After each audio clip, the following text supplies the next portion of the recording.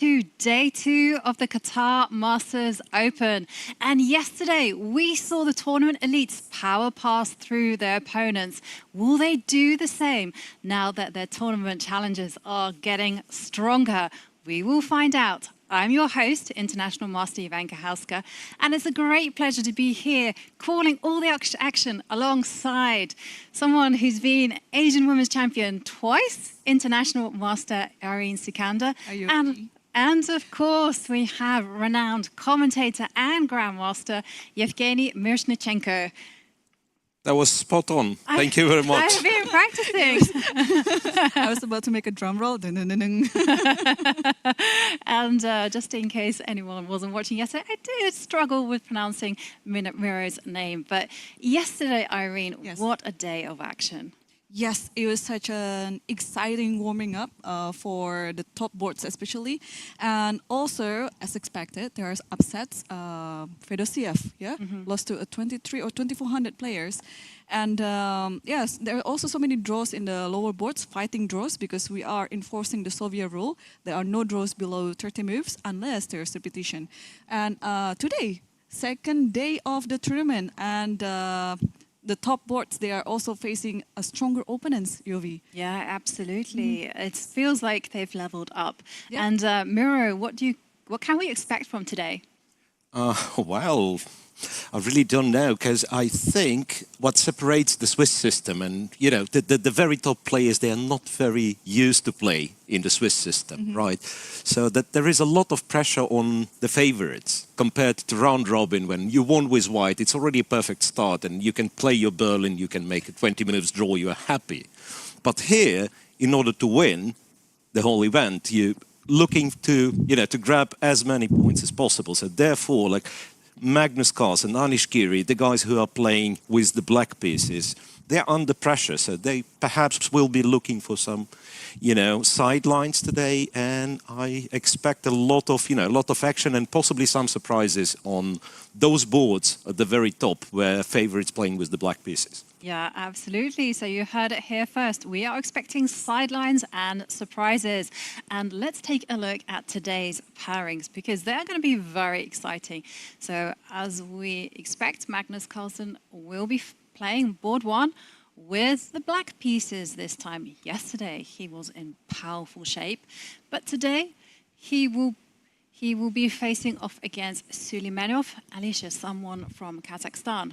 Yes. And Suleimanov is the latest champion of the zonal around Kazakhstan, Uzbekistan, and the surrounding areas.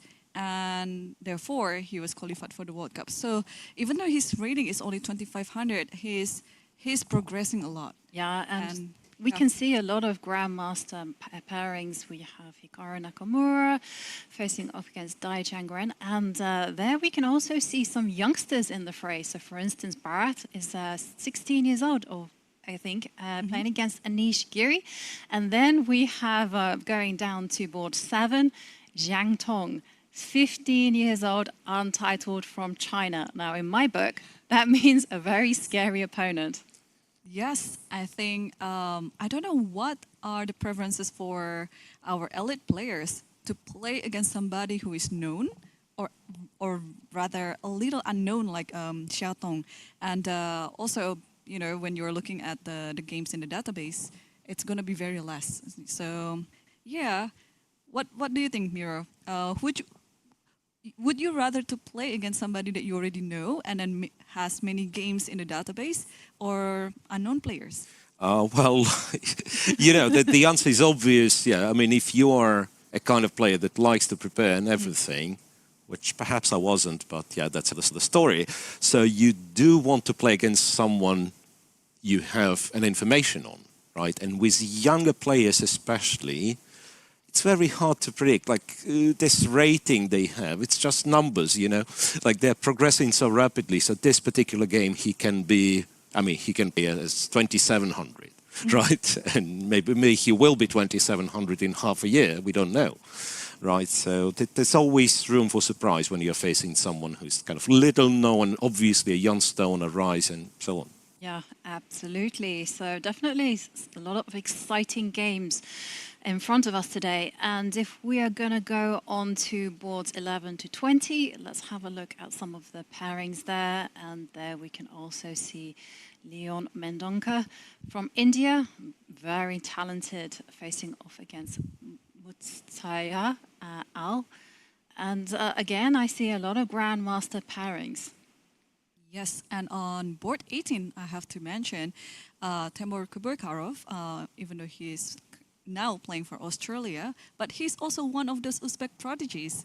He is originally from Uzbekistan and playing against Kushagra Mohan, who defeated Fedosiev yesterday. So, okay, there's some rating difference between them two, but Temur Kuburkarov has to be careful. Yeah, definitely. And another name that also jumps out to me is Vaishali. She'll be facing off against Sethuruman, so we'll definitely keep an eye on that one to see how Pragnananda's older sister is going to get on. But we're getting close to the start now. So 3 minutes from the start of play. It is a very impressive playing arena. The players were treated to music coming into the tournament hall, and there we can see them getting ready. Now, do both of you have any rituals that you have at the board? Like, do you face your knights forward? yeah, that's actually a good start. Which direction do you face your knight? For me, it's facing forward for sure. What about you, Miro? Left. Left. Left. Both of them. Both of them. Both left. Wow. Both left. Same as you see on a diagram now. Oh. Yeah. I mean, Complicated. I thought that that's the most logical explanation, and I find people who face their knights forward a bit, you know, aggressive, if you like. I mean, I don't like your knight staring at me, pardon. And of course, there we can see there are 80 boards. There are roughly 160 players amongst them, 58 Grandmasters, 58 International Master, making this one of the world's strongest opens. Now, because there are so many games, what we will be doing is we're mainly focusing on the top 10. There we have cameras to catch every single grimace and smile of the players. And I actually really love watching players just before they're getting ready. And there's Anish facing off against young Bharat. And there's Hikaru. And I took a quick stroll before the game to the playing venue, and every participant was given that orange bag. It's, I think, full of gifts inside. Oh. Yeah, so well, I don't know if the commentators will get one. I hope so.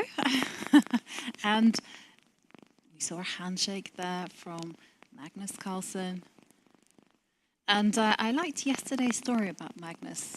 He did an interview with our reporter, Catty, and he said he turned up to the game not knowing what he should play. And so he said to Mohammed, who was making the first move, he said, why don't you make the first move and then I'll stick to that. And he chose c4 and he said, oh, it's not a bad move. Yeah. Let's go. I was wondering if knight i3 was going to be played, yeah? And whether Magnus would stick to that move or not. Yep.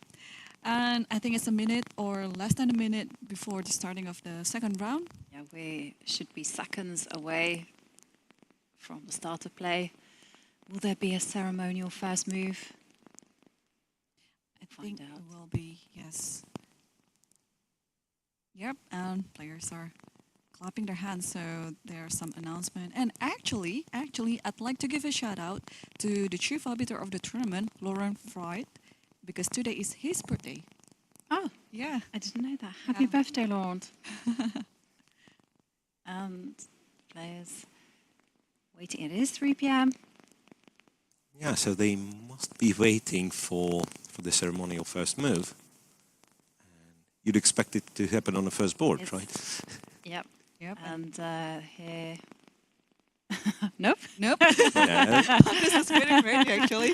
Nope. Yeah, could it be that Naka is person's favorite streamer and that's why he wants to make a move on his board? Okay. I know. Just greeting the players, I believe. And stick to the first board. Yep. Yep. And what first move can we predict? King's Pawn? Sulaimanov, I have no idea. Probably King's Pawn. Probably Queen's Pawn, actually. Yeah. Queen's bishop's pawn, c4. C4 played it again? No, I think No, this, but yeah, this one will be taken back because I remember that Suleimanov plays the queen's pawn. And smile. no, he looks so happy to be facing the world number one. Yeah, you know, he's a trainer, like you say, and this is the beauty of playing in the Qatar Masters Open. What other tournament can you play alongside Magnus Carlsen and Hikaru Nakamura? Not a lot. Yeah, Not a lot. not Yeah, a lot. not a lot. I don't recall any other open tournaments that Magnus has taken part in the last 10 years, I guess. Apart from Qatar Masters, because he also played it in 2015. Right, so there was D4. d4, so the move was taken back.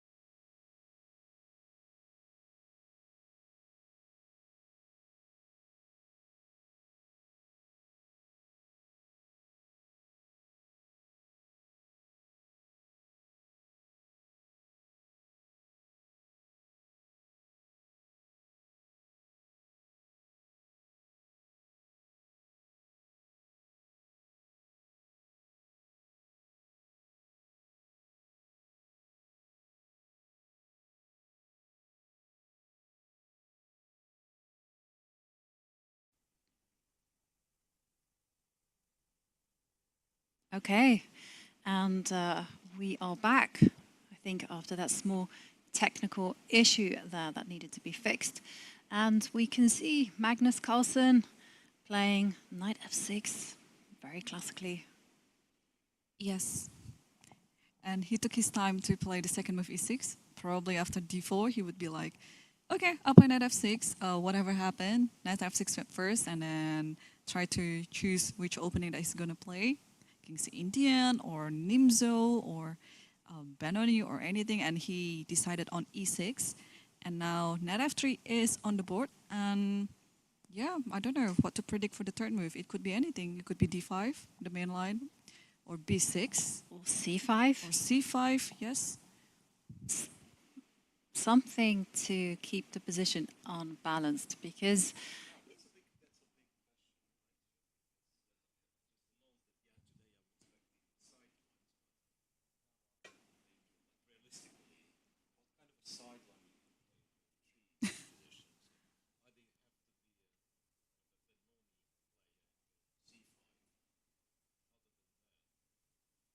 a6.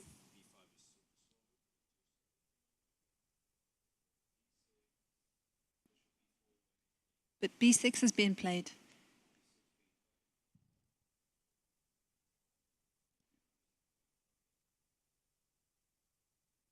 Okay, and it's very, as Evgeny mentioned, it is very difficult for Black to unbalance the position, but that is the choice that Magnus Carlsen is facing, and we do see him pick up the b-pawn, and it is a Queen's Indian on the board. Still, there are many ways to unbalance the position, usually involving a later c5 there, but White, very, very solid. Yes. It's a little bit too early to tell what's going to happen on the board, of course, after move number 3.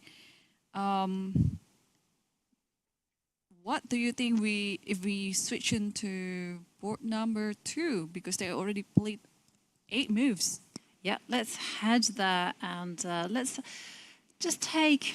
pull up the analysis board and have a look at how that game developed. Okay, so it's Hikaru versus Dai Changren. And Italian. Okay, I played this for both colors. And in the recent event in the Asian Games, I employed this Bishop A7 idea for I don't know how many games, probably 3 games. So yeah, it has. I mean, Italian is quite confusing. I've spent I don't know how many hours on that, and I could probably say, and I proudly say it, I still don't understand a thing or two. it's impossible. I'm glad that you said that because I'm not an Italian player, but I've watched a lot of Italian games and I'm still none the wiser. Like, I'm not really sure like why the pawn on A5 is better Then A6. than A6. Yeah. Now, I understand that A5 has certain consequences. The bishop can now go to B5, but I'm not sure whether this is a good plan. I'm also not really sure like what kind of plan White should be adopting as well, you know, especially where to put the knight there on the queen side. Yes. Miro, are you the... Yeah, obviously I'm a proper person to ask. I have no slightest idea. Well, from my experience discussing this position with some top players, they are not that far off from our knowledge. Being they do know the lines better, but I'm not sure if they know the reasons why, you know, the fashion changes. Because there is nothing wrong with good old A7, A6, Bishop A7 line, right? There is nothing wrong with what else they were trying. Bishop B6 is the move, right? Yeah. H6 sometimes is the move. H6 before castle, A5 before castle. So it's a multitude of systems, and there is no clear answer why this one is bad or this one has to be preferred. So there are some guidelines as far as I understand. Like, for instance, black playing bishop to E6 and trading the bishops taking with the pawn. There is a secret to it. In some positions you can do this. In some positions it's considered to be kind of something not to do. So it turns out, I was told by Alexander Grishchuk, who understands chess quite a bit, that if you chose to play with A5 and you are stopping B4, then you can play bishop E6 and take with the pawn. If you double your pawns, you go bishop E6, and at the same time you let white grab the space on the queen side, this is considered to be not very good. But once again, they're not very good. It's, you know, some centi-pawns difference in evaluation, which for us mortals, I believe, doesn't really change much. So I believe what white does usually is all the same. So hide the bishop, bishop B3, bishop C2, that's what he started. Bishop goes to C2, knight will go to D2, F1, G3, and eventually he tries to play D4. So that's pretty much where my knowledge stops. I know one little rule as well, that white tends to be better in these type of positions because their light squared bishop, even when tucked away, after the central expansion will be better than black's bishop. So there's also that small piece of knowledge, but as to which piece configuration white should be going for, I'm not really sure. You know, the traditional way for me is always knight d2, knight to f1, and then the knight will get to g3. But these days, you know, I've also seen bishop g5 be a very trendy idea. Right. Whether it's valid in this particular position, I don't know. But bishop e6 coming. So Grishchuk's advice was spot on. Yeah, yep. Bishop e6. So after this bishop e6, now it's a question for the bishop on b3, right? I think when you moved it to b3, you're intending to hide it on c2. Usually when it hides on c2 like this, it gives time for black to reroute the knight to e7, to g6. And then after that, maybe like something like c6, rook e8, and then pushing d5 itself. So, you know, both of the sides, white and black, could actually employ similar ideas, similar strategies where to put the pieces on the board and so on. And I just learned something, that if Miro is kind of quiet, it's getting dangerous. So no, not really, not really. No, I'm trying to think, like, if we are, you know, discussing in such categories, like why white is better or can possibly be better. I think that there's one very important factor that people kind of tend to forget about all these positions, and Ruy Lopez as well. So it's a knight on c6. restricted by the c3 pawn. So this is where it starts. So that's why, like, very often positions with d pawns swapped are somewhat better for white, right? So when you've mentioned, Irene, that knight to e7, knight to g6, yes, that's a very common maneuver. But after bishop c2, the move that Hikaru just played, I think an early knight e7 would allow d4. So it's kind of, you always have to have an answer to d4. It's not like d4 wins the game, yeah, but you have to keep in mind, yeah, d4, what do I do?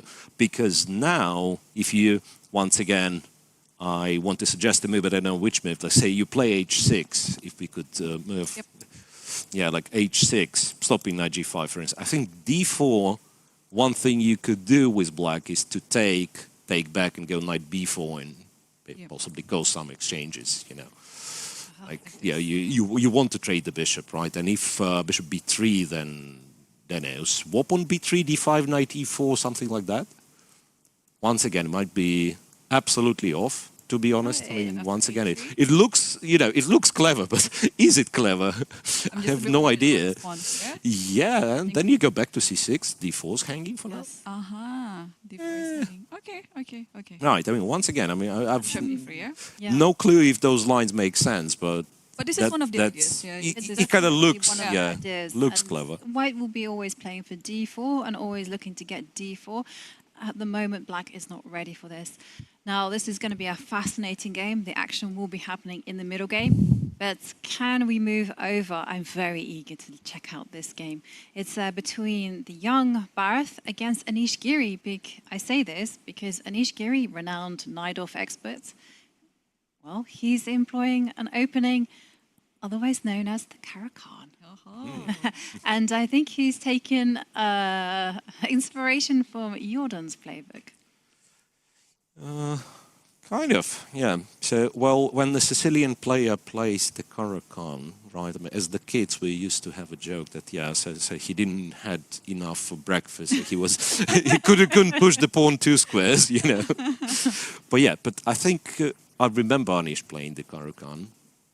So that's nothing new here. And compared to Jordan's game... Jordan had fianchetto to the bishop. Yeah. So Jordan... G7. So there's a slight difference here. And it's rather interesting, though, actually, because black's pawn push there in the center of the board is very committal. Because if white can rearrange things and get an f4, well, then white is going to be so much better. But, of course... there's a problem with the white queen standing in front of the pawn. So where do you usually move it? Because, okay, I'm not playing this variation as white, and I'm not a Caracan player myself. So what can you suggest in this position? D3 or? Yeah, I mean, D3 is the most popular move. I mean, it's also instinctively, it feels correct, right? You know, you bolster the center, you get ready for the knight to get to D2, perhaps jump into C4. And you're kind of wanting to put the queen on g3 because black will eventually have to close things up with e5. Yeah. So you would like to try the bishop off on f4, something like this, yeah? And then if e5, then just move back and then queen g3, f4. Yeah, queen g3, and then just get ready for that opening. Well, can you try to play c3 instead of d3? You know, it has been played. Well, you have pair of bishops, so... like, you know, common knowledge, try to open up stuff. It was played once before in this database, and the game finished in a draw. Yeah. And there, black actually responded by pushing the C5, yeah. And I was thinking, like, here, already, like, I can try to arrange the pieces with, like, say, bishop b5, and maybe queen goes back to e2, or even consider going e4, e5 here. I don't know how like with a check or without a check. So once again, not sure if it's any good, but I prefer c3 over d3. d3 feels too accommodating. At least, you know, after c5 you can capture the pawns and then the queen can swing across to b3. At least there is some movement there. We have some kind of bad memories of d2, d3. Like yesterday's game of Van Forest. Yeah. And the rook was on d1. So.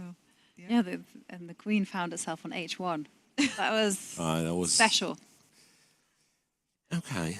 So do we have anything kind of like really original? Remember, yesterday we had a couple of games which were kind of off track, starting by move 3, move 4, move 5. G5, yeah, like this G5 in the ready.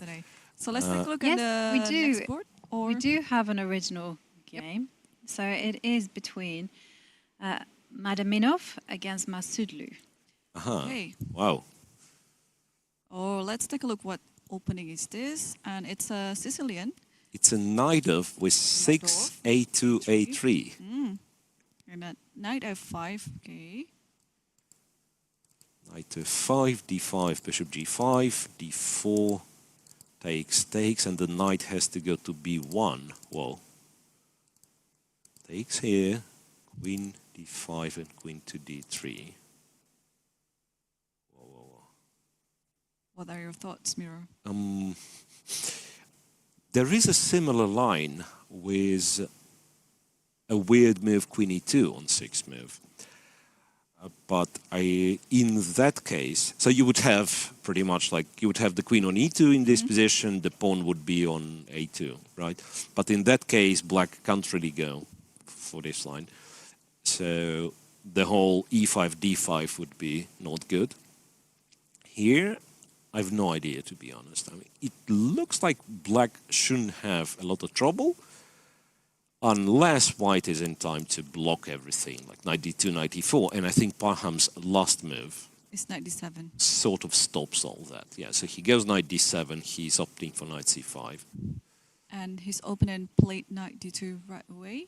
So still, I think, in his preparation, because he didn't really take time for all his moves. In fact, he's gaining time. Yeah, so that's a little bit surprising, because it's clearly, you know, the sideline, right? But and also doesn't look like very promising, if you ask me. But he is relatively happy to have this position on the board. Yeah, knight c5 is incoming. And if we were to go down, so this one is looking, I think, quite okay for black. Yep. Black is dynamically fine.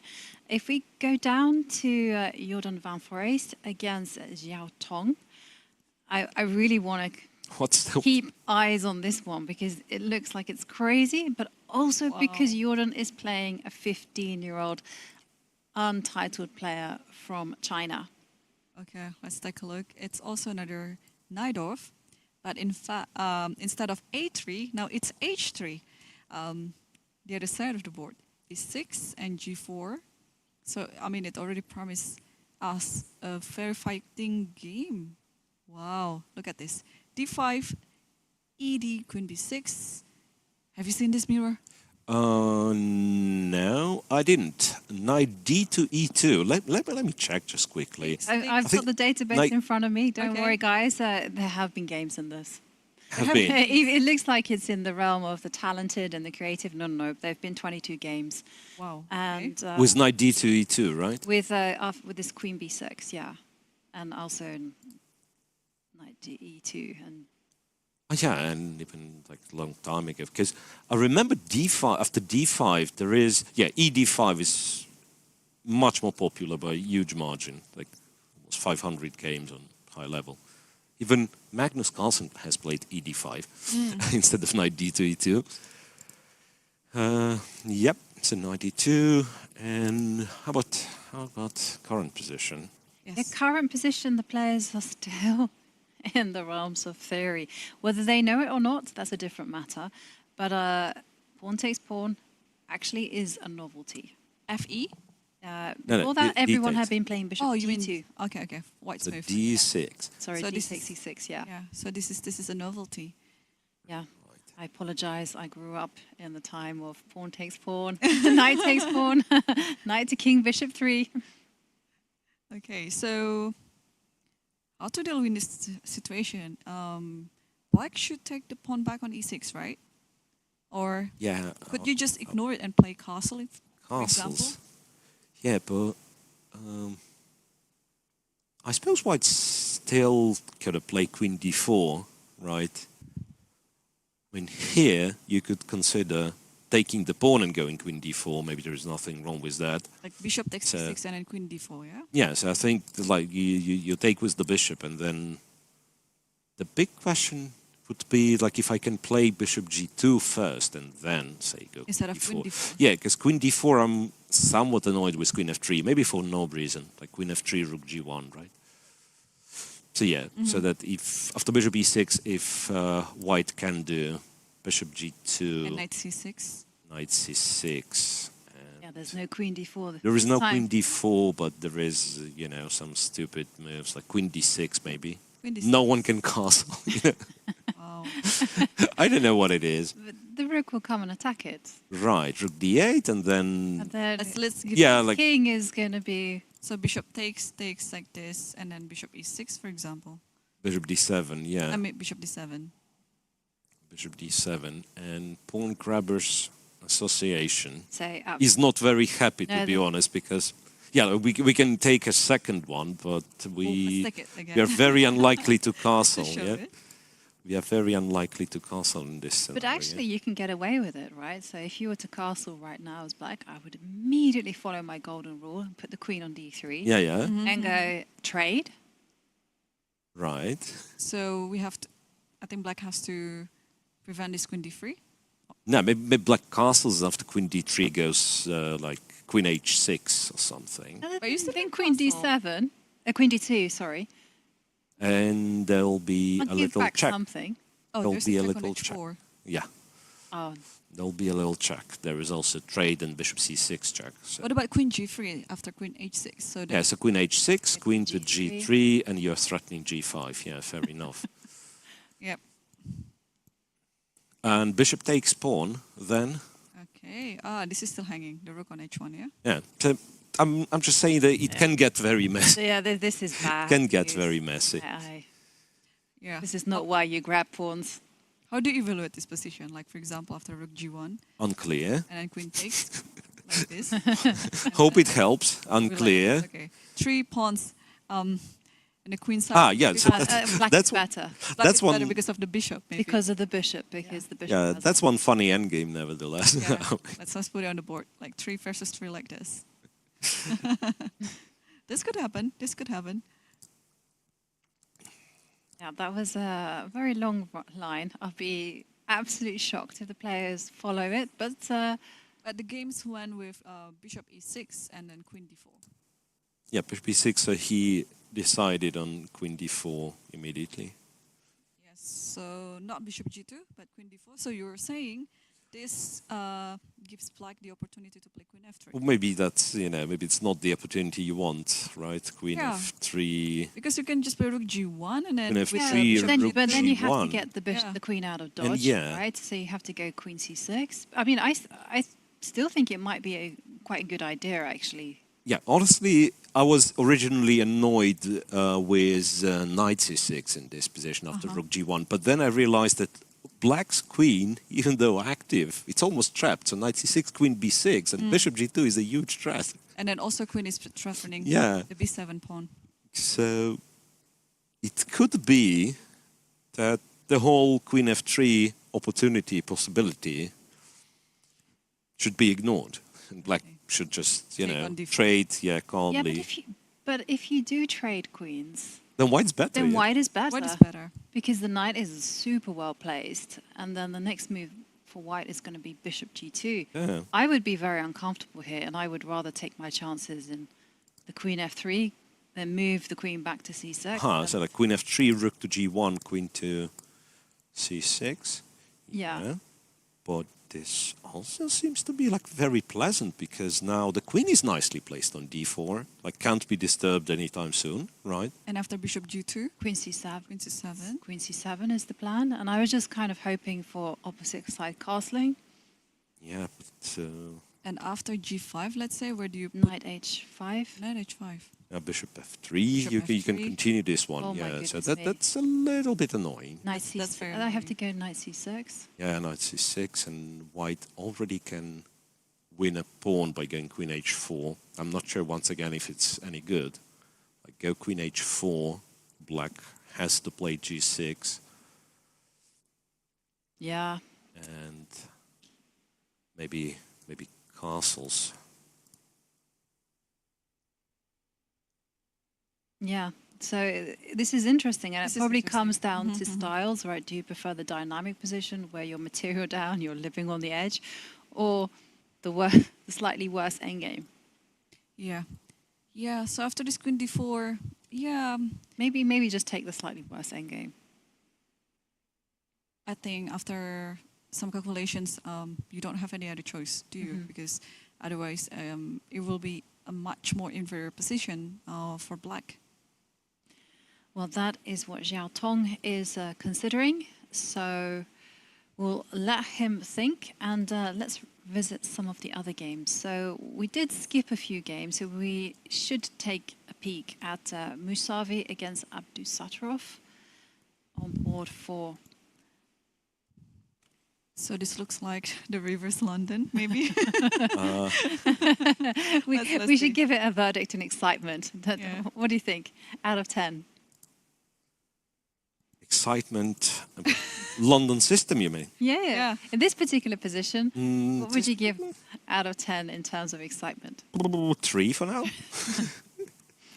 Yeah, this will be like a long strategical Oh, game. well, Or maybe, I don't know. You know, honestly, it depends on who's playing. Like, if I'd be playing London system, the level of excitement will be like close to 0.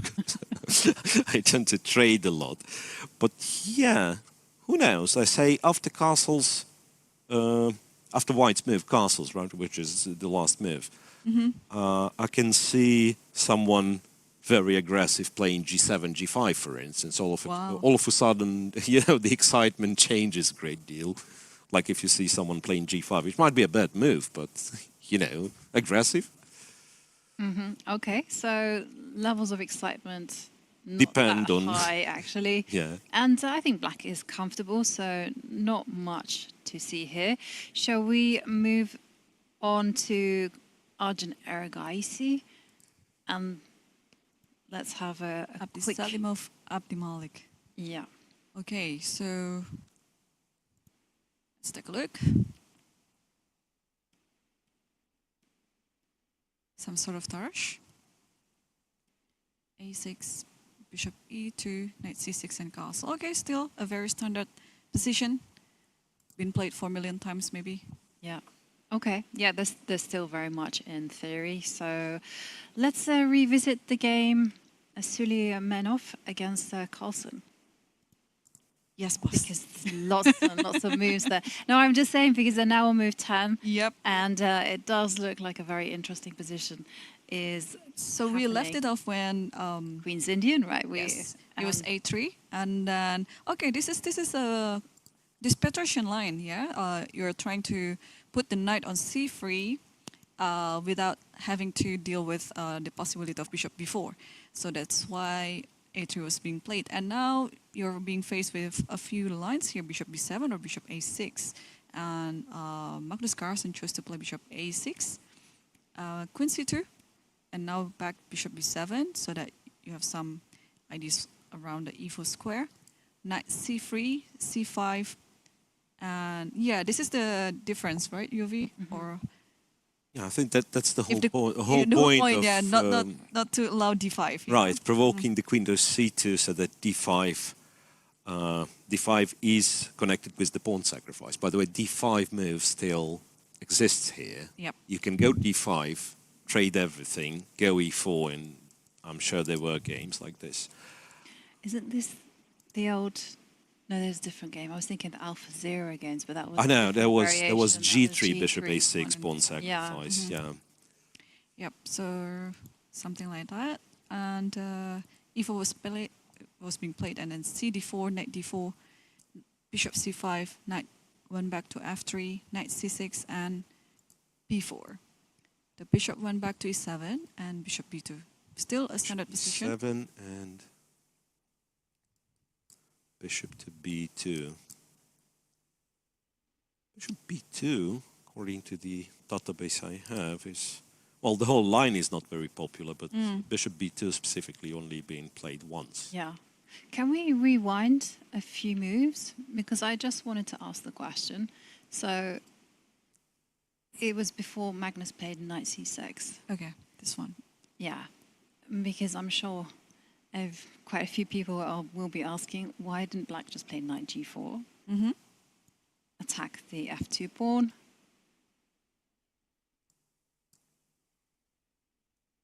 I'm forwarding the question to you, Miro. Right. I'm the messenger here. One thing I can tell for sure, it's not because of knight d1.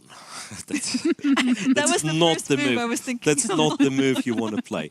Well, I would say bishop g5 attacking the queen and then bishop h4 guarding the pawn, right?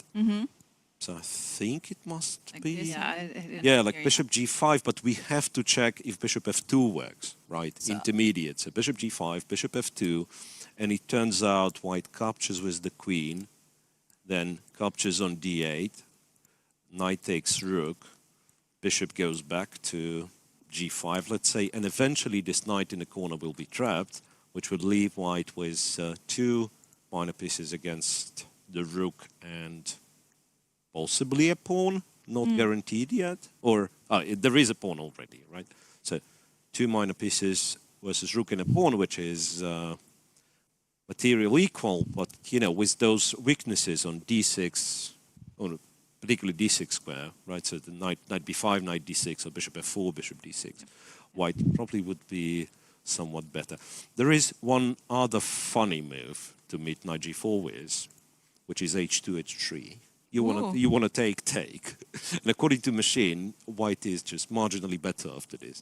And after Point being, F2? point being, you can't take with the bishop, right? Because then you lose a piece. And if you take knight f2, then rook goes to h2, and you know it's a very, very messy position here. So yeah, after rook h2, white is threatening b2, b4 to win the material. So black can do stuff. Black can play f5. Black can play queen c7, queen g3 ideas. It's you know, it's a world of its own. Yeah. Yeah, that's crazy. So I just wanted to address that point. No, that's a very good point, actually. I'm learning something. Yeah, me too. I'm learning. Thank you, Miro. Well, it's not me, you know, it's the database and computer. And believe it or not, but it was tried, right? Now that I'm checking it, it was tried, and I'm trying to find the oldest game. Like 2002, I think was the oldest game played with this line. After knight g4. That's not very old. It's not very old, right? There were games of Duda, Mamedjarov with white, and some other. Gukesh had it recently against Puya, against Yin Yan. Knight to g4, h3. Yeah, so all this knight f2, rook h2 was all played by Gukesh. It was all played, yeah, like this. Right. And just when you think you're being unique, you find no. It's all been seen before. Yep, there's nothing new under the sun. Nope. Okay, so going back to the game position, we understand why black didn't choose to go knight to g4. Instead, Magnus played knight c6, nice developing move, b4, bishop e7, and bishop b2, queen to b8. Now this feels like Magnus is doing Magnus type of things. He's getting ready to establish control over the dark squares. Yeah, right, you are, Jean-B. And queen b8 is not, you know, not the move you see very often, right? But here, you probably need to establish control over e5 as soon as possible. And queen c7 would run into knight b5, so therefore queen b8. Yep. And d6 is a little bit loose, I would say, even with that pawn move. I mean, I have a feeling that after this queen b8, I don't know, somehow it feels like g5 might be played very soon. g7, g5. Yeah, I know it looks crazy, but if Magnus wants some crazy game, it looks like a possibility. Yeah, I'm not sure. I'm not sure too. I'm not sure. Maybe I'm just imagining too much. Yeah, but I can see Magnus playing castles, bishop d6, you know, getting some grip on the dark squares that white can't really do anything about. And maybe initiating some set of trades just so that he can free up the pieces. Yeah, well, this sounds like a like a decent plan to go bishop d6, and then possibly before going knight e5, you would play a7, a5, applying pressure on b4, right? And if you manage to kind of provoke white to play like a5, b5, and you go knight e5, and then you get a lot of control on the dark squares. And it could be, because yeah, when we were talking, like a bit of a general talk, you know, like when we are talking higher rated players looking for the ways to unbalance the game, it doesn't have to be tactical all the time, right? It can be strategical unbalance, like taking some risk, like giving the space for the squares, or you know, pair of bishops for pawn weaknesses. That this is also a type of unbalance you might be looking for. Right. Yeah. We actually saw Hikaru do that yesterday. Like he played something that was very solid, but then at the right time, he took a lot of risks, and It paid off, yeah. yeah, it definitely paid off. And also, let's keep in mind the clock times, because this is something that the higher rated players tend to do relentlessly. They just play natural moves, keep posing questions to their opponents, force them to use a lot of time on the clock, and then when time trouble comes, they strike. Yep. I think that's also one of, I mean, like the perks of being the top players here. They also are just better in the shorter time control. They see things quicker, they play faster. Whereas this is something that I read somewhere, like the difference between good players or club players and one of the, you know, like best world players, like for example, grandmasters like Miro. Yeah. Let's compare us two. Yeah. If we have like 7 minutes on the clock, or 7 minutes in any time situation, and we were forced to see or to find like the best move, maybe I would be thinking for like 4 or 5 minutes, and then finally I found the best move, and then I'll spend the next 2 minutes to calculate.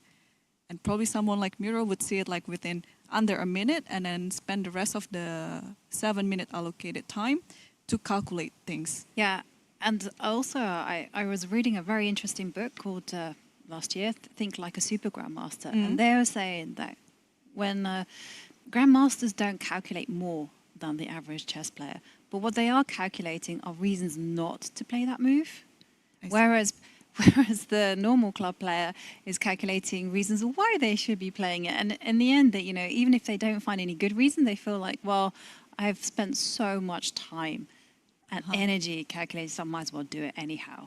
And yeah, there's a lot of that, and there's a lot of like lack of confidence as well. And the lower you go, you double check, you recheck, and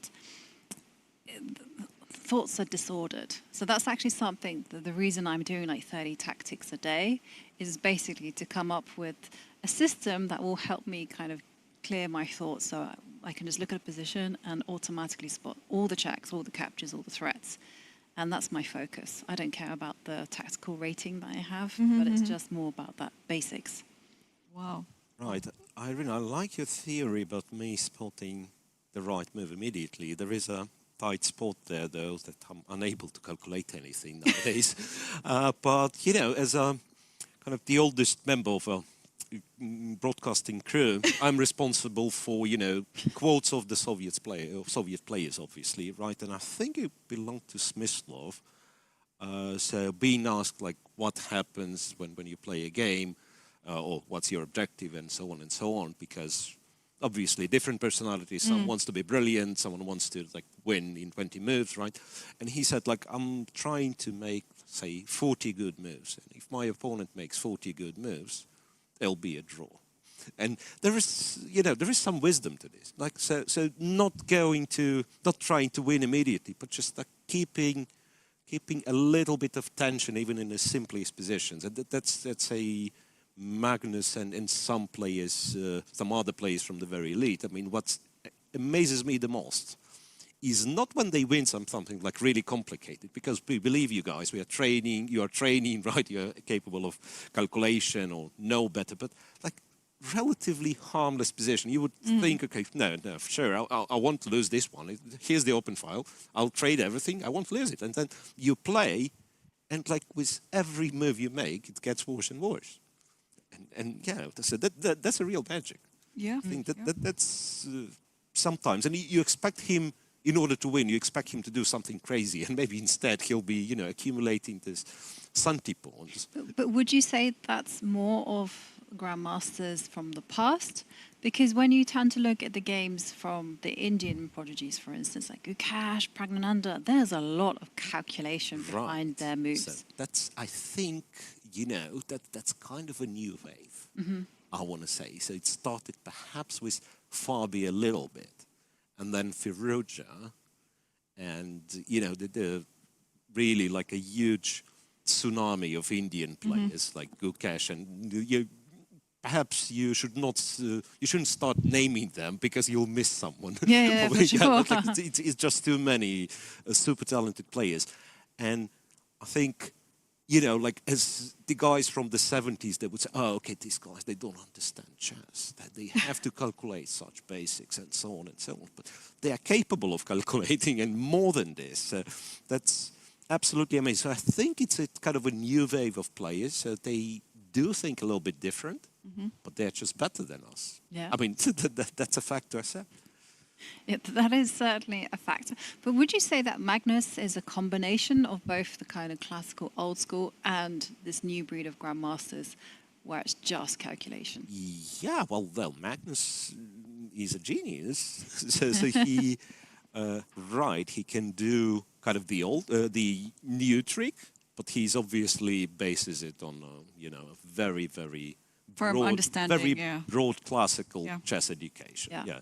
I think it's even Kasparov who said that Magnus has a unique combination within himself that has, you know, he has this Karpov style, but also he has this Fischer style, you know?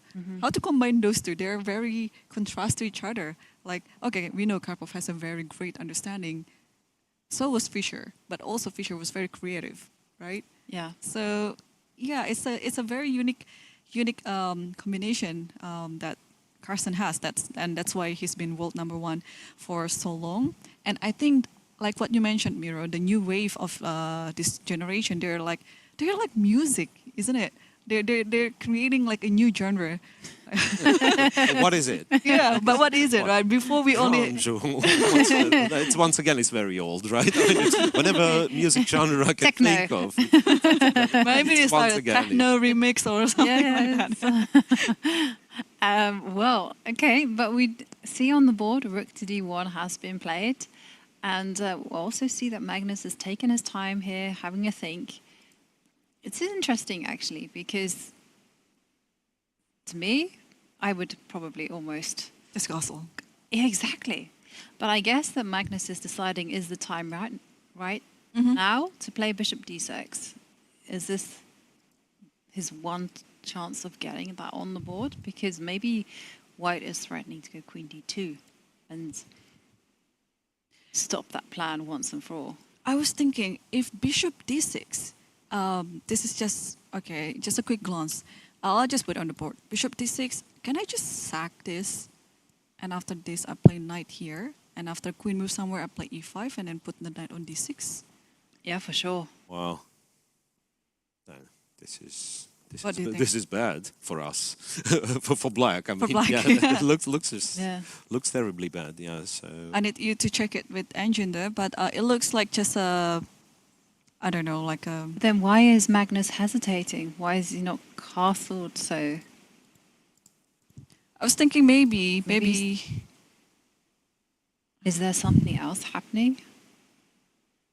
Is there an E? Oh, there could be E5. So say, for instance, you castle. Maybe E5 is a problem. Because you cannot take it. And then there's...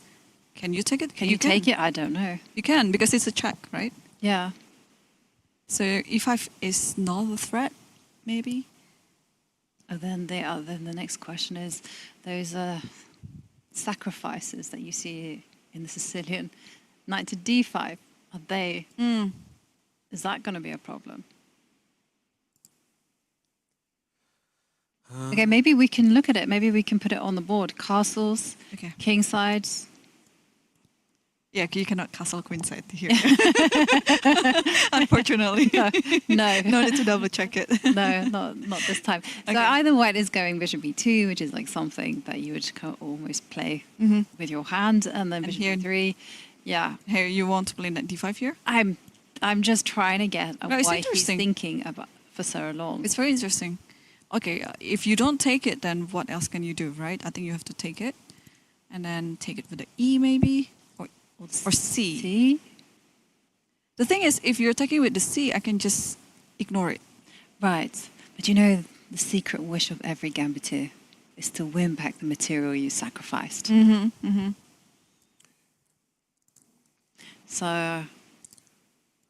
And maybe after rook C8, then you can take this here, and then takes this, and yeah, but then I guess I'm in trouble, right? May I try? Yeah. Yes, well, please. try to Step in. kind of try to interfere in. because I've done my Homework. little investigation on what's happening there, and perhaps it explains a lot of. In fact, both players struggle. I want to say. Because on move 10, and I don't know if we could have my board on the screen. That'd be very helpful. But other than that, you will have to you'll have to suffer. But on board 10, so on move 10, the position already is not the most popular. And here the most popular move is knight d4 with simplifications. The second most popular is bishop to d6, and maybe, Jovi, when we were trying to go knight e5 and control the dark squares, maybe it's it's kind of false memory. Okay. So there is an option to play bishop d6 here and then go for knight e5. And bishop e7 is not that popular. Bishop b2, as I think I've mentioned, was the only one game seen. Queen b8, rook to d1, and then according to machine, what you absolutely have to do is to go d6. Okay, you absolutely need to do No, that. not like absolutely, but the best move is sort of So And you're why is pretty much that? switching to hedgehog. Bishop d6 does lose. Does lose to rook Because takes of rook bishop. d6 or And- knight b5 immediately. And after castles, interestingly, after castles, white doesn't have anything decisive. So, well, perhaps I have to rephrase it. It's not that you have to play d6, but you will play d6, after castle, might as well do it immediately. So bishop e2 and d6, and we'll play some hedgehoggy position with the knight on c6, which I'm not sure if it's, if it's good for black. And to upset you a little bit, knight d5. It's a big blunder. It's a cool idea, but it doesn't matter what you take it with. E pawn takes or C pawn takes.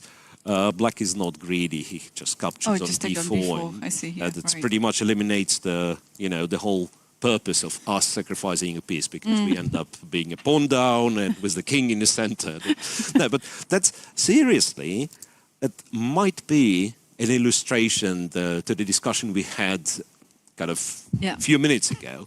So when you look at the move like knight d5, or rather if you make me look at the move like knight d5, I mean, first of all, I think like intuitively I wouldn't trust it, simply because I know the idea of knight d5, but in a different position, like much more suitable for this, and I know that black still kind of holds the equality. So here, you suggest knight d5, I would think, probably a bit optimistic. And the moment I see that black can give back the piece, get an extra pawn and solve all the problems, I stop with knight d5 idea, right? Yep. Yeah. So that was it. And well, if Magnus will end up playing e7, d6, I'm not sure how, say, he probably will be capable of, creating chances later on, but it's a very passive position of the d6. So, well done by Suleimanov, at least, if we are talking the opening. Yeah, well, definitely going to be an interesting battle ahead. So, was castles played by Magnus? Yes. Yeah. Yes, it was. He did. Okay, after a He long did thing. play castles. And Checking some other games. Shall we Time. leave this game and move down to... Giri, Karo Khan. Oh, Giri, yeah. I was going to suggest Hikaru, but okay. Let's take a look at Giri. Yep. So we left it off at Bishop D6. This is the last position that we saw. And D3, not C3. So D3 was played. And Bishop C7, G3, C5, Queen G2. So finally the Queen has found its nest, yeah? we really want to move this Queen away from the F3 square because we want to push forward with the F pawn. But now, yeah, Queen G2. Knight C6 and F2, F4. Yes. So it's looking like some weird, King's Indian setup, if you'd ask me. It is a very weird King's Indian setup. But one thing that I would say is Black should be a bit hesitant about playing E6, E5. I would much rather that White did E4, E5, and then you got the knight, the D5 square for the knight. So I would just wait. Do something. Yeah, wait. I don't think I even would castle. I would first step the queen somewhere. And probably long castle. Yeah, potentially. Because, let's see what White is going to do. Let White make sense of this queen on G2. Like Queen D7? Yeah, Queen D7. Okay, what, A4 maybe, yeah? Like put the... Yeah, but then again, now you've committed yourself to A4. You've given the B4 square away. Is it that bad to just really go E5 and at least have the bishop on F3? If E5? Yeah, like E5, I understand. Yeah, knight you're getting E5. a nice bishop F3. and bishop F3. Yeah. Okay. Like E7 my bishops. maybe? It doesn't the knight... Yeah, knight E7. But also sometimes you put the knight on E3 and you just give it all away. Yeah. To get the dark squares. I was mildly worried about the idea of G7, G5. Yeah, me. I'm Really worried. What? No, I'm doing it. Yeah. This is like a Karo Khan player's dream. Like Look. get G5 in. Anish disagrees with us, and he does play E5. There was also there was also my thought that since Black is not castled yet, short castled that is, right? So E5, F5 is less of an issue, I would say. So usually you don't want this structure when your king is on a, the structure after F4, F5, right? So when your king is castled, so that's a, a well-known attack from the King's Indians, just pushing the G pawn and so on. But here, like E5, F5, maybe you just prepare long castle, and then you go, say Queen D7, castles long, King B8, and you still try to play on the queen side with your king being there. Yeah. Because you have such a huge space advantage. Where do you want the queen though? Because I'm just thinking ahead. I guess G for White. White is going to be going for G4, G5. It seems like both sides are grabbing, and then in that case, the queen should be on E7 or D6. So that the knight can get to D7. It's a fair point. Like, but if the queen is on D6, yeah, there might be like G5 and then bishop G4. Yeah. Yeah. And when the king is over here, it's going to look scary. Yeah, maybe Queen E7 is maybe Queen E7 as opposed to Queen to D7. I mean, but better option.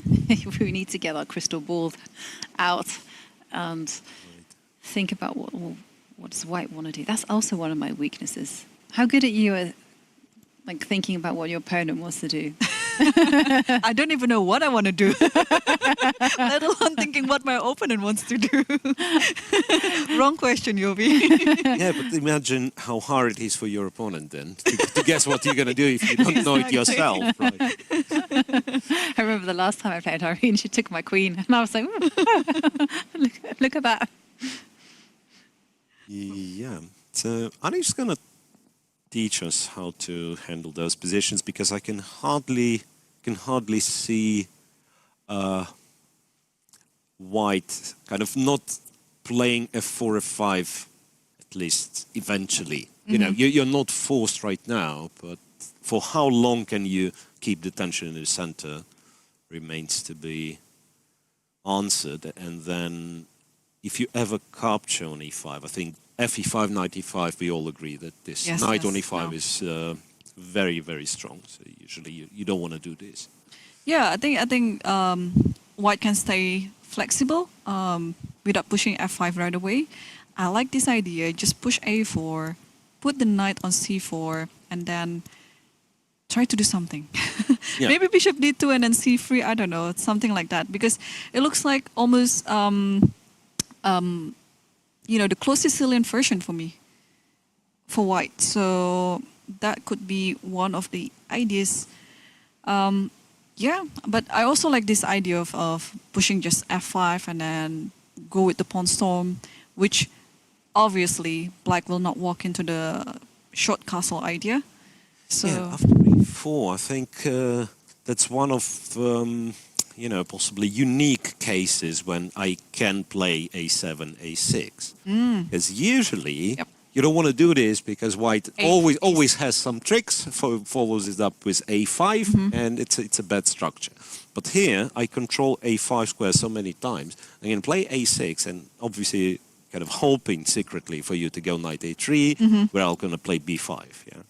And then this knight on a3 is actually quite misplaced. I said this about yesterday's knight. Yes. Of, who that was? Abdusattorov. Abdusattorov, Yeah. yeah. And there, later on that night kind of made 20 moves and won the game. So I wonder if this knight is misplaced on a3. Yeah. Wow. This is going to be a very, very interesting game. So let's leave this one and let's head off to Hikaru against Dai Shangren. And there... Before that, can I? Oh, yes, please. Trivia question for you. Don't look. Okay. How many pairs of pawns was swapped on first 4 boards?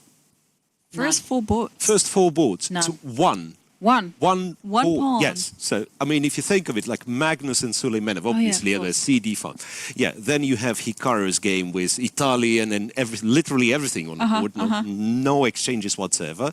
Then you have Giri's game where pieces were swapped, a pair of, like light square bishop for the knight, but, all the pawns are there. But you can see, I mean, it's much more, a lot of tension, right?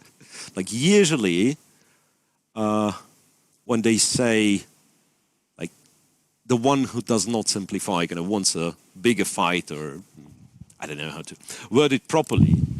But yeah, usually when the pawns are getting swapped, that means we are playing some main line, right? And then it's a lot of theory, and even if it's a sharp position, usually, it ends up with like both players know, and we are aiming at the position, I don't know, move 20, move 15, and we both know after that.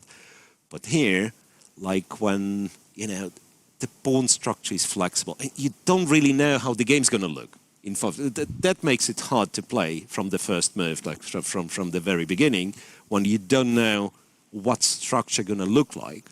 Because give me the structure, have a diagram, and put some pawns, and tell me, Miro, you have the knight where you want the knight to be. I'll tell, okay, d5 in this Sicilian, yeah, that's a brilliant knight. But if I don't know how the structure looks, I mean, how can I possibly plan for, putting my piece, arranging my pieces this way or the other way? So that makes it so complex. And that's, I think I kept being asked by club level players, like Italian, for instance, Gioco Piano, right? These players, top 10, they play it over and over against each other for how many years, and still they're thinking in the opening. Right, but what's the reason for that? It's so simple. You just develop bishop c4, you castle, go h3, blah, blah. But that's the reason, because you don't know what the structure is going to look like in 5 moves. So many options. And if you think of it, it might be that that these are harder positions to play. Because we all, being brought up with this knowledge that the sharper position is, the harder it is to play. Like, Bishop g5, knight off is a hard line to play, but not for them, because they know, right? They know they are capable of calculating, but here it's very hard to calculate when you don't know. So are you saying? I'm saying that these positions much harder to play. If you're playing a top grandmaster, you should go for a closed position, because chances are they will know they will know everything about that. If you know how to play close positions, right? Yeah, well, but seriously, that's one of the ways I would say. Okay, once again, I don't want to give the advices how to, how to make a draw with white against stronger player, because that's what Actually, makes the game unfun. you'll make a bestseller course. Yeah. Right, how to make a draw with white against stronger player. Yeah, but if you think of it, like situations where you play a knockout tournament and you happen to win first game with black, luck or skill, we don't care. And then there's always a question: what do you do with white? Draw is enough, right? It's a lot of players who, especially first game was luck, and they feel like, yeah, my opponent is strong, I have to be solid. I think it's a big mistake. So you have to be principled. You have to push it. You have to be like, because very often the principal moves are also objectively better moves. Yeah. So you should be. Yeah, You should have in your repertoire, and you should train on both closed positions and open positions. right. Yeah, absolutely. This is something that I will be taking notes from, because I don't like open positions. You don't like open I hate position? them. I'm the contrary. I like open positions. I love closed position. Give me this type of position that we see between Hikaru and I. Well, this one I struggle a little bit because I'm not quite sure where the pieces should go, but here I like it. I like the possibility. I like the tension. Open positions, it feels like you have to be on like high alert, and you have to scan the board and scan it, and then everything changes within one move. Right, causes you headaches, right? Yeah. Not my cup of tea. I'm just a bit worried about this move. Sorry, back to chess. Yeah, back to chess. Yeah. This knight h5, it's a dream for Italian player to play if you can play it safely. But the thing is, there's always this little tactic that black has to calculate, and probably this is what Hikaru is currently thinking. That is, what if you just take over here, and then okay, this one is because the knight on d2 is hanging. Yeah, you always have to think about this discovery, whether or not it works. So d2 e5, d2 e5, Yep. and Knight takes e5. So if you Knight takes this knight, I can take Queen takes knight. the other knight, but you have this, And then this, and then it's the bishop that's the hanging. bishop that is also hanging. So, I mean, this is some sort of calculation that you have Although- to make, but you have to be aware of this sacrifice on e5 always when you play knight h5. So I was just wondering whether knight h5 in this position works, because if it works, then it's a good use for black. right. Is there knight g5 though? Also, knight g5 has to be Knight calculated. g5. Okay, well, At least to we try have- to take the bishop away, to I was gonna exchange say, the bishop. put it on the board. This is the one Yeah. great thing We about can switch to Miro's board. Yeah, I mean, if he can. Okay, knight g5, and then after we're going to get Miro's board and all its wonderful analysis in a few Wonderful. seconds. And wisdom. I don't know if it's going to be wonderful, but yeah, maybe I can try to explain kind of my reasoning behind knight g5. So what I want to make sure that e4 doesn't work, because at some point I got scared that some brilliancy like this is going to work, but you don't need this. Once again, so d4 you can always take back, and then if bishop takes, then you can take on e6. But that's some stupid sideline. So the setup on the king side with the pawn being on h3 makes a 4 square so attractive for black, obviously. So that whenever the knight, I say we do nothing, we go a4. And whenever the knight lands on f4, it's very hard to kick it away, because g3 always hangs the h3 pawn, right? But can you not kick it away by destabilizing it? So, for instance, here, like once pawn again, takes some pawn. tactical tricks. Yeah, it could be, but once again, like knight e5, at the very least, I'll have knight h3 with a check, right? So that's not too much of a concern. Yeah, and a4, of course, is a silly move in this position. But what I wanted to say, that knight g5, and if black doesn't have anything better but to go knight f4, and I take, and You can take it with the pawn. if you let's pretend black takes with the pawn. So my hope was that I can play g3.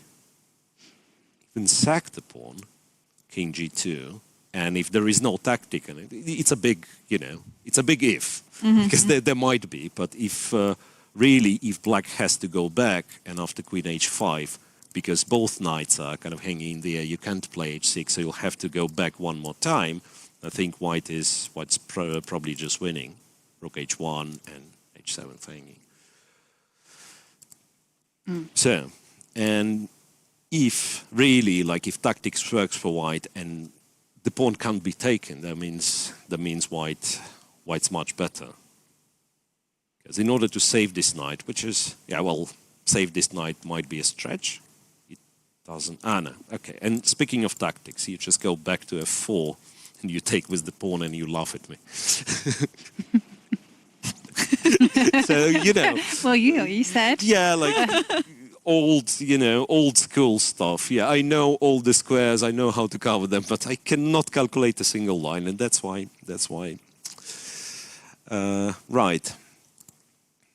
Yeah, no, but it's a kind of interesting line, because then it does mean that knight to g5 doesn't quite work. Yeah. Because of these tactics. Probably. Because otherwise, even say if g3 is not the move I'm looking for, but some king, king h2, rook g1, maybe. But then but still, I'm not so happy. Like you've achieved so much with the knight already being on f4, the f file being open. Exactly, you've just liberated quite a few of black's pieces, so I would not be happy with this. But what happens if you make like a standard, like boring move, like knight to f4? Oh, hang on, So Hikaru has like played bishop d3 and bishop to f1. Yes. So now this bishop guards the light squares.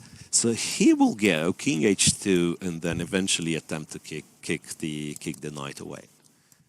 Yeah, this is something that is I mean, for me, it's still very confusing in Italian. When to defend like this, rerouting the bishop into a defensive mode, because we know that the bishop on c4 originally was an attacking bishop, but now it has been rerouted from c4 to b3 to c2 to d3 and f1 back to its original square. So it's already quite a journey for this bishop, and now it's taking a different role in the game to be a defensive bishop. King h2, g3, it's also another standard reaction to this position when the knight is on f4. Yeah, I mean, I'm sure I'm going to learn many things on this game, because I mentioned before, I play Italian for both sides. Yeah. And when it comes to black's plans, all the happy moves have been played. What next? Queen f6. I think this is going to be like the final happy move. Queen f6, if you can play it. And you're not playing moves like f5. That's not in the equation. Because someone showed me a possibility where the rook was involved into the game, and now I really want to do that. Yeah. Yeah, that is actually possible. But although I guess like there's problems d5, on e5. like whenever the centers kind of get open just a little bit, it feels like it's a little bit too loose. Yeah, a bit too loose. And also, after taking on e5, and maybe I can pull the bishop back to c4 and forcing this exchange. Yeah. e4 is hanging, but I think it can be taken. Look, I mean, if pawn takes, then even something simple, like take a7, so the rook is somewhat misplaced, and then take this guy, and say go knight c4. And just e5 is just very very weak. E5 is too weak. If we trade the queens, that means like no attack. Yeah, so let's ditch the f5 idea, but queen f6. Queen f6, yeah. And bring the rook to the center. Yeah, okay. Center. Standard. Very important. But not immediately, because there is the e5 and the bishop on a7 is hanging. Yeah, so there is no g3. I'll have to prepare it even further with king h2. Yeah, but somehow it feels like black is in danger of getting the pieces completely tangled up. Like g3 is coming. Yeah. And goodness me, how are you going to get that knight out of trouble? It's not easy to tell. Yeah, what's interesting, you've touched on a very interesting subject, Jovi, I think, because a lot of people missing this concept that yeah, the position looks attractive because, yeah, like for the moment, I say with the knight on f4, bishop on f1, right? The black is more active, and so. But if it's not sustainable, then really, as you said, like played all the happy moves. But guess what happens when you run out of happy moves? You'll be playing sad moves, which means like knight back, and then after g3, the other knight back. Hang on, so on and I so beg on. your pardon. The Right. knight on f4 isn't really hanging, is it? Even if No, you it's play, no. After queen f6 and then king h2, you want to prepare for g3. Okay, I'll let it be. What if I just play h5, for example? And then H5, if you yeah, play and g3, I play G3. h4. g3, h4, and I take. And I think. Oh, you take that one first. Yeah. Ah, tricky. So, yeah, But I can take on g3 first, yeah, like yeah? I can show what you meant by saying, yeah, the knight's not really Still- hanging, which is true, right? The bishop's gonna be trapped. Although still, Yeah, things it's need to be still calculated unclear. because Yeah, it's of still moves unclear. like but, e5, but yeah, for now, or let's d5. agree.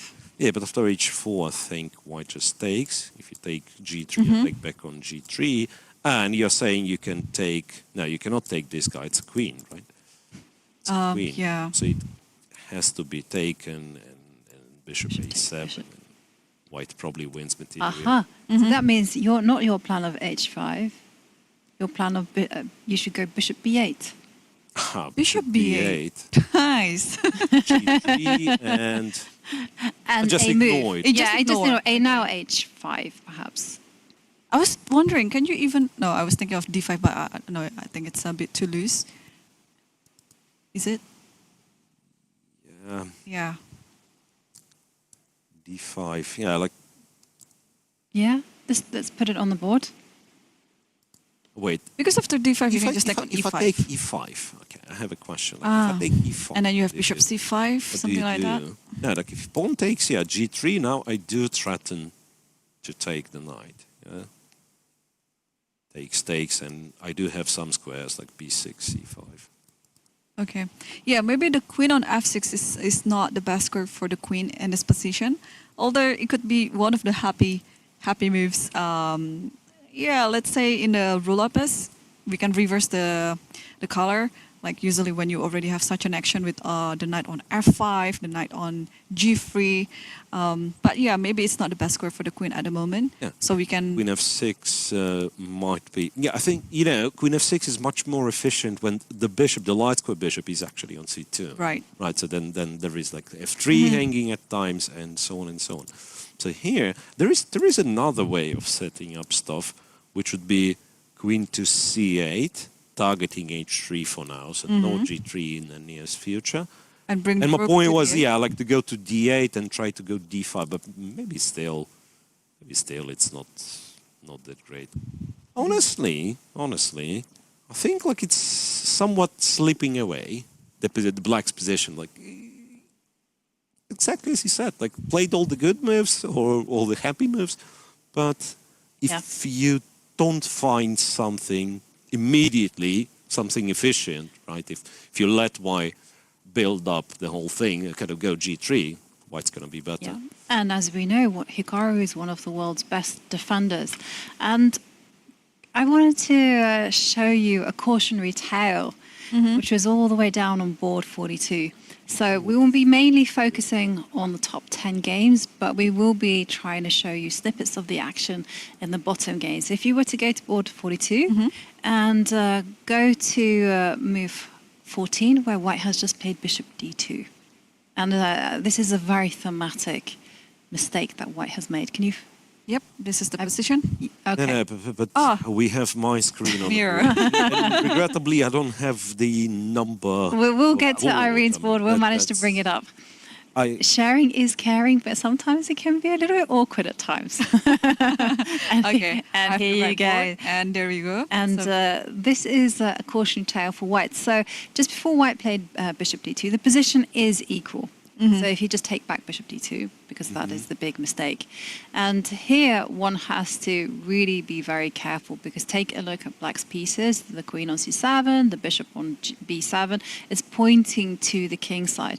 And by playing bishop d2, you don't really acknowledge what black is going to do. So after bishop d2, that is a huge mistake, because knight g4 is the big tactical idea. And so the whole idea is that, say you were to block this threat against h2, then, say with g3, then that would be met by bishop takes knight, or even your move of queen c6. Bishop takes knight, and then you can play. I think queen c6. Queen c6 is even better. Okay, Yeah. the queen c6 even better. But I thought it was going to be one. I missed the other. Was h3 that bad? Well, h3. Let's have right a look. now? After queen c7, no? After queen c7. Oh, okay. Or rather, We'll after go knight back. g4. Yeah, the queen was on c7 already, right? Knight g4. So Oh, I thought you meant now if this one we can just hop in Yeah. like this. No, but instead of g3, Instead of G3, g3, h3. yeah, H3. And then bishop takes f3. bishop f3, Queen f3. And I know what's the answer is. You give a check, and then you go knight. and then you go knight e5. Yeah. Yeah, it was quite funny because when I was looking at the position, I thought the knight on c5 was on c6. That's why I was suggesting bishop, which was really just hallucinating. And after queen f4. Trade the queens. Oh, okay. Yeah, this because you pick up bishop the is bishop. hanging. Yeah. I was so focusing on mating the king, which is not going to happen. Yeah, you can just simply take the queen and then take the bishop on It's c4. loose. But in the game, after knight to g4, white ended up playing bishop c3, but after bishop takes knight. Queen takes. Oh dear. Yeah, this is just losing. Yeah, a pawn down without any compensation, and the king is pretty weak. And now knight h2 is the threat, but it can be easily refuted, or can it? Maybe not. Well, it's not so I was easy, thinking of right? queen here, but you can just simply take it and then takes this one. Yeah, so it's not really a good position for white. And white does have the bishop pair, but the bishop on c4 is totally loose. And if we go back to the position, you can see it's on the same line as the queen. So knight h2 does have that extra powerful threat of queen takes bishop as well as knight takes queen. So I just wanted to show you that cautionary tale. You always got to think about what your opponent is planning. Easier said than Checks, done, though. captures right? threats. Right, Yep, you are. yep. And this is more to the threat, I guess. Yeah, it's a little bit harder than noticing, capturing, and checking, because threats in the tier list is number 3. Yeah. And I think on this note, I think this is the perfect time to take a short break whilst the players are entering into the middle game phase. But don't go anywhere, because we'll be back with more of the chess action in a few minutes.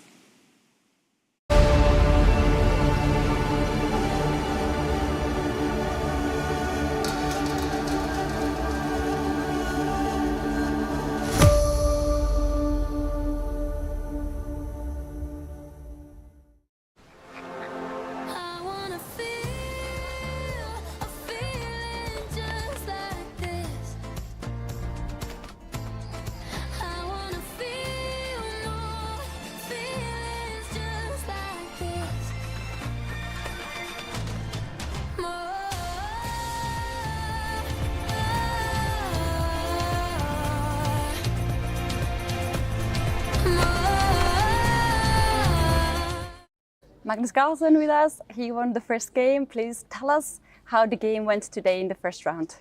Yeah, I was a bit surprised in the opening. Also, I didn't know what to play on move 1, so I just asked Mohammed, who made the first move, to make a move, and so I thought he played c4. I thought it looks like a good move, so I'll play it. But he surprised me a bit, and I think what I did in the opening was not great, but I think he chose a very concrete approach later, going for some material which was flawed, since he had no pieces protecting his king, and then it was a fairly pleasant job attacking after that. Right. You just came back from the European Club Cup. You won another title. How do you feel about this? Yeah, no, I feel great about the title. I was supposed to come already here to Qatar on Sunday. There were a lot of problems with the travel, so I only came last night, so I'm a little bit tired. But of course, thrilled about the title in the European Club Cup. Now, hopefully, I'll get some good rest for tomorrow, and I'll be good to go. Right. You have won the Qatar Masters back in 2015. Are you planning to win this one too?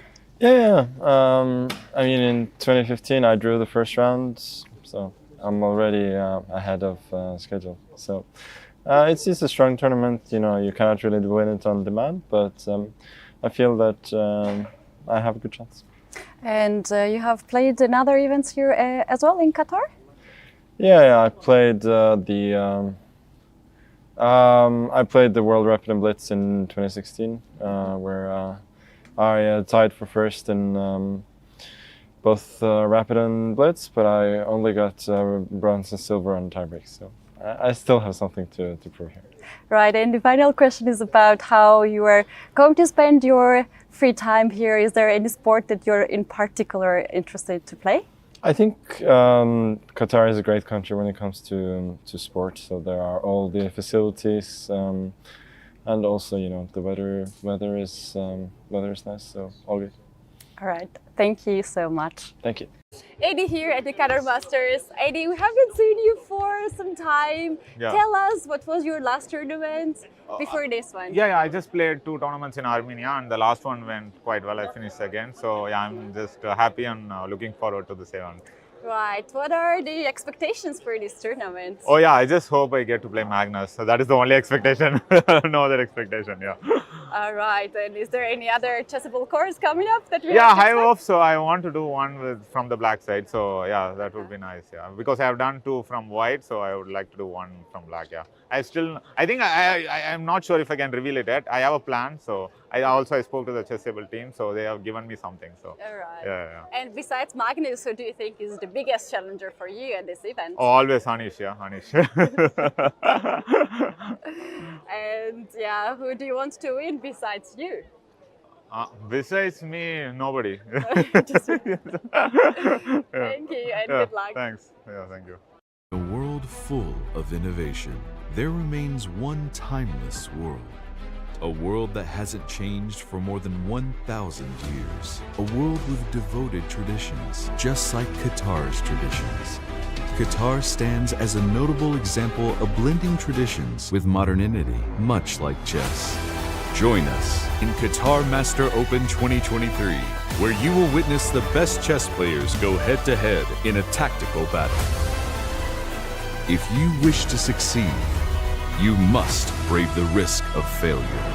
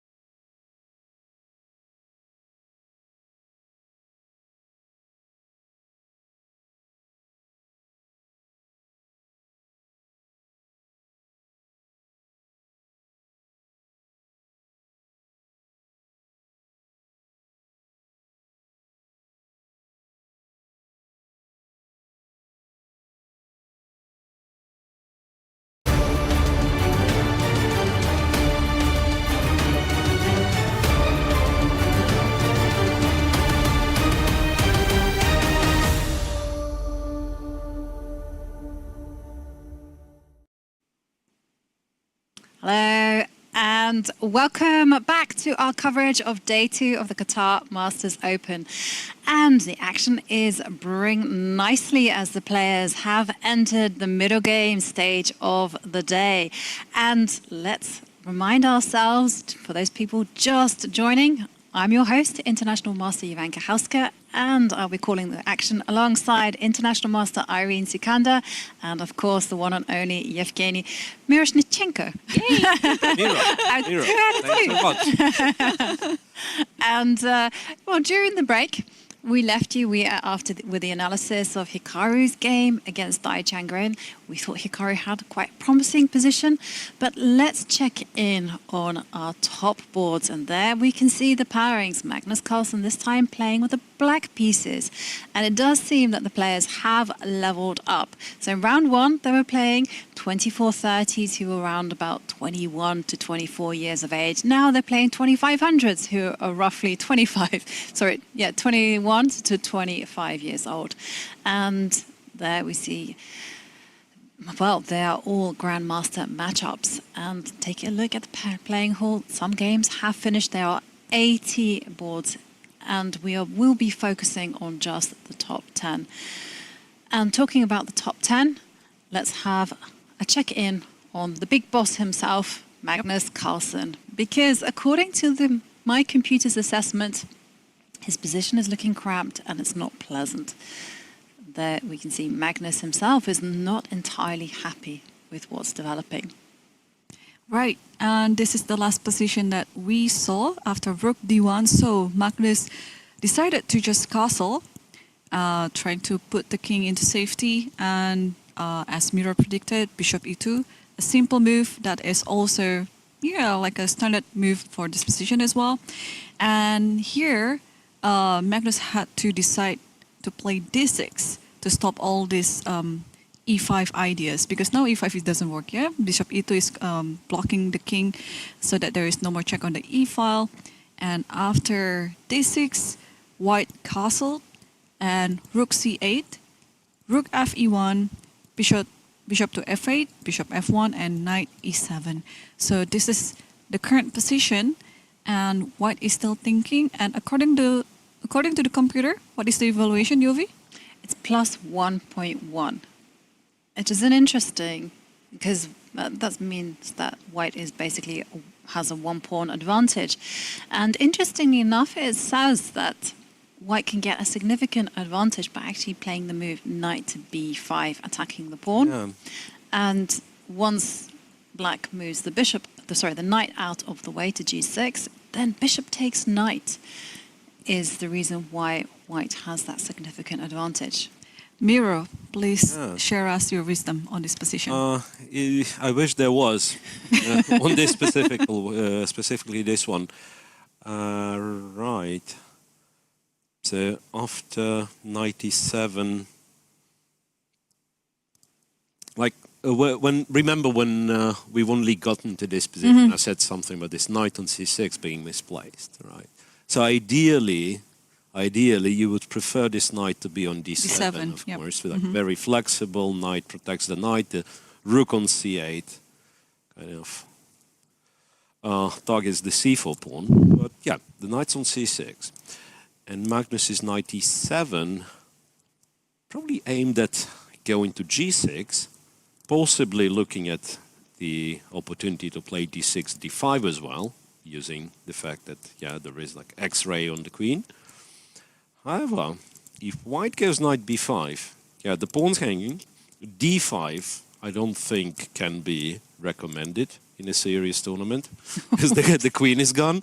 Oh, right. There. I'd like to make a big shout out to my friend Eric Rosen. He would say here, "Oh no, my queen," but for the bad reason, because the queen is really trapped. There is no hideous idea behind it. Yeah, so there is no trap this time, right? So after knight b5, and you are pretty much, well, limited to a very sad choice. It's either go knight e8. Wow. So you guard the pawn this way and avoid bishop f6, so your pawns are not getting doubled, but it simply looks bad. I don't know if there is like a forced way of, upsetting leg, which might be there. Like e5 could be relatively annoying. Point being, no, probably e5 is too optimistic because bishop f3, I will have to take back on f3, right? So But you can prepare it, right? You can do ideas like knight to g5. Knight g5 is to start with. To start with, this could and be, then after h6, you go e5. Then you go e5 and, yeah, you pretend this works, which it might. It might, yeah. So, anyway, so knight e8 looks terrible and also might be objectively just bad. So that's one of your options. Already sounds suspect, right? Like one of the options. Yeah? Yeah, one of the options either loses immediately or leads to a bad position. So the other option, knight g6, which probably has a benefit of not losing immediately, but after bishop f6, gf6, white has what we would call kind of a long-term strategic advantage. Yeah, those two double pawns. Well, also, isn't there ideas of queen to d2? Queen d2, just try to win something. Exactly. Yeah. And rook d8. Yeah, like rook d8. And then now I'm thinking, wow, it's a sign of the times. h4. h4, but yeah, don't we kind of help him to go to e5 where he wants anyway? I wasn't thinking about that. I was just thinking honestly, about checkmate. I thought strangely, like with the bishop on f8, we are probably not playing for a checkmate anytime soon. So it's more about kind of, preventing black from getting real counterplay. And guys who are familiar with hedgehog obviously would say that, yeah, d5 is the main idea in a hedgehog, like breaking through with either b5 or d5. And here, like even if you achieve d5, like you don't lose the material, just imagine the situation d5, e takes, and your kingside structure doesn't look very happy with doubled pawns.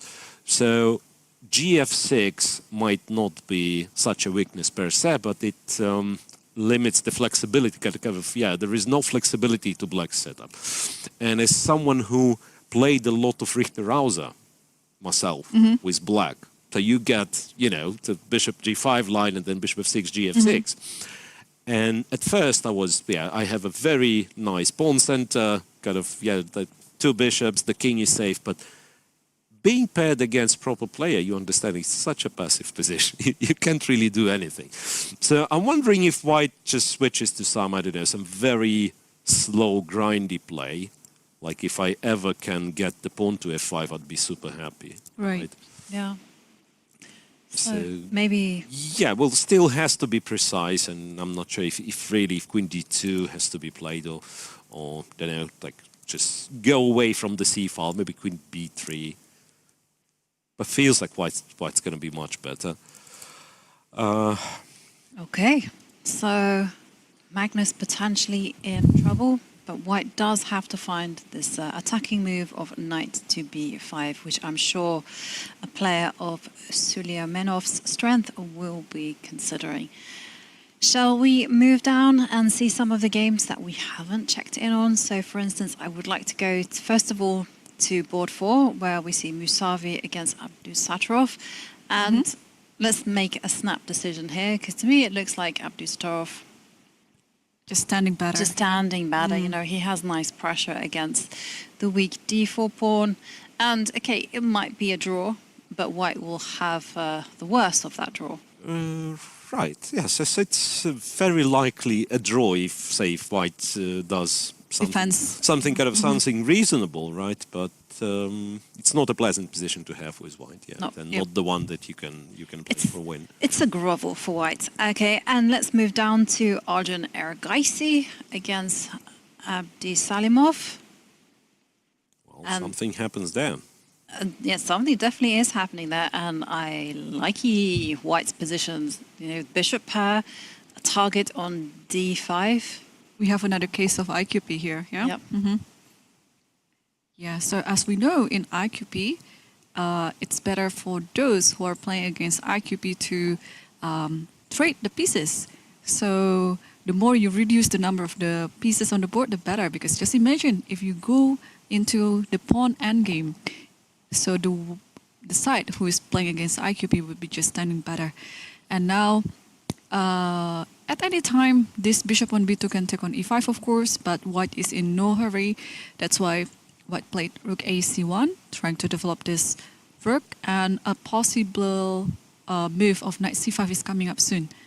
So yeah, I like white's position here. Yeah, white has a clear target of attack on d5, while at the same time also pretty much all the pieces here they are protected. The king is very safe.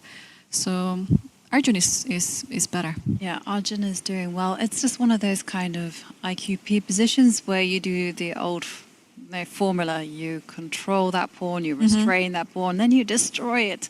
So basically you just stop the pawn from advancing, and then you just round up your pieces and gather them towards that point, and then that's it, you win it. So looking good for Arjun. And you also have to bear in mind in this type of pawn structure, basically, if black trades minor pieces, then it means that white's position slowly improves, because we have this rule: when there are 4 minor pieces each on the board, then you have compensation for this IQP. When it's 3, maybe. When it's 2, well, no, not so much, because in endgames they tend to be very, very weak. Oh, so interesting. Because I've never Really heard of this yet. Like number of pairs of minor pieces. No, never heard. Yeah, not with isolated pawn. I know, and actually, I was surprising people with that.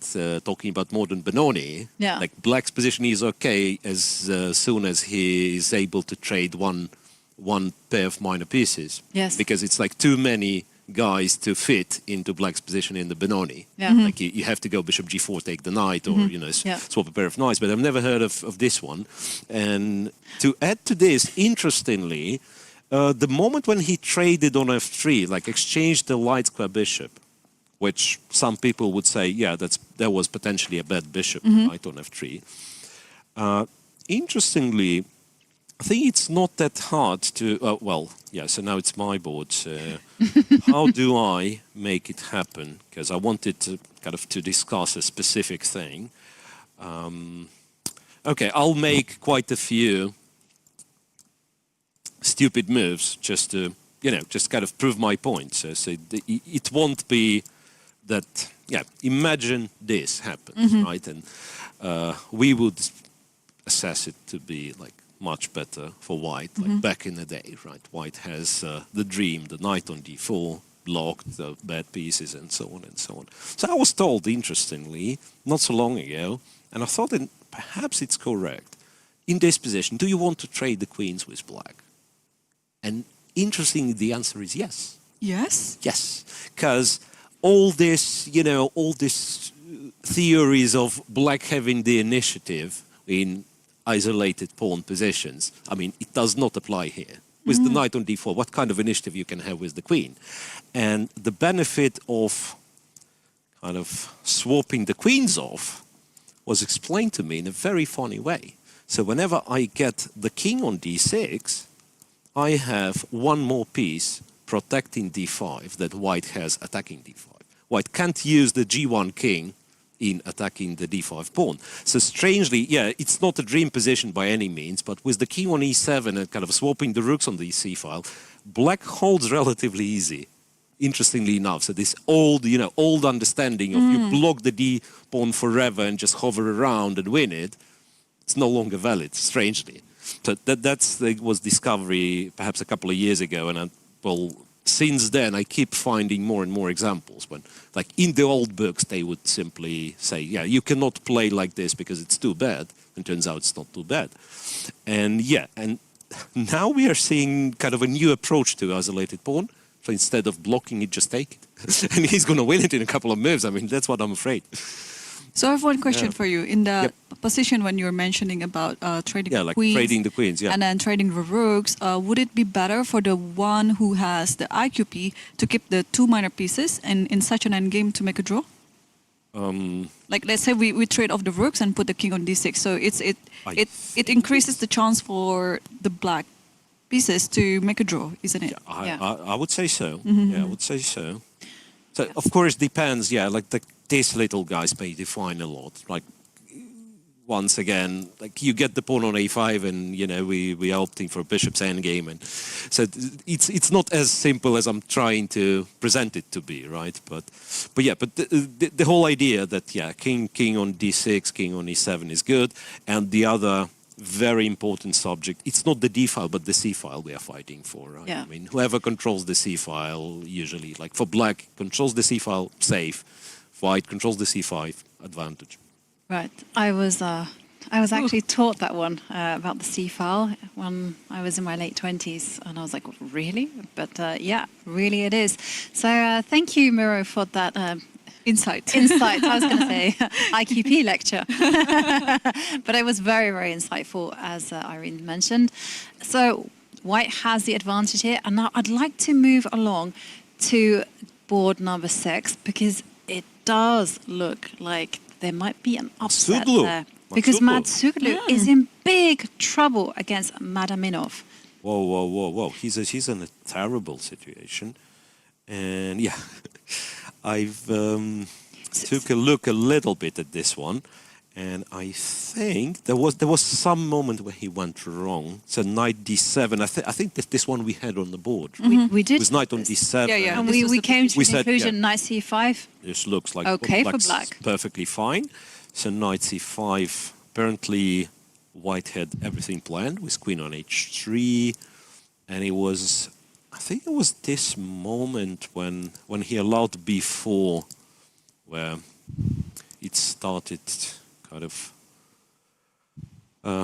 shifting in White's favor. h5 castles, knight to c3, rook e1, castles, knight e4. Maybe Here. the castle queen side looks Yeah, a bit castle smelly. queen side was optimistic, and I think, I've checked with the computer, but don't remember a thing, obviously. I think knight d5 wasn't that clever, and there is an explanation to this. Rook eb1, rook g8, and guess how White is supposed to react to knight f4 threat. So b5 for now, bishop b5, queen c7, and the sad truth is that White didn't even have to play queen f3. So machine was saying, like, you have your pawns, push your pawns, because this is sort of a glitch. Yeah, it's a check. It's very scary, but not really. King is super safe on h1, and then a5, a6, one just wins. So if this position would happen on the board, it's like +4. So that's dead last. If White had simply ignored knight f4, I would say search that player, because there's just no way a human A little bit too could much, be right? so cold just to ignore this threat, because there's a rook and a knight that's coming towards the king. Yeah, but queen f3, rook g4, isn't it still like very good for White? Yeah. I think, well, you maybe lose a bit of momentum because now, perhaps like rook f4 is a bit annoying. Maybe you have to end up playing g2, g3, but still, like White has the initiative and Black doesn't. Okay, how dangerous is rook f4? Because you You showed have us this queen plan of E2, a4, yeah? Queen E2, you have a5, and I queen like D3. that one. Yeah. So let's just So just play a4, and then A4. focus on the idea of pushing this pawn. just push them. Okay, so now if you go rook f4, Queen somewhere. Queen d2, queen d3. Which one? I'm not sure. Yeah, I say e2. yeah, and now you go rook g4 again. You go g4, and then from the second attempt, White's going to understand knight f4 is not a threat, right? No, rook takes g2 is a threat, though. A rook g2, king h1. I mean, it's a threat to win a pawn which nobody cares about. Could this be? Yeah, like rook g2 is there, but after king h1. Yeah, maybe I'm kind of too optimistic, but it's one of those perfect illustrations, like, the power of opposite colored bishops when it comes to attacking the king. So White's bishop is, say, potentially takes a lot of kind of participates a lot in the action, right? Black's bishop, not so much on f8. So yeah, still dangerous for Matsuglu. So what if after rook g4, instead of trying to take on g2, okay, let's say you play a4. So what if Black decides to trade some pieces by playing rook e4, knight c3? takes on e4. Yeah, that could be very clever. Also, considering that c2 is hanging, I can't go, say, here because knight b1 and queen c2, Yeah. right?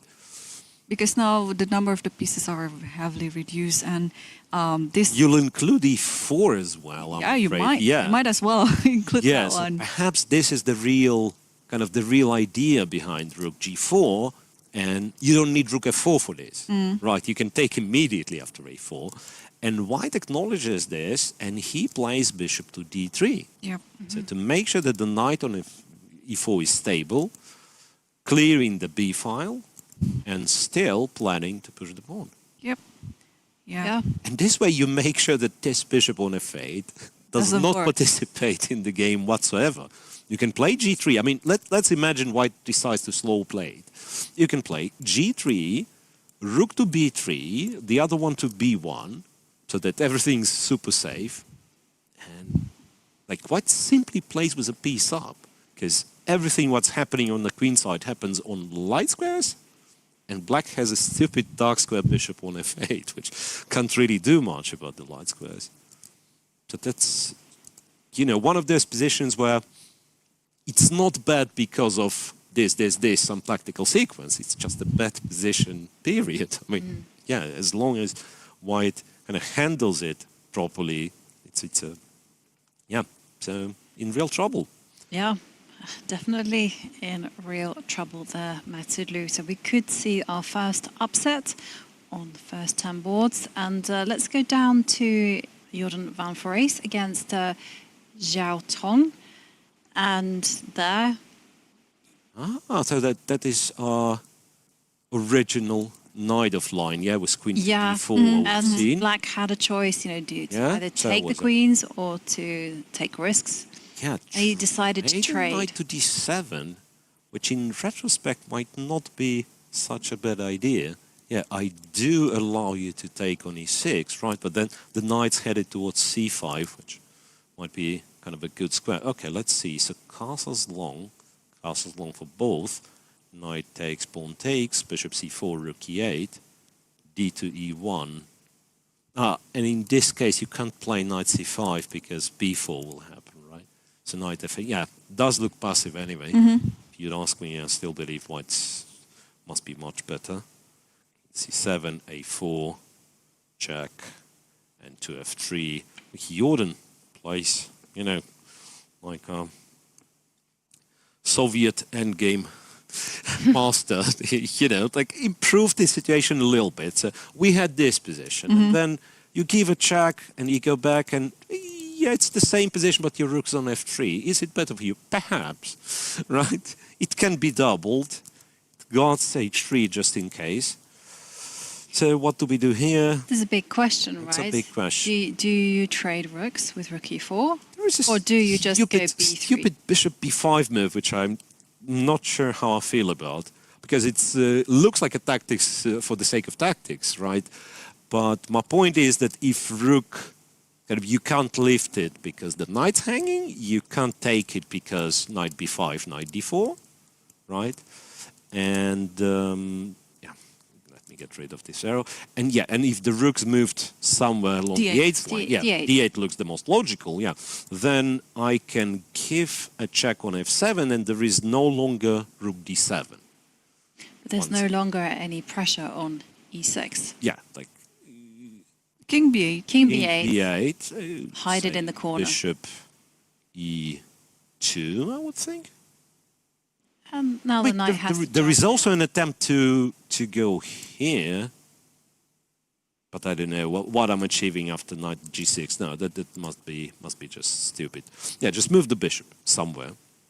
Okay. Say go here. Knight g3. Knight g3. Now you want to go You bishop want to to take g7. Bishop f3. No, Or g7 I is can hanging. take Bishop g7 as well. Yeah, I can take g7, knight e2. I can take back with the rook. With the rook, right? With the rook and. Yeah, because I also thought this could be this is pleasant, nicer. right? But then you go back to d7. Anyway, Anyway, Yeah. I can't make kind of real progress, but we all agree that it's white who is trying. There is one cool move here, maybe, or maybe not. I was thinking of Rook D1, but King C7 is there. Rook So- D1, yeah. cross pin, kind of cross pin. Yeah, but Rook F7, Rook D8, King C7, and White gets nothing, Yeah. unfortunately. Yep. Rook D4. So Nonetheless, so your move Bishop B5, so there has to be... but it's once Could it again. be I mean, like I have knight? no idea why I'm stuck with this Bishop B5. No, because it's flashy and it's tempting, and it controls the D7 square. Any reasonable move, perhaps? Yeah. Well, But Bishop, let's be classical. I mean, Rook E4. Can you ask for more than that? I mean, if we trade, Right. every white piece is better than any black piece. yeah, and also it kind of follows the maxim that when you're playing against weak pawns, you should trade off pieces because the more pieces get traded, the more weaker. I think I like this B3 move. B3. Yeah, you just keep Very tension. nice. Black Yeah. rook is really active and it's annoying. Why Yeah, have Rook it on the board? E4 I would could get be- rid of it. yeah, Rook E4 could be an option. Once again, I mean, if you want to be super clever, is this a clever Yes, let's do it. intermezzo? Is this a clever intermezzo? I mean, once again, I'm not sure, but it could be. Yeah, what let's about put Rook it. Kind of could E7? be. Check. Rook E7, Rook E7, so now. King D6. Wow. So that's why That's I why. should. That's why I should play. Right. Not the end. Not the end. It is right? not the end, no. But, yeah, you drop the... Take and you go here. And then we go this endgame. Yeah, you win maybe this better pawn. Black wins that pawn, pawn, and yeah. running. Yeah, but There's a It's all bishop. calculation, There's a yeah. bishop against a knight, though, so it feels like white is going to be winning that one. Right, but once again, you know, after knight e4, it seems kind of a safe advantage, right? And the other one, I might be winning, but it's Yeah, well, how are you it's going to kind of- stop the rook getting to f7? You're not. Oh yeah. In fact, I just hallucinated. I thought why I started to kind of attempt to be clever at first place because I thought there is knight g6 and you can block with the rook, which you can, but then you lose e6 pawn, right? So after rook f7, rook e7, you can trade on e7 or perhaps just take e6 immediately. Anyway, it's a tough position for black, and Jordan once again coming up with yet another interesting new idea in the opening, right? Ooh. Okay. Well, this is definitely super interesting. Tell And us. Jordan looking like he's in full control. Now, okay, I was just reading the YouTube chats and they were talking about sacrifice in Magnus's game. Oh, let's take a So look. Because- let's go because- over to that game immediately and see knight to g5. Magnus chose, remember, there was a bit of a kind of hesitation on our part, like Yeah, we didn't... two options, and option one was you either have a bad position or lose immediately in the same line, and that's exactly what Magnus did. He went knight e8, and your move knight g5. Knight was g5 played. played, but So I saw on the chat that they were talking about h6, knight h6, f7. knight takes f7. So let's Okay, see let's what on earth is examine happening this after one. this amazing And move. e5, I would guess, no? Yeah, e5. That looks like it. Right. Yeah. Yep. So E5. Ooh. Isn't white just winning? Now that I'm thinking of it, isn't white just winning? Okay, but how? Because you are these down. Originally, I would think d5, kind of, yeah. Queen not h7. like- yes, exactly. h7. Queen h7 followed by bishop e2, bishop h5, black just resigns. I mean, you know, sometimes we talk about like pieces being too far and not being able to defend the king. Now you have a bunch of pieces around your king, but they're still kind of useless. Okay, so let's run through that line again. Just the knight to knight- g5, h6 is not obviously the Yeah, The he's not main forced move. to. But okay, He's not knight forced to. takes f7. King King takes. f7 very much forced. Yes. e5. e5. Okay, now we were. Yeah, like d5. d5 is probably not. And what about? Is there anything with pawn takes pawn? No. Pawn takes pawn, bishop, Bishop e5, takes, and then- right? Oh That's no, once my again the queen. same. I mean, technically, you can do this. I mean, if you wish, you can do this. And But that's, even in this position, you can play Queen h7 now. you can play h3, Yeah. and it's still. I'm sorry. Yeah, so knight g5, h6, takes e5. Yeah, what possibly... Okay, so the only thing I can think about is going back or knight to f5. Knight to f5, yeah. Knight f5. Yeah, well, knight f5 is actually... It's kind of a serious move, right? And once again, I don't know... all in being queen f... No, pawn takes pawn. Pawn takes pawn on d6. Pawn takes pawn is more... But then knight takes, like... Yeah, I was wondering whether there's some... Queen e2. I mean, you can play bishop e5. You can... Hang on a second, isn't there some after knight f5? If you rewind before I... Yeah. So after knight f5.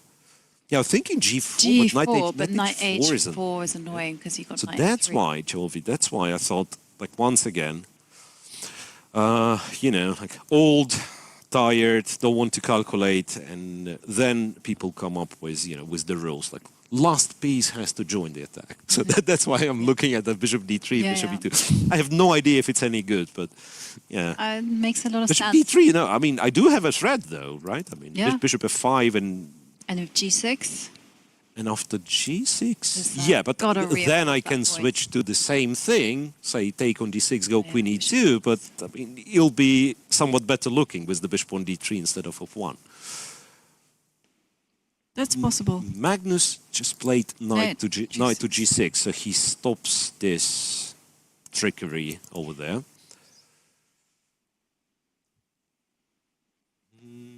Yeah, if it was blitz, I would play e5, rook d7.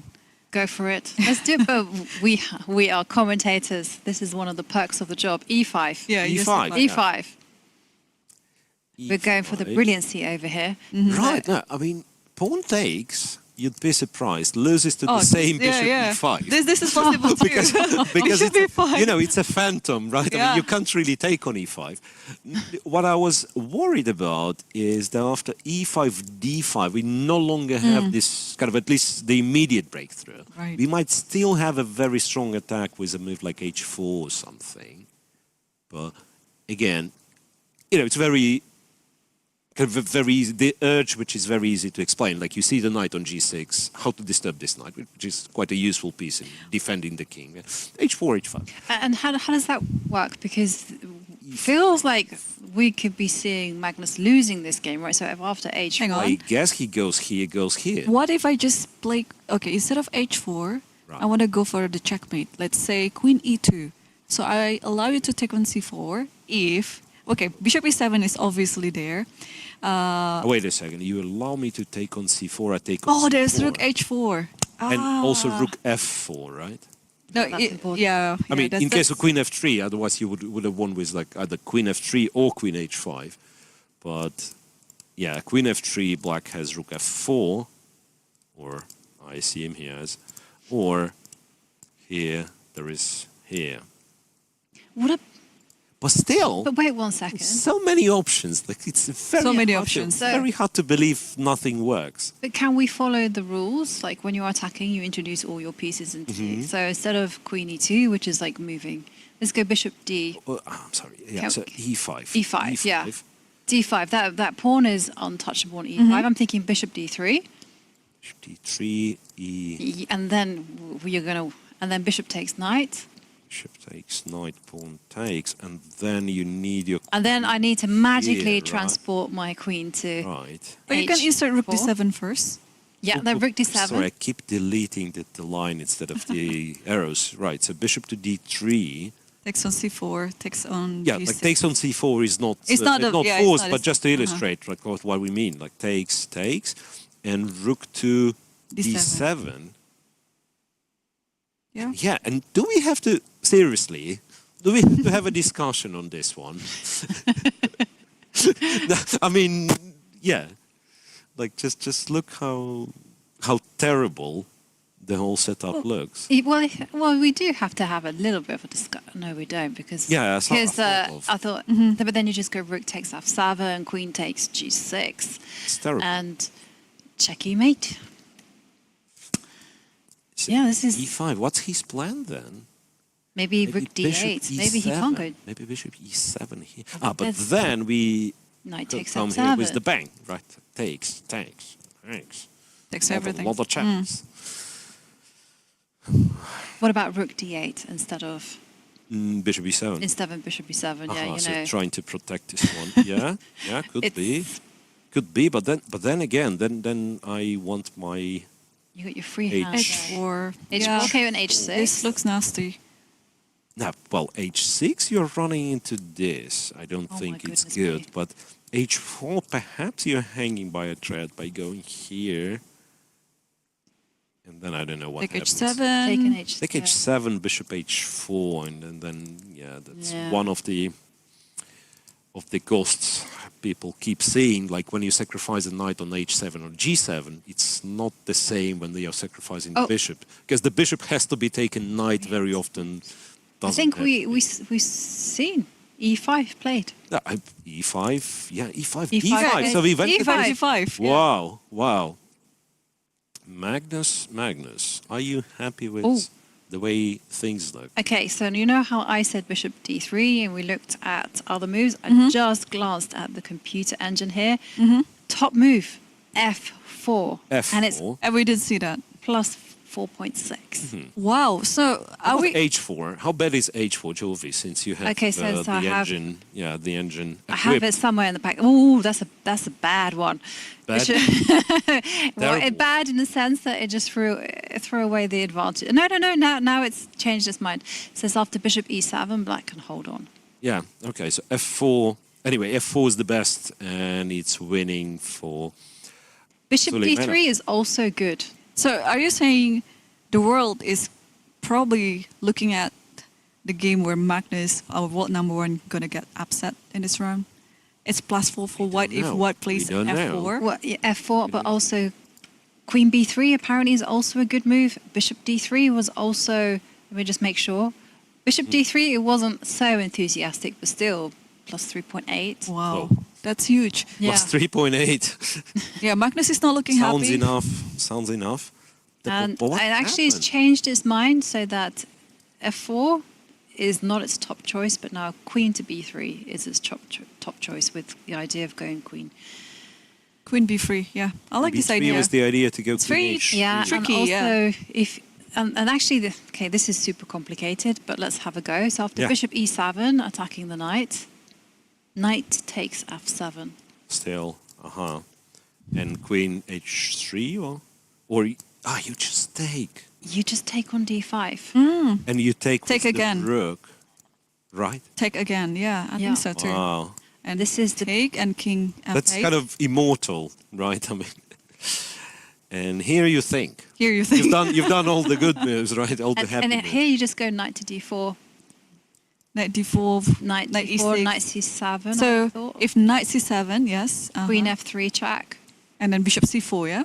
And then actually, no, the best thing is, you know that queen on b8? Knight Knight c6.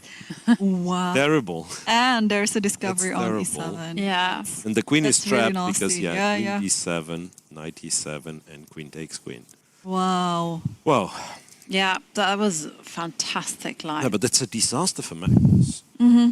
And okay, so this line with knight f7, maybe not the easiest one to play, but given that there is like quite a few moves in this position which lead to white's advantage,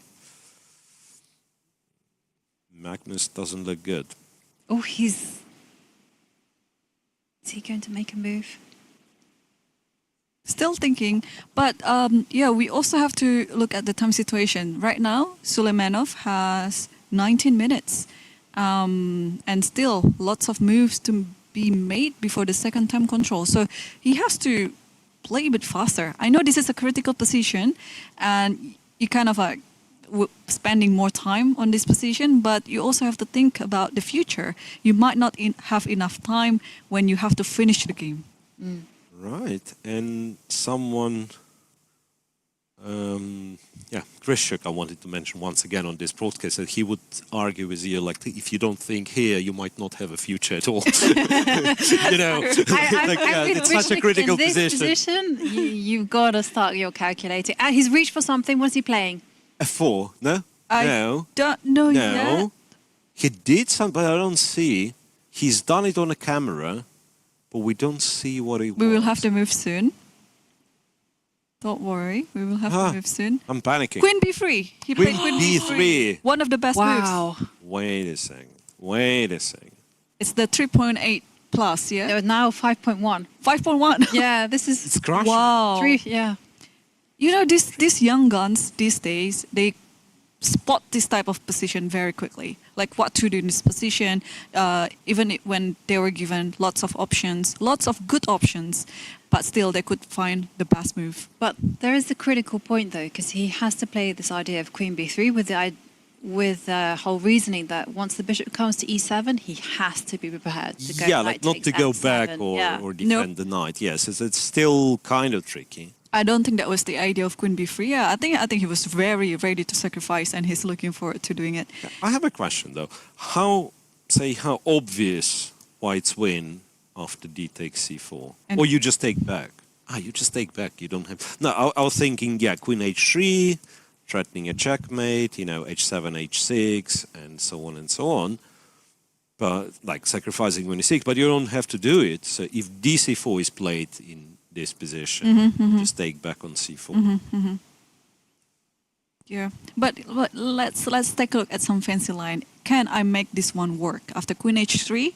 Let's say dc4, yeah, queen h3. queen h3, you play h6 because you want to save h7, and I took on This or e6. this? E6. Yeah, you take on e6, and I Take thought twice. this is no, but exactly that's the moment where I'm not forced to take, because so many forcing moves, that's and right. then that's the moment when I at least will try to find some alternative. I'll probably fail because I don't see what can I possibly. Yeah, like I say, bishop e7 could be kind of me pretending that I don't have to resign, even though I probably have to. Yeah, I mean, maybe it's just looks- terrible. It's just terrible. So Or rook d7. let me cooperate. Let me cooperate and take your knight. Okay, queen e6, so you play Queen king h7. e6, king h7. And you keep kind of... Yeah, let's play rook d7. Or what else can be done there? It all looks just a total... What I want, let me tell you what I want. I want queen g6 to win. Oh, no. It doesn't, I understand. And there is no need, there is no need for queen g6 after c3, which is a Bishop d3. nonsense of a move. Yeah, I just want stuff like, you know... He likes to help me getting my line kind of working out. sacrificing. Yeah. No, Okay. but really, after rook d7, it looks game over.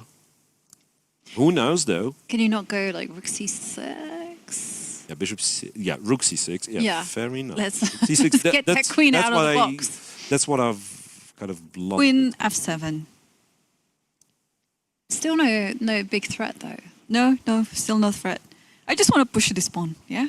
e6, e7. A3, A6. I mean, there might be some knight d6 threat already. There are many ideas. My idea right now is to take the bishop on b7. That's all. It's not bad for an idea. Bishop Right? c8 then.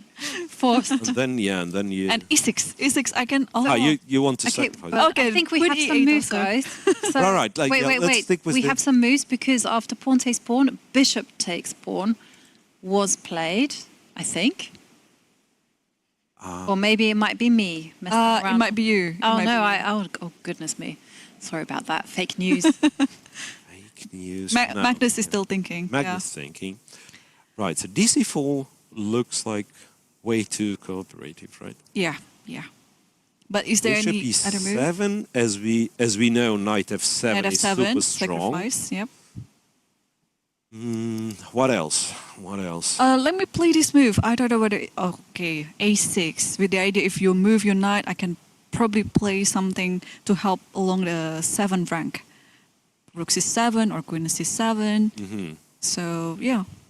This little move can be a bit annoying.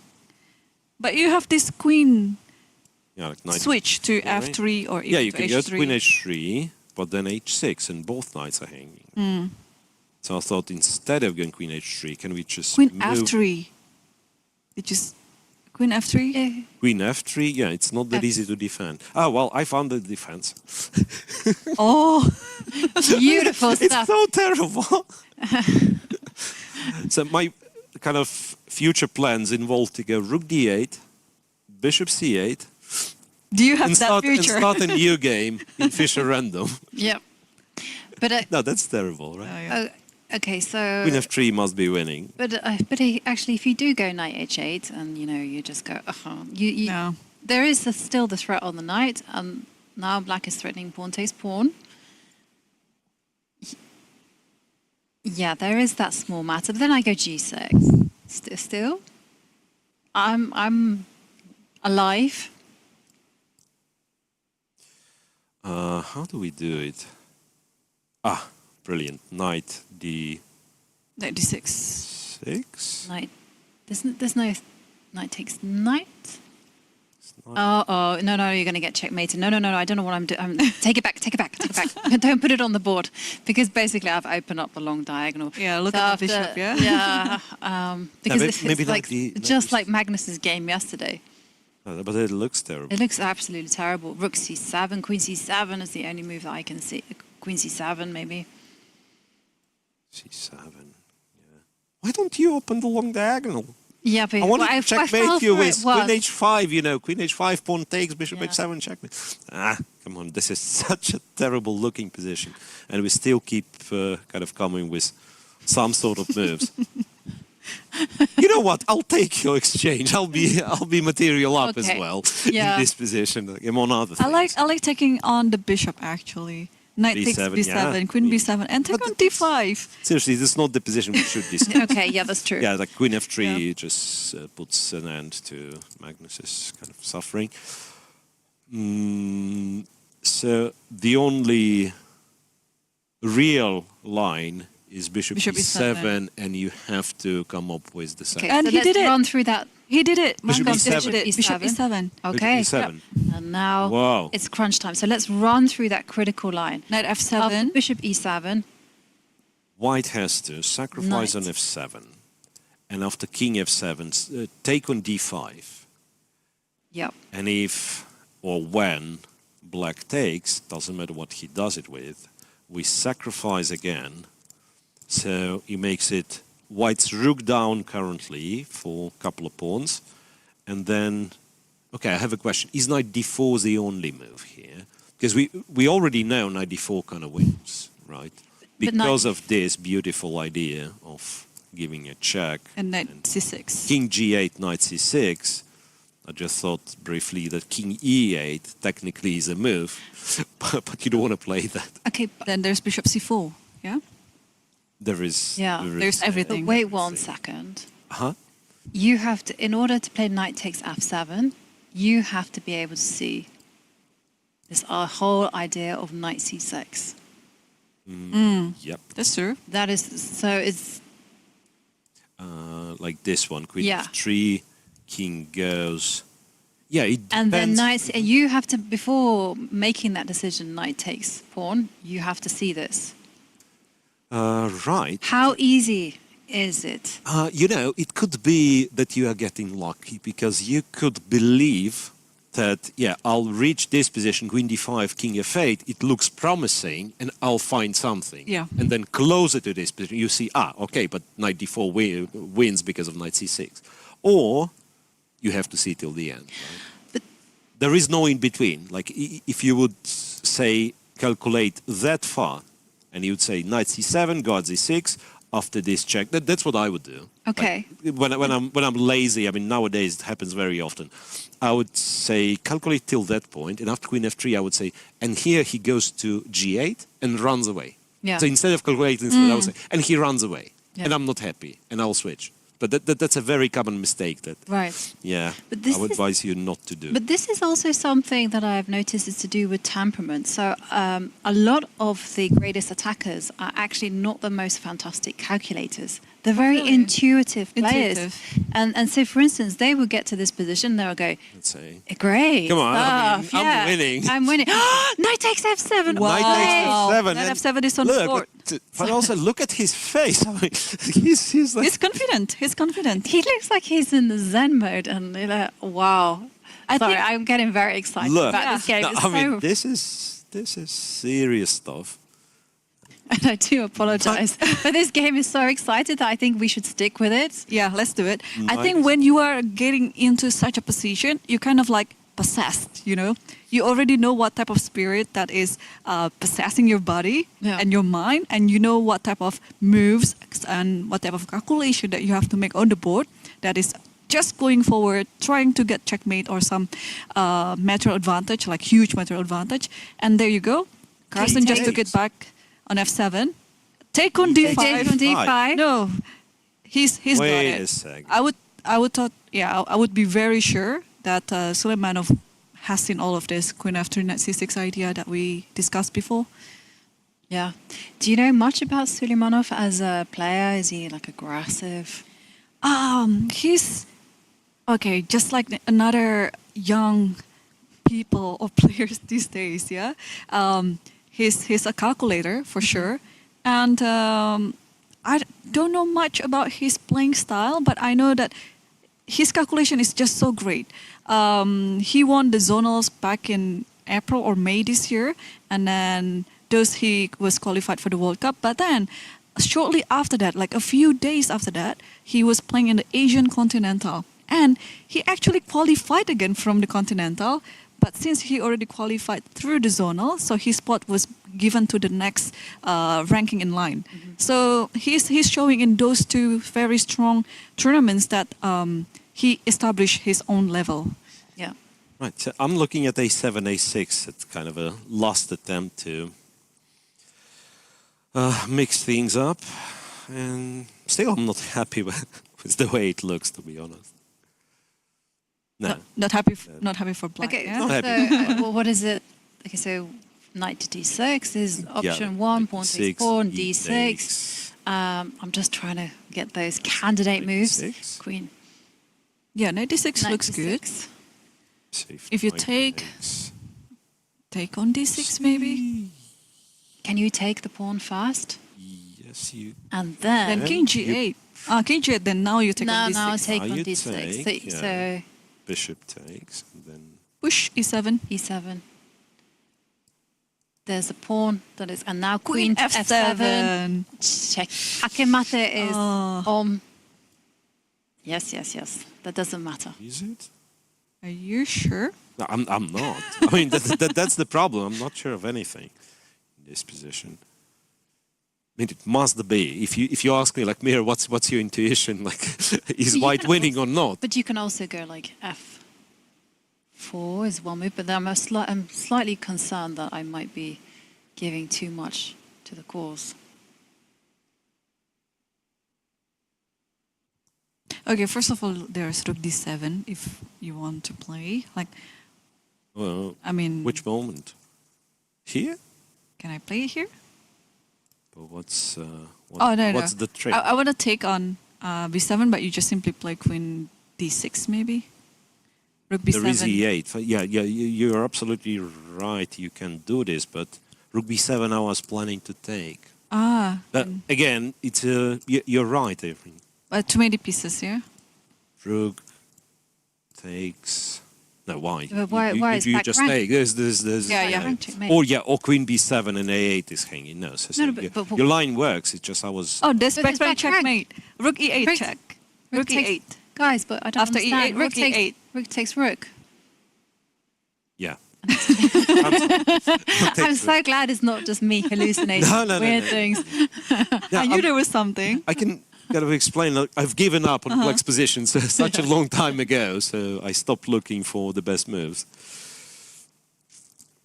So where do we stand? E d5. So c d5, bishop d5, rook d5, e d5, all played. Okay, so this is the current position. So he has to Queen d5, yeah. Oh, so we're going to see this idea. has Queen to take f3, on knight c6. d5 Yeah, and go knight d4, and he wins. and he took it. Queen takes d5. King f8 is on the board. And he needs to find, or maybe he already found this queen f3, just waiting to be played. Yeah, now it's knight to d4 is the key move. Oh, knight d4, sorry. Yeah, knight d4 d4. first. There's a question though. If I don't play knight d4, is there kind of second best? Yeah, or second if knight best. d4 or worst? Do you Yeah, I'm not help us with- so good. For I only example, have I want to have a rook lift, yeah? Let's say rook e3 to f3. It looks pretty good idea. Will it be winning as well or not? Might be. Yeah, but it's interesting though, because after the move knight e4, what is white's threat? Like, why was black forced to go knight c7? We just did it, like, instinctively. We thought a check is threatening. Yeah, exactly. But the king will go to g8. And then we're going to go knight to g5, and then it will be the old. And what if in this smothered check. position, Good old. Yeah, we should show this out actually. That if you go bishop random, bishop g5, let's say, This- and after d8. knight e6, then king e7. I thought maybe bishop g5. You go knight to. Yeah, you just take the bishop. I mean, okay, we, h4. Let's say h4 or something like we that. did not sacrifice that much, you know. So Now I was thinking rook d8. yeah, but rook d8, we can once again like rook d8. The problem is that I don't have to be brilliant. I Oh can no, just you take can the you rook just with a rotate. check. Yeah, I mean, it's a check. That's Yeah. what. Which, by the way, still leads us to the same kind Yeah, of this same is thing. This is what I wanted to demonstrate. The whole. Absolutely, but smothered. I'm kind of struggling to make it a proper smothered mate because, like, it's either we can't sacrifice the queen. Okay, let's go here, and it's pointless. I know. Yeah. Takes. So this is what we were trying to achieve: a check here, a check here, a double check, and there was no moment king could have gone to f8 because of queen f7 checkmate. So he goes there, and then we. Yeah, what do you do in this situation? Do you go rook e8 or not? Oh no. I mean, no, seriously, do you go rook e8 or not in such positions? Yes, you do. I mean, I absolutely. probably do. I mean, I know it's showing off. I know it's not efficient, but I mean, just in case. Then your Yeah, opponent get rid might of get- all the garbage, and then But you know something? Your opponent might get mad at you and go, well, I have all the time in the world. Oh yeah. yeah, well, such an interesting position. Yeah, how good that I have 43 40 minutes to think. Yeah, And he played it knight d4. 94. knight to d4. No, that's That's too much, yeah. What's he done? Yeah, it's knight d4. 94. knight d4. No, there is no way back for Magnus. Wow. Wow, that's So- absolutely crushing. Look, it's 25 moves. Believe it. I mean, But 25. this is not actually not only. I mean, of course, you need luck that that Magnus is choosing maybe the bad opening or line, right? But Sulejmanov has been showing a very dominant chess actually, playing with white pieces. He's been very precise and very precise even until the end. I mean, this is not the end yet, but knight d4 is already showing that he knows all these ideas. Knight d6 is coming or not. Queen f3 and then knight c6. Wow, this is just amazing. Like a very good attacking game by Sulejmanov. Right. Very composed as well. And you also have to remember that Sulejmanov is playing in the spotlight. It's not easy to be No, up it's there not. at board one, knowing that your game is going to be commented, that everyone is coming and you're playing the former world champion, greatest player of all Right, time. You know, looking at him on a camera view, I thought he's happy that he's again going to be, you know, he understands he has a Yeah. good position, and to some people it actually, you know, for me I'll be stressed out. I mean, if I know, say, I'm playing Magnus, and then if I do something silly that everyone's going to remember what an idiot I was. But for some people might be, you know, kind of extra boost of motivation. Right. Just okay. To me, he looks very, he looks like he's enjoying his time. Like even the first move, or even before the first move was made, he was, all smile, just very, very relaxed. It's as if he didn't play the world #1 on board #1 in one of the strongest open tournament in the world. So it's something to learn from, actually. Right. So can we, go a little bit back and sort of understand where was the last moment where Magnus's position was playable? No, seriously, because we kept saying like he goes for a worse position on purpose in order to keep it complex, and so on and so on. And after a few more moves, like knight e7, knight b5 over there, it was a choice between two really bad continuations. So I'm not sure where exactly it went wrong. I think knight e7, allowing this whole sequence of knight to b5, Yeah, he wasn't kind of forced yet. He could have gone like your typical A6. hedgehog A6 first, Yeah. which still kind of makes his position awkward, right? Yeah, like compared to normal hedgehog, this rook would have been on E8 instead of A8, right? And the knight would be on D7. Anyway, kind of confirms that what we said at the start of today's coverage, right? An There's upset. No, not really an upset, but the pressure, a lot of pressure on players with the black pieces. Because, I mean, if you tell Magnus before the round, can you just be calm and make a draw? Of course he can make a draw, right? He was the one to kind of look for Something a bit that's riskier, a bit trickier, and so on and so on. And up to the point when he did not stop on time. Oh, and just to look at the camera Yeah. there. Look at Magnus. Oh, he's. Kind I of think the penny has dropped, right? Right. That's Yeah. Queen F3. This whole idea of going knight C6 and trapping the queen. If black were to play the only defensive. show it once again. Yeah, knight C7. Possibly, Very natural move. Yeah, possibly this is what you see from afar. So you cover E6, you attack the queen. Yeah, if queen goes back, well, queen B7 or whatnot. And queen F3, you say, yeah, the king's like, running away. then knight relatively C6. safe. My bishop is protected as well, right? So no worries. And then knight C6 and you realize the queen's trapped. And just to kind of, yeah, and let's just show why the queen will fall off the board, because so after queen B7, there you see is the an X-ray on this queen, so white captures with a check, and the queen will be captured the very next move. Yeah. And regrettably, there is no kind of no way back. Like rook F8, hoping you take queen, I take queen. Now there is a check queen, first, queen yeah. B3. There's Yeah. queen B3. Same goes for knight H4. So there's. And can black survive with the king in the middle of the board? After check, to go after king queen- E8. King So- E8, yeah. Right. But Yeah. There is bishop C4 first of all, Yeah. there's a lot of and there is. Okay, but let's put it on the board and let's see if we can. I like I like E6 actually, because if you take it, there's bishop B5. But then you have bishop F6. Bishop, Yeah, there's do we bishop want to F6. allow bishop F6? Yeah. No. Yeah, but that's fine too, isn't it? Because you have queen C6, Yeah, queen I D6. think we are winning okay. in so many lines. Okay, but let's show one. Yeah, like, okay, E6 Okay. Bishop F6. we like, right? Then knight I can't see what else to C6, do. we've already agreed that Queen B7, and then I'm. B7, and then I be boring person, bishop takes, There's so many winning lines, yeah? if pawn takes. Wait a second.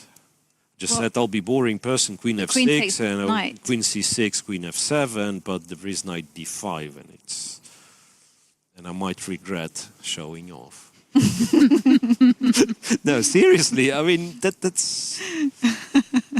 The brain kind of stops. You look at this position, you think, nah, I mean, and especially like if you check the computer and it'll tell us that it's plus a lot, but Yeah, these guys, they don't have computers at the board. And if you just play a natural move like Bishop C4, Bishop C4, yeah, why not? I really like that move also.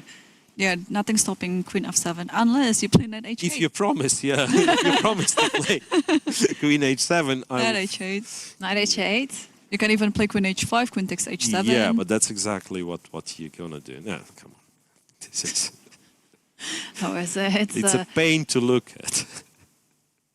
Yeah. Wow, but great. We mustn't take away though from Suleimanov. What a great game Yeah. by him. You know, to calmly find this knight to G5, to calmly sacrifice, and then now here is the point of finesse: knight to D4. Knight C7 is not possible. And Magnus, Look at Magnus. Looking away. He knows. He knows. I think he's about to resign, maybe. do you think so? Maybe, I don't know. He's not the person who lets his opponent to demonstrate the winning line when it is totally winning like this. Or maybe he will. But he usually just stops and then shake hands. Yeah, like for Magnus, I think it kind of giving him credit that he does not drag unnecessary if he doesn't see a chance. So the only reasonable move here would be indeed to go knight c7, right? And yeah, after queen f3, I'm not sure. I mean, if there is... No, there is no point, perhaps. But it is... I mean, you gotta try go king g8, right? That's Knight C6, c6 and then you can resigns, resign, yeah. Yeah, but it is right what you said, Mira. The pressure of being, you know, world #1 and then playing with black pieces, you are limited to options of what lines or openings that you can play in order to get a game, you know, instead of just a simply equal or drawish line. Because remember in Baku when Magnus had a food poisoning, and then in the first 2 classical matches in the final against Pragnananda, he just simply chose all the drawing lines within an hour and finish, or 1 hour or 2, and then he just focused on the tiebreak, the rapid tiebreak games, and then where he won it. So yeah, when he set his mind into such a line or such a result, such as a draw, he could get away easily with it. But here, yeah, the pressure is all on him, and he played Knight to f4. f4. Yeah, I think we looked at this one briefly, or no? No, I just thought it's a move, but... Yeah. Didn't we look at queen f3? Yeah, queen f3. Yep, queen f3. Well, shall we just... So some g5? G5, maybe G5, yeah? Or maybe he's just going to give back material, though. Right. Queen f3, run. Kind of, is it a life, really? It's So not a it's life. 2 pawns for an exchange, and black still is kind of not out of the corner.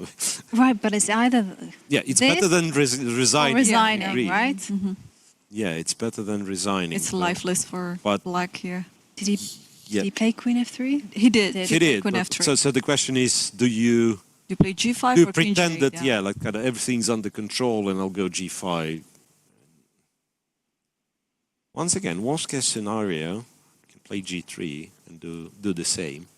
It's like so terrible those pieces are that I mean pretty much all of them. Bishop on E7 is also not not a great bishop. It's such a pitiful picture to this king on F8 trying to survive. Even some pesky pawns attacking, not only all the other stuff. Yeah, no, I mean it's so hard. So hard. It's knight f4, queen f3. And therefore could f3, yeah, if G5 just simply attack the piece here by playing G3. Yeah, that's what I thought. Yeah, That's what I thought. I that's mean, good. you could try once again to calculate some lines and maybe you win quicker, but do you need to? It's the question, because black, funny enough, I mean, I'm trying to to swap the queens, but even in 2 moves, But you know, the Indian school of chess is yes, you calculate knight e6 but why? because Because you could yeah, finish the game. quicker. Yes, Yeah. but I agree with you. I would just go G3 and then. But let's have a look at this knight to Knight E6. King G8 and then takes on f4. Takes on f4 and e6. Yeah, it's just, Or even bishop d3 looks yeah, very but there's still tempting bishop too. f6 and knight f6 and Yeah. yeah. Maybe instead of e6, G3. bishop d3. 3, yeah. Yeah. Don't you want to do the same, but not Yeah, be, yeah, yeah, not exactly. be kind of Yeah. not be a rook down, but I agree. Yeah, I agree. Yeah, some just go material up. G3. it's not like your attack is vanishing No. in a couple of moves. No, what I was looking for a way for black to at least to swap the queens. Mm-hmm. In 2 moves, I can't find a way to offer a quick trade. So that's such a terrible setup. I can over in 2 moves. Rook c7, queen b7. C7 takes queen b7. Oh, we have a Yeah, move. fair enough. I think he did King King G8. G8, yeah, yeah. yeah. So he just goes king And G8. Sulaimanov took the knight right away. Mhm. Oof. Yeah. Is he... I wonder, if we could know the heart rate of Sulaimanov right now. Like, what would be the heart rate? He looks like his heart rate is 100. just yeah, like a poker face, like very calm. Yeah. I have everything under control. Everything should be fine. But yeah, if I were him, you know, I might get heart attack, I guess. Yeah. Silimonov is actually a chess teacher as well as a chess player. Wow.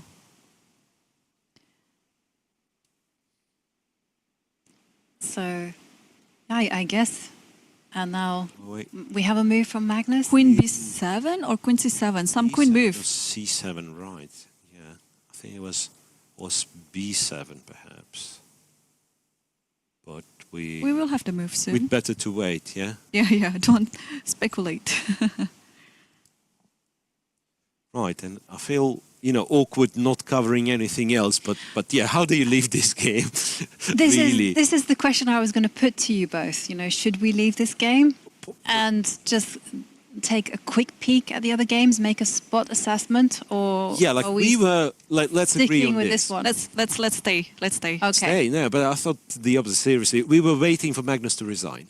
Now to say King G8, Queen B7, he's probably gonna play on for some time, right? Queen B7, Are you sure? indeed. But there is no. I mean, White's winning. Don't get me wrong. White's winning, but there is no, say, immediate resignation, right? So White still needs to.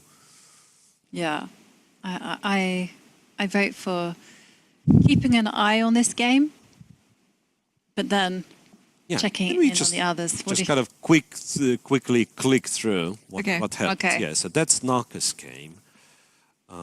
Compared to Magnus's, I would assess this one as being unclear. This one's unclear position because too many things. Doesn't it look quite good for White? I would assess does. it as better for White. It does, but still unclear compared to this other one. Okay. Right, so there was this transformation. So black went knight to g5, knight takes, pawn takes, b4, c8, queen b3. Well, queen b3, Naka sometimes can play those, funky-looking moves because it's. If I would have a queen on b3, I would be looking for a way to move it away, to yeah. unpin to unpin the pawn on d5. But if you think of it, black has no realistic ways of attacking d5 one more time. So the queen protects the d5 pawn, and possibly if you ever move the bishop, so this is an X-ray on the king as well, right? h6 and It's knight f5. knight f5. okay. So that's a I'm camera update- on board one. Yeah. I'm updating the board one. All right. So after h6, yeah, looks just better for white. Structurally, this knight is still. You could argue, yeah, black can go knight f4, and it cannot be taken, but who cares? Knight just stands there. Yeah, I believe Nakamura's going to win. Okay. I don't know why such confidence, but yeah, it feels like Naka's going to win. This is board 3. Giri with black against Bharat. And here... How to evaluate this position? Yeah, that starts kind of... Look, wait a second. Wasn't it somewhat similar what Jordan gotten yesterday? I mean, in the center anyway, Jordan had his pawns on like f3, g4 and so on. But yeah, but this one, the c4, rook d6, rook d... I don't know. Looks bad, if you ask me. So knight to b3, b6, knight to d2, knight c6, swap, knight b3, and Anish went with knight d4. Yeah, knight d4 is not, honestly, not the most obvious, because you would think it's a nice square, right, and let's control it and so on, but perhaps he has calculated some lines. Or rather, not knight d4, but,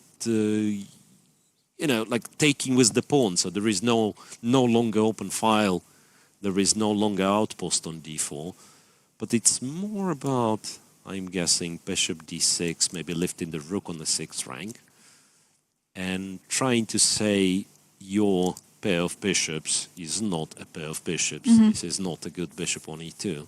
which is a fair thing to say in this position, right? So, yeah, looks good for Giri there. Looks good, yeah. It's the Caracan effect, I tell you. And let's move down to the other boards. So let's go to Musavi. Yeah, Musavi, Nodiberg. Musavi has sacrificed an exchange. Yep. Just a move ago. So it was this, which was it pretty necessary? much, yeah, I don't know. I would rather say that it means, you know, it means he's happy to. Perhaps not in the sense that he's winning, but maybe kind of gives him enough counterplay. Yeah. Because the king undoubtedly is somewhat weak.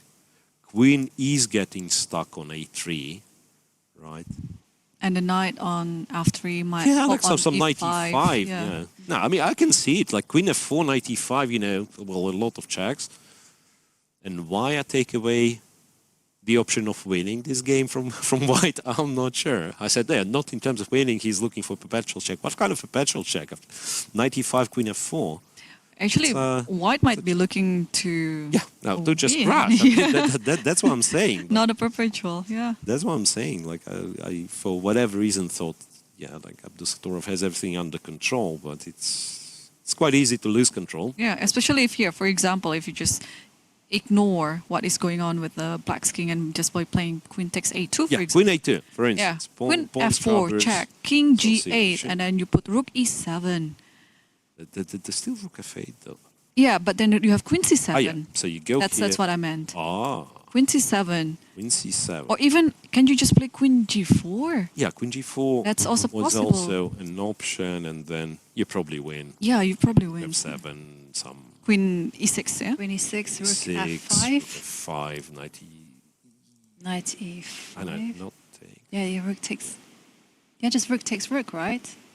Oh no, but there's a queen b1 check. Oops. Yeah, there'll be check. That's why. So perhaps knight e5 immediately. No, but that's why. That's why. Once again, we return over there, and then after rook f8, we say queen c. But queen 7, same check. Ah, there's queen g6. Check and Guys. 6. Yeah. All right. I think we should head back to the Magnus let's go. Carlsen Let's game.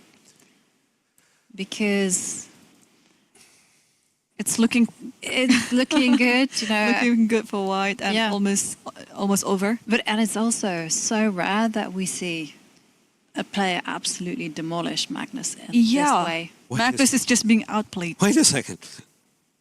b5, bishop takes b5. Yeah. And it's game. It's over. Yeah, because there is Knight takes knight e7, e7. queen f8, checkmate. Let's just show that on the board. So Magnus just missed that or what? No, Because He it's went... Yeah, and he they went... finish. Yeah, that's what I'm saying. Magnus is finished. The game is Yes, officially yes. over. And Yeah. it is a win for Suleimanov Alisher. Wow, what a game That's by an the Kazakh. amazing game. And there we So can see FIFA him but- having an interview or speaking to our reporter, Keti. Satalashvili. What a game. Whoa. What a game, yeah. Yeah, but what a game. But also, like, what a state Magnus has to be. Like, if he plays b5, allowing bishop b5, maybe there was no other way. And now that I'm thinking, like, bishop c4 was a huge threat. So b5 controlling the c4 square, that's what he was trying to do. Can you play bishop take. f8, for example, and after bishop c4 you can take with the rook? I know it's looking very bad still, but... then you kind of 2 pawns down, right? yeah. No, but maybe you can do this still, no? But No, knight h6 still. Same thing. shall we show exactly how the game ended? Finished, yes. Yeah. So b5, bishop takes b5. Now the queen cannot really take because check and checkmate on f8. So therefore, bishop f8 was played. And you're absolutely right, Irene. So if b5, bishop e5 is not included, it'll be the same thing. Bishop c4 check, king goes to h8. That's what happened in the game. And knight h6 finishes the game on the spot. What a beautiful finish. It was a beautiful game for white from start to finish. You know, Magnus took risks and played some inaccuracies and was duly punished. We just have to take our hats off. Absolutely destroyed. I mean, it's, you know, Magnus does lose from time to time, but like losing a game in this manner, Yeah, it's can just hardly, very rare. hardly Yeah. recall. Yeah. I really can't recall it either. And also to lose a game in an open as well against a player perhaps, Magnus has never even heard of.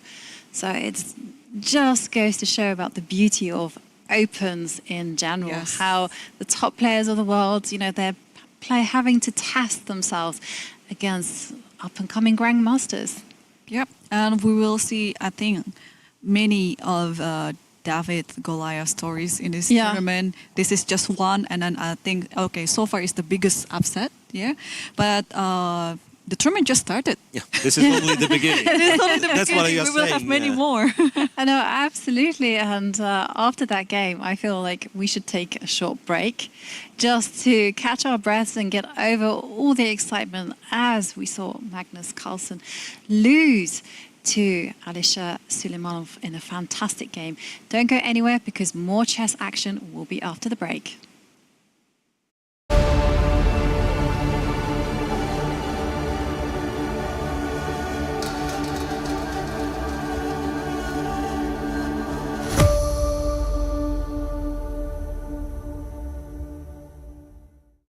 I wanna feel a feeling just like this.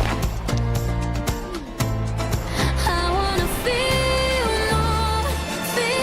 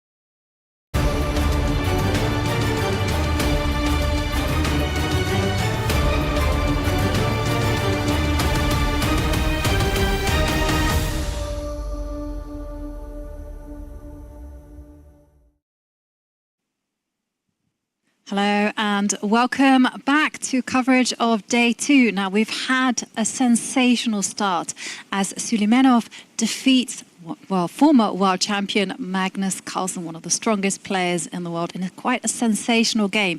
And talking about sensations, checking out the top 10, it looks like we could also see another sensational result on board 6. When Madaminov seems to be winning against Matsudlu. Yeah. Shall we... Let's take a look. Let's take a look at that. I have the board ready for us. And we are going to see the famous Queensland game where anything can happen still. Well, at the moment, White has an extra pawn and White is trying to prove that this extra pawn will bring him into a victory. But Matsudlu will not be giving up very easily, and this could be playing on and on. And let's remind ourselves of the pairings. And there we can see at the top, we have our first result. Suleimanov beating Magnus Carlsen. Now that one is going to make the headlines. And then, of course, Hikaru Nakamura taking on Dai Changren. Some very interesting matchups because we also have 16-year-old Bharat taking on Anish Giri, whereas there is also another interesting pairing on board 7 with Jordan Van Foreest taking on 15-year-old unknown, untitled Zhao Tong. Yeah, sorry to interrupt, Jovi, but it seems like results are starting to pile up. We have a win for Erigaisi, what it is, 5. And then on board 9, Narine Yan won with black against Josiah Sterman. So quite a few results already on the top boards. Okay. And how was... We saw the game from Arjun Erigaisi quite early on, right? And it seemed like Erigaisi, he had the white pieces facing off against the isolated queen's pawn. Looked pretty comfortable position then. Yeah, well, that was the moment when I've kind of had a huge speech on, right, like how to play the isolated pawn these days. And guess what? I said he's going to win the pawn. I meant the d5. So he took the wrong pawn. Is it fair? Like he took the wrong pawn. And he has won. Well, yeah, well, you can't really say black wasn't inventive, kind of trapping the knight on d6, right? b4, though, takes there. Queen d3, so black still keeps the balance, at least material balance, that is. Rook to c2, I believe a tricky move, so rook a2, bishop f6 is there. Some nasty double attacks. Right, rook c2, rook d8, queen b3, and yeah. I think at some point he didn't come with anything flashy, it just was this, you know, accumulating slowly the positional advantage, and when the position was ripe enough, it kind of everything just fell apart. So he wins the d5 pawn, queen c4, rook b1, b6, a4, rook c8, a5, and that's all she wrote. Yeah. Pawn takes, queen takes. Queen takes c5 and And back rank. that's a nice back ranker. Yep. And okay, so smooth victory there for Arjun Erigaisi. Let's just quickly check on in the game Madaminov, Yep. Matsudlu, because that one, you know, during the break, it looked like White was just cruising for victory. Right. I mean, when we saw this, I mean, come on. Yeah. How can... Perhaps he was, because, yeah, say this position, yeah, you do have some tricks, but not much. Rook b3, but then Matsudlu started to, you know, to really play it beautifully. So d3, bishop e3, once again, he has a threat of rook h3, checkmate in one, by the way. So a check here, White apparently is forced to give the exchange, yeah, kind of give you a exchange back. Goes rook b1, and now once again, you would think, yeah, White's completely winning. But rook h3 comes here, queen h3, and a check, and another check. And if you don't want to accept the repetition, you have to go to e1, after which black wins the rook back. However, he's not out of the woods yet. Okay. Queen takes, queen b5, queen d6, the pawn's protected. This guy's running marching forward. So there'll be a lot of checks in this game. Right. That much I can tell. Right? I mean, that's usually what it is when it comes Yeah. about. It's a very I mean, then- difficult ending, though, for Right. Matsudlu to hold because Yeah. the white king can actually use its passed pawn on f5 as a shield in several circumstances. Yep. But okay, so this is going to be a long game. A lot of groveling for Magsudlu. So let's move on. Queen c6. Yep, stopping f6. All right. Yeah, stopping f6. And I thought for a bit that queen e3, queen e5, but then the E2 this is guy's hanging, hanging. yeah. This guy's hanging. Okay. Right. So there'll be a lot of moves played. And I'd like to revisit Hikaru's game because last time we had the assessment that white was better, but it was still unclear. But now it's just getting even better, yeah? Yeah, I think so. White's to move. Shall we rewind a few moves? Yeah. To see. Let's do it. I think we've stopped somewhere around this point. Yeah. And we agreed that, if black has to switch to, say, going rook c8, defending the queen side, it must be that white's better. Bishop c4, knight f8, rook c1, and black ends up taking on d5. And then, that does seem to be like a very nice positional squeeze, so to speak. Knight f5, just in case. Just in case. Just in case. If you pre-moved something, then don't make your queen use a check. Queen f8, rook c1. So this one... It's taboo because Cannot rook queen c8. to b5 is going to come. I think rook c8 is also Yeah, rook c8 works. Yeah, that's beautiful. Rook c8, queen c8, knight e7. 87, yeah. Right, so rook takes c1, knight f6, and Hikaru captures the b7 pawn, plain and simple. Yeah, since you are very unlikely to take on a4, I don't think you can. Same reason. Same reason, like rook c8. Cannot even be taken now because the bishop is protecting. Yes, no, I mean you have to play knight e8, and sure. this is. I mean, it has to be lost, but maybe it's the only chance because otherwise. Otherwise, What two do you do? pawns Like, are just move the going to rook start and moving. he'll- A5, A6, That's it. and then you'll find So some takes pawns. knight e8. And then, but here you got bishop c6, you got knight takes pawn. Such a terrible position. Yeah, you have everything. You have queen b5 as well. Hang on, there's one problem. You can't go knight takes d6. d6. I mean, Yes, you can. you can. Yeah. Yes, you can. Queen d6, queen rook e8. Yeah. Queen d6, queen d6. Rook. Yeah, Oh, no need for any It's not a rook flashy. e8. No, I was thinking. Like rook b4, yeah? Yeah, no, I was kind of thinking that the bishop could come to e6, but I forgot that after rook takes knight, there's a pin. Yeah. Yeah, fair enough. Yeah, there is. You have to watch out for queen f2 thingies.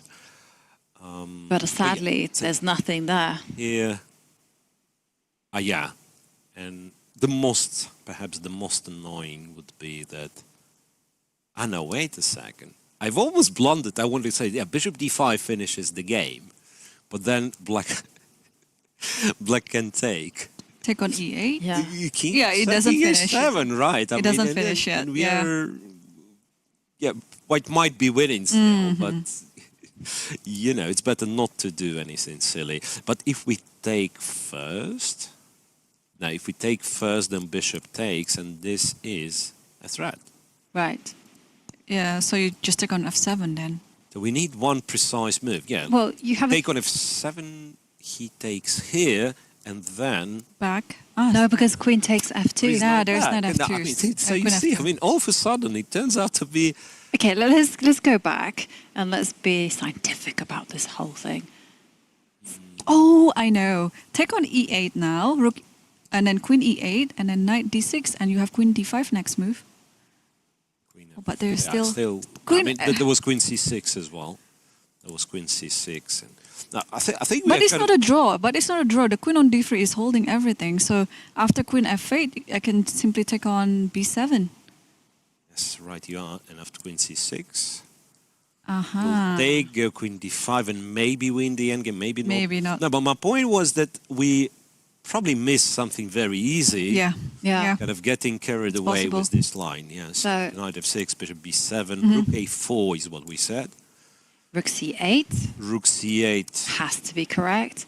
Knight to e8. knight e8. And now, Do we have to give this pawn away? Is my question. Do we, like, really, do we need to? can you do things with tempo? So, for instance, go... Before?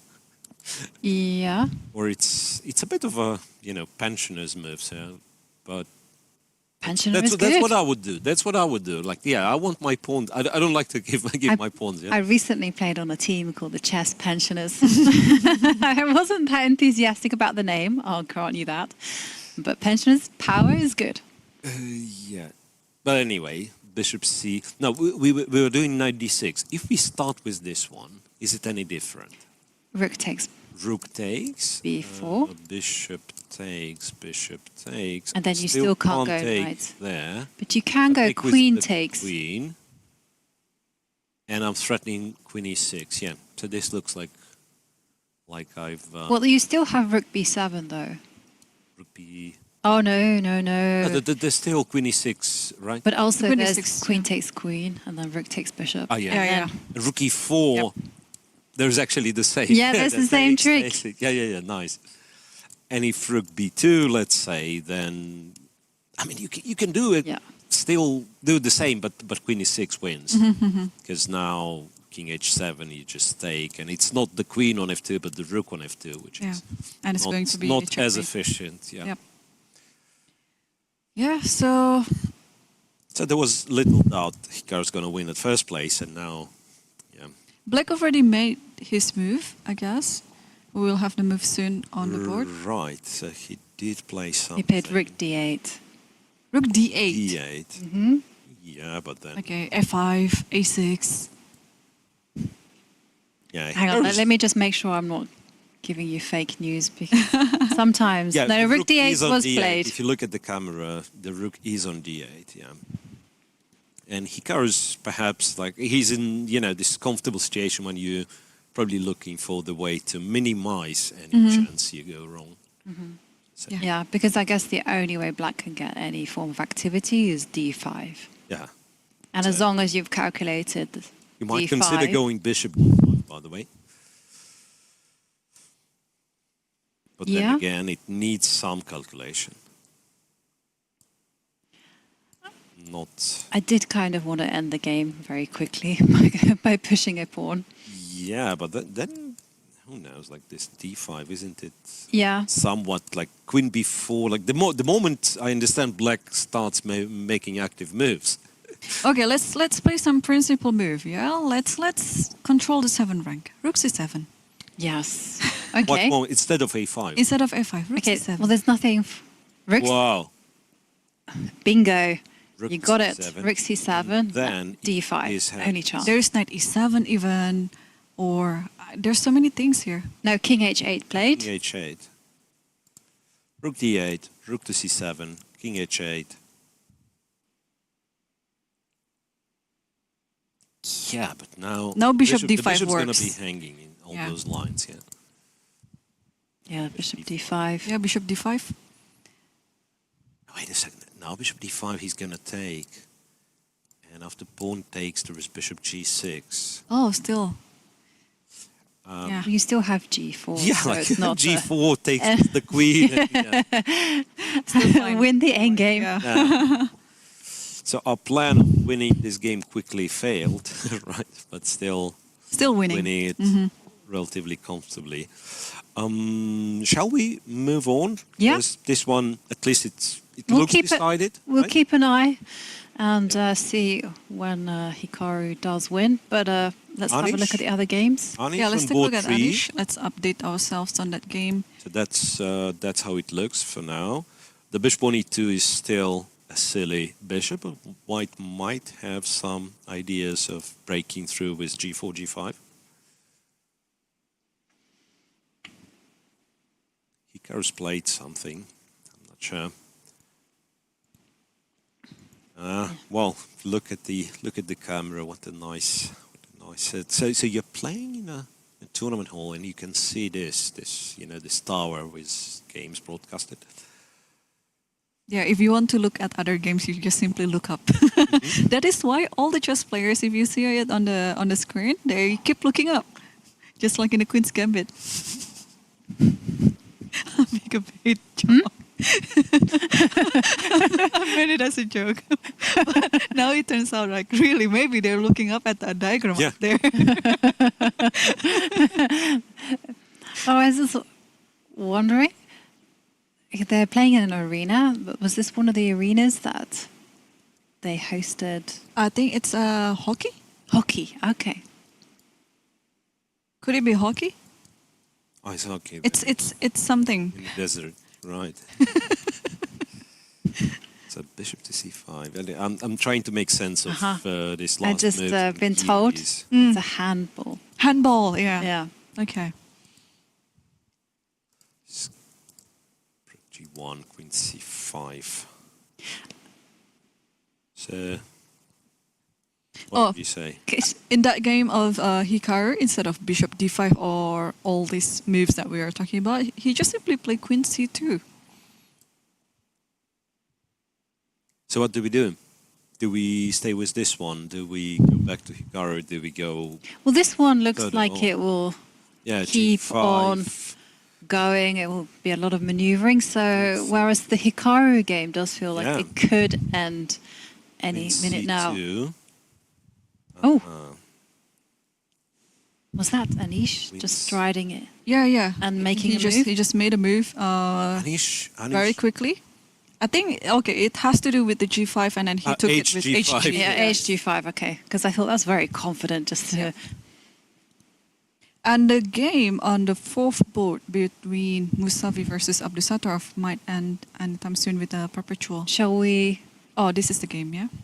Yeah, I just brought it up on the screen. The sacrifice on e6, this one. Right? So he did not take on a2, went for rook 5 d6 instead. Rook to e7, which looks like a bit of a blunder because of rook d4, but not really. White was prepared.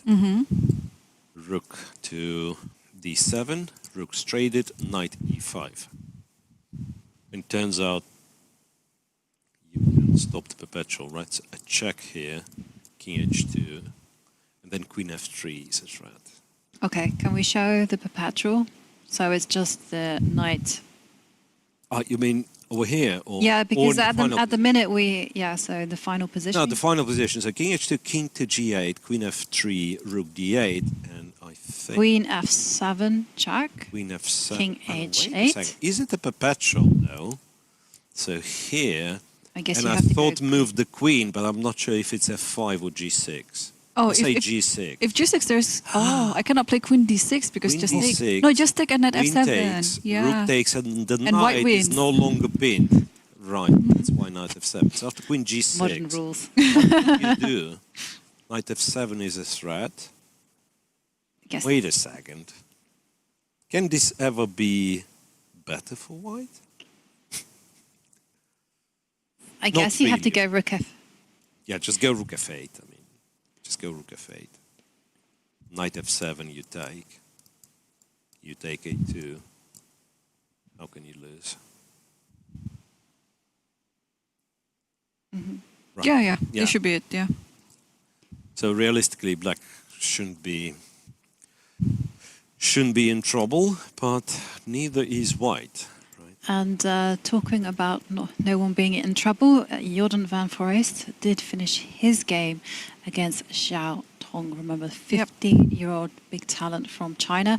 That game, I'm pretty sure, ended in a draw. Yeah, let's see how it went because we were quite sure that white was better. Is it finished? Yeah, it's finished. That's the board, right? Or because I still don't have the result for Jan Forest. I do. We're It's going a to... draw. We're going So to... I have, that's I not have to the- update my board. Yeah, that's not the final position actually. Yeah, but that's So, what I'm saying. yeah. I have to update my board. Let me show you. So after knight d5, it's e4. Yeah, here is e4, and then knight e3, king a6, knight f1. Hang on. Oh, now this is my board. Okay, I will show you here. So we got into this position, yeah? And then e4, knight e3, king a6, knight f1, takes on a5 and takes on g5. So they agreed to share the score here. Interesting, actually, because I thought this might be, ending with a decisive result. But yeah. Yeah.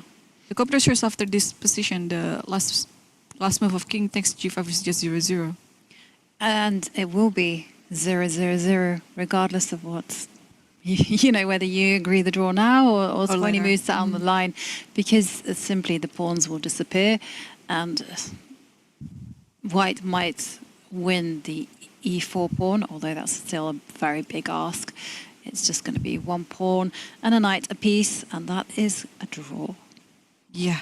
So Miro is currently cooking up to show us what went wrong in White's position. Not sure. Not sure.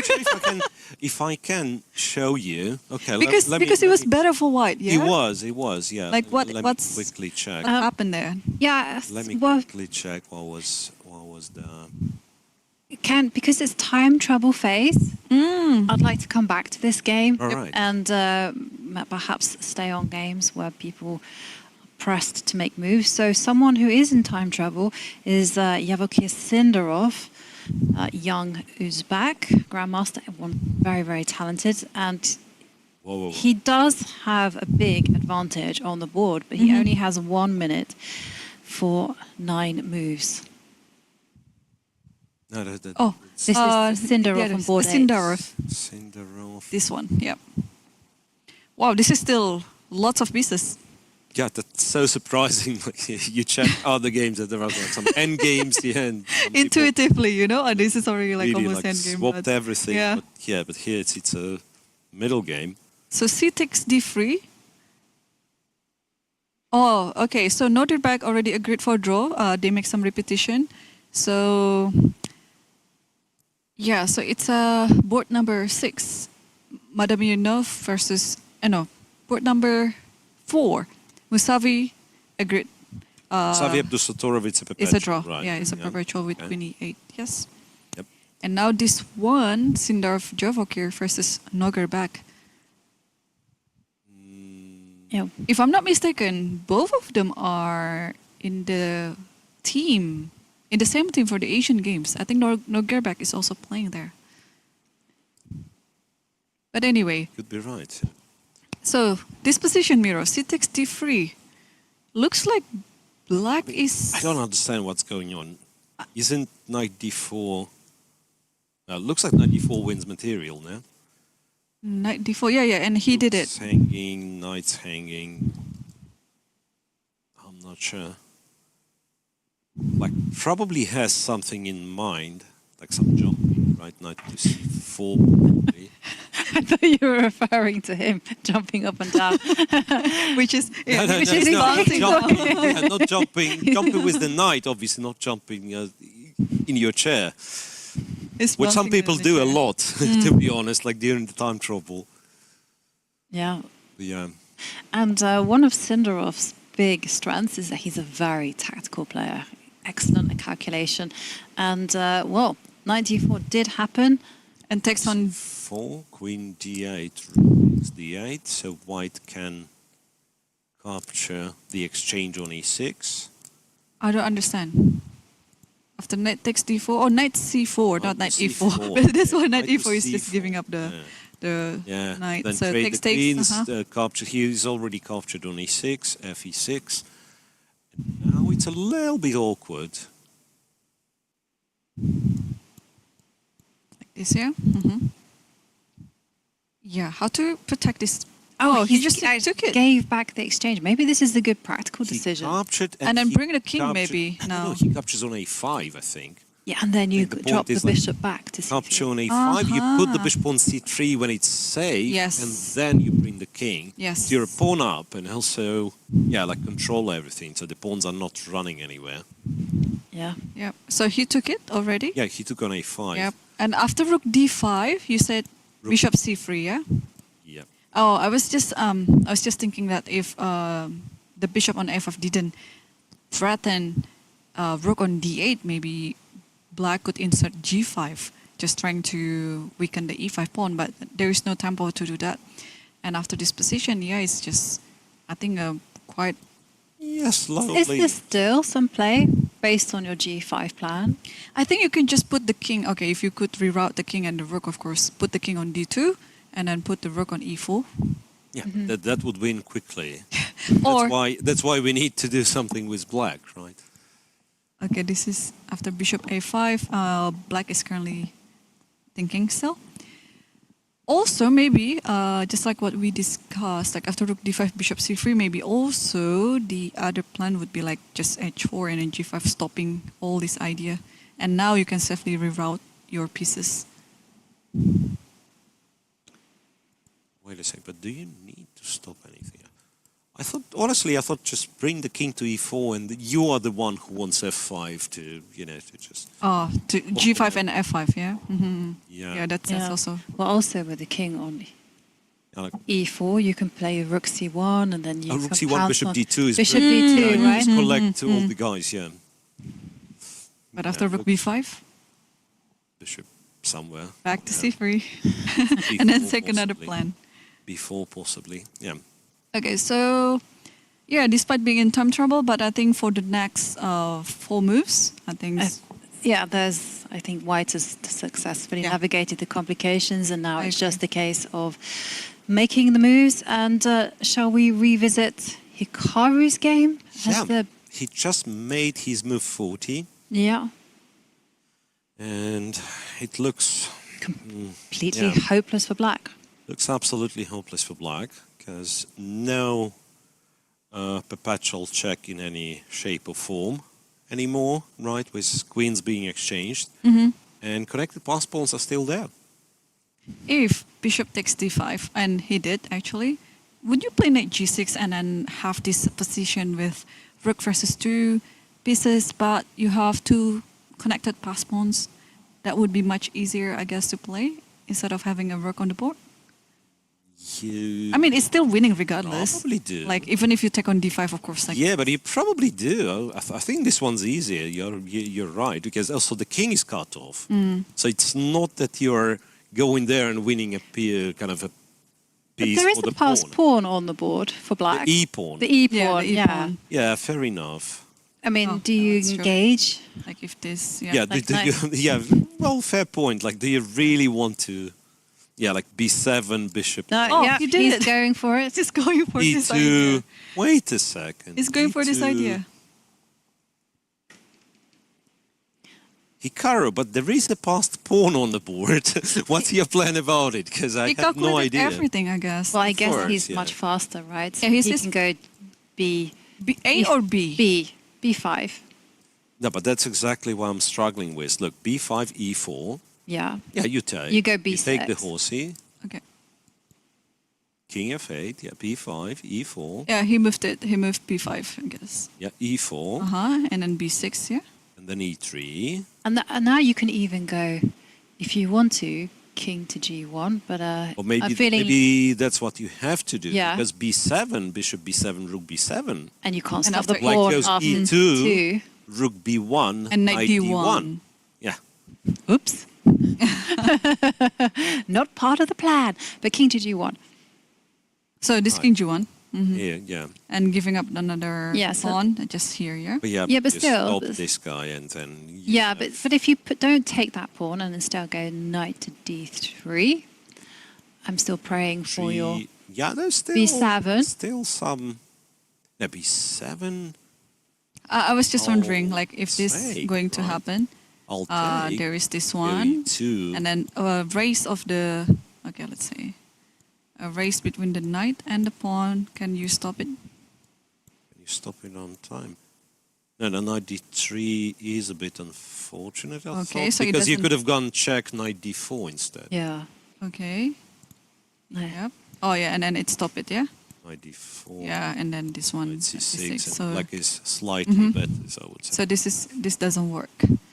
Okay, okay. So I think after this b5 is on the board, isn't it? No. Oh no, rook c5. Rook to c5. Okay. Very Practical. clinical. Practical. Clinical. Just, okay, e5 is the source of all the problems. Let's get rid of it. Okay, but still, the game continues because you can play bishop b3. Bishop b3. Bishop b3, okay. But you have this maybe rook f5. now you can go. There's rook f5 too, if you cannot take on Oh. a4. Oh, you Well take. spotted. Yeah, And this rook f5. And that's it. It's game over. yeah. Nothing to be done. Right, yeah. These guys are good. What can we say? And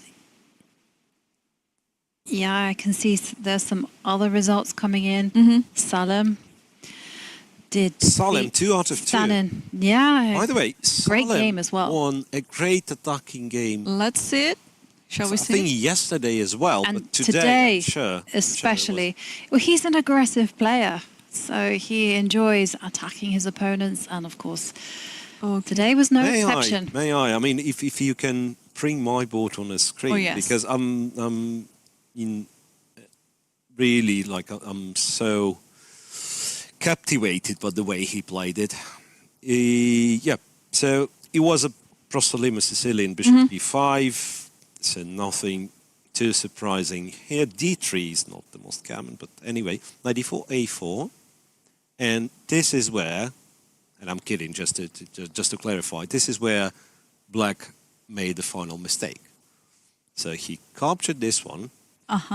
In order after, I mean, I have no idea whatsoever how this position is properly judged, but I mean, just look at the, the pictures, what happens. e5, we are breaking through. Bishop d2, knight e5, and this rook obviously is already unstoppable, as you will see in few moves. So h4. Now, seriously, it is an impressive game. Once again, in order to tell if it was all correct, you have to check it with the engine. But by the looks of it, bishop d5, and he just goes. So h5, rook a4, and rook goes here. So it takes, it swings the rook over here. A b5, queen d2, and I believe originally Black could have hoped for b4 to trapping the bishop, but I would guess this is very, very painful because, knight e7 is a threat, and if you take, I believe something's really bad about to happen, like queen h6 followed by rook f4 after king f7, so it falls apart. And yeah, and since you don't have b4 here, and we might be talking the same kind of Magnus' situation where, white attacks with every man he can, and black pieces, like the rook can't really help, the light square bishop can't help defending the dark squares, right? So rook a4, it's sort of a desperate attempt. So rook a4, b4, rook b4, sacrifice and exchange.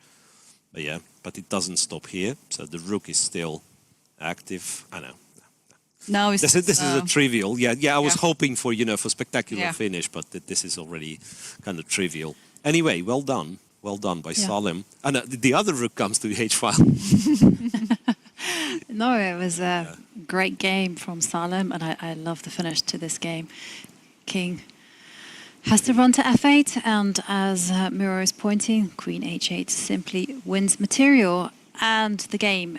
And I have some interesting news for both of you. Yes, please. So Magnus Carlsen just put out a tweet about half an hour ago saying he was completely crushed in his game today. This is not to accuse my opponent of anything, who played an amazing game and deserved to win. But honestly, as soon as I saw my opponent was wearing a watch early in the game, I lost my ability to concentrate. And then he says, I obviously take responsibility for my inability to deal with those thoughts properly, but it's also incredibly frustrating to see organisers still not taking anti-cheating seriously. So there's no transmission delay. What do we think about that? Okay, tough position to... Anyway, yeah. What is the rule here? Are the players allowed to wear watches during the game, or I think they are. Looks like it. Looks like it, right? And what do we think about this climate of suspicion? Yeah. That's annoying. It is The climate of annoying. suspicion, like, I mean, I have no opinion on this game or like how it has to be, but it's the feeling is like, you know, this buzz of chess players cheating this way or the other way kind of starts to become, you know, an aura around any serious tournament, which is very unpleasant. So, Yeah.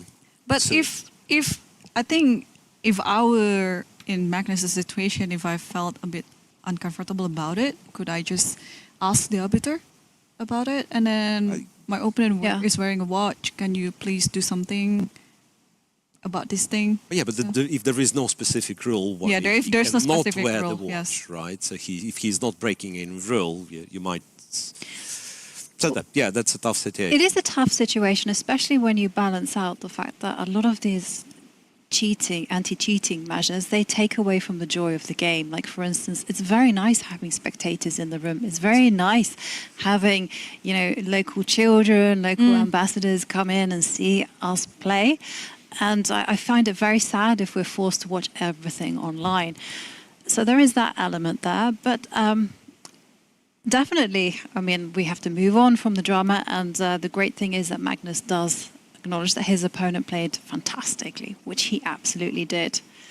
Yeah, one thing for sure here, everyone is getting checked, and all the electronic devices, they have lockers in front of this building where everyone can just surrender their electronic devices. And there's also like some sort of X-ray, right? And we also have arbiters at the venue with their devices as well to scan randomly on the players. So I think, well, for me, I think the anti-cheating measures are being enforced here. But again, with the watch, I just suspect it's an analog watch. I think it must be an analog watch because the rules are very clear. There are no digital devices allowed.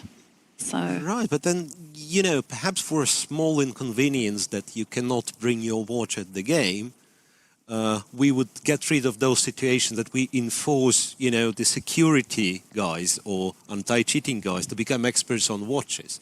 Yes, how do you know? I mean, it might have an analog, you know, dial, and then underneath there'll be something. So that's yeah. once again. Yeah, but I always find it ironic that you could not take in a watch, but you could have a piece of jewelry with you.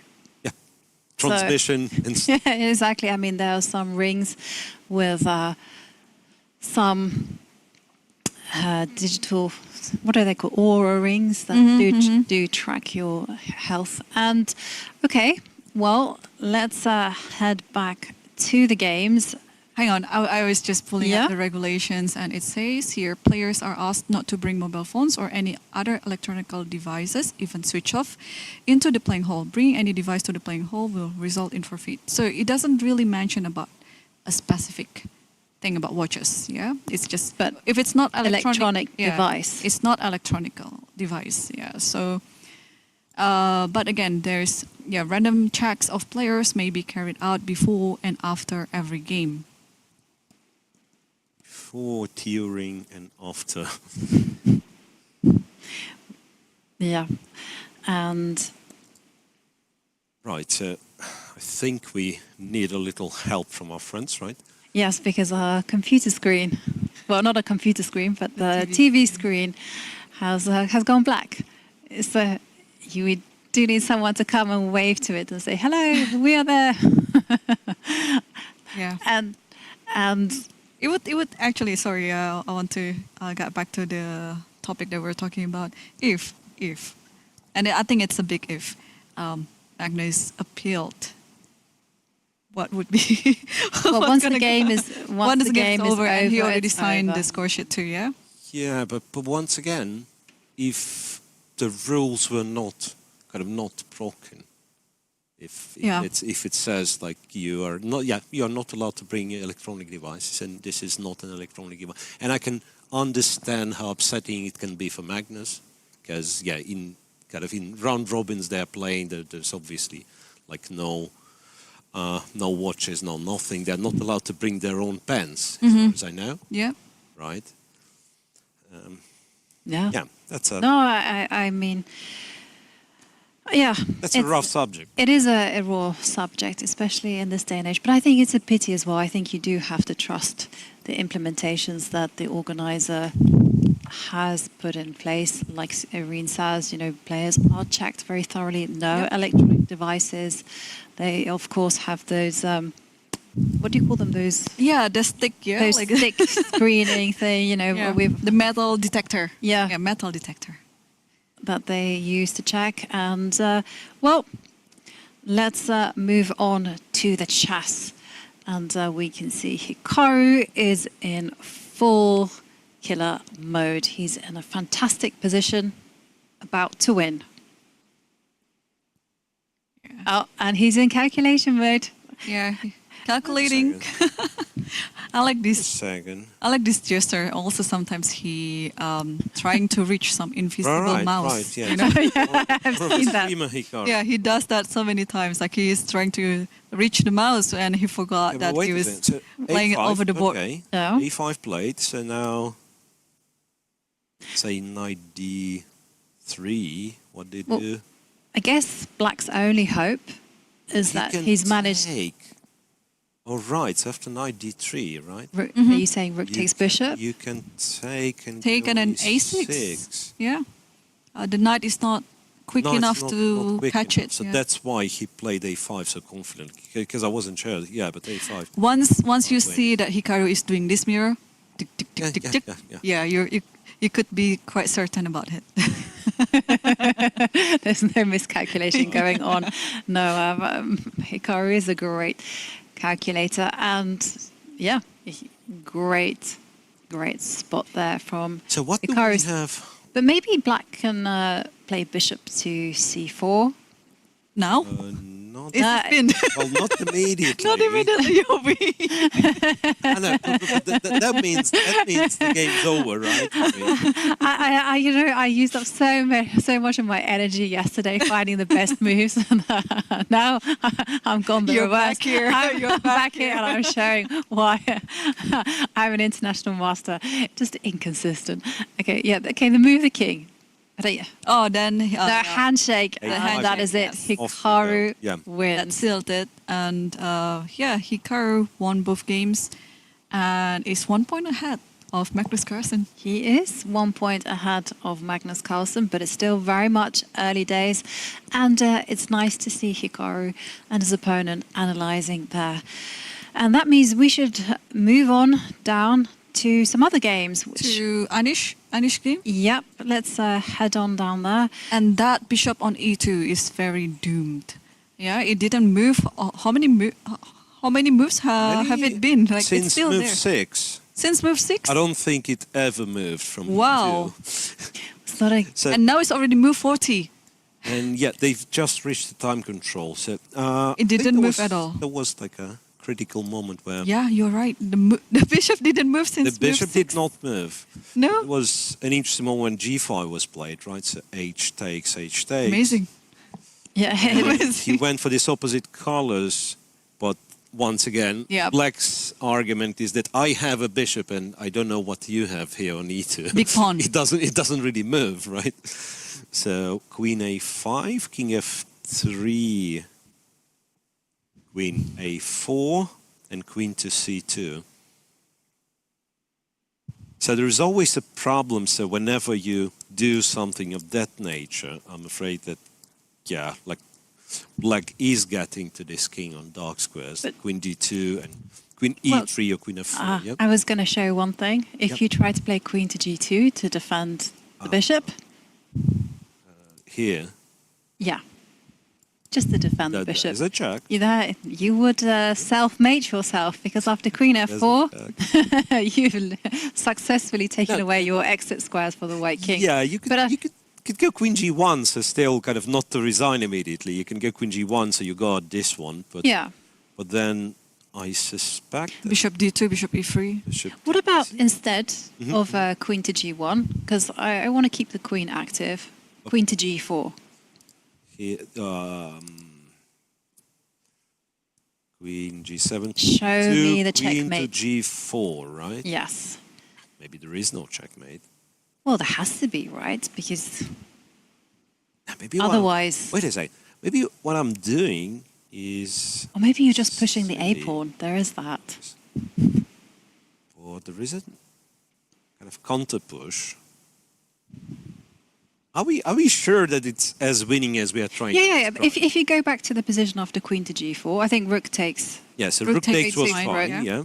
And then Queen Queen- D2. Queen D2, perfect chess. While actually Queen C1 might be slightly more precise Because there's no Queen to G1. stop Queen G1. Okay, yeah, but I So Queen don't want the queen G4. there. Queen G4.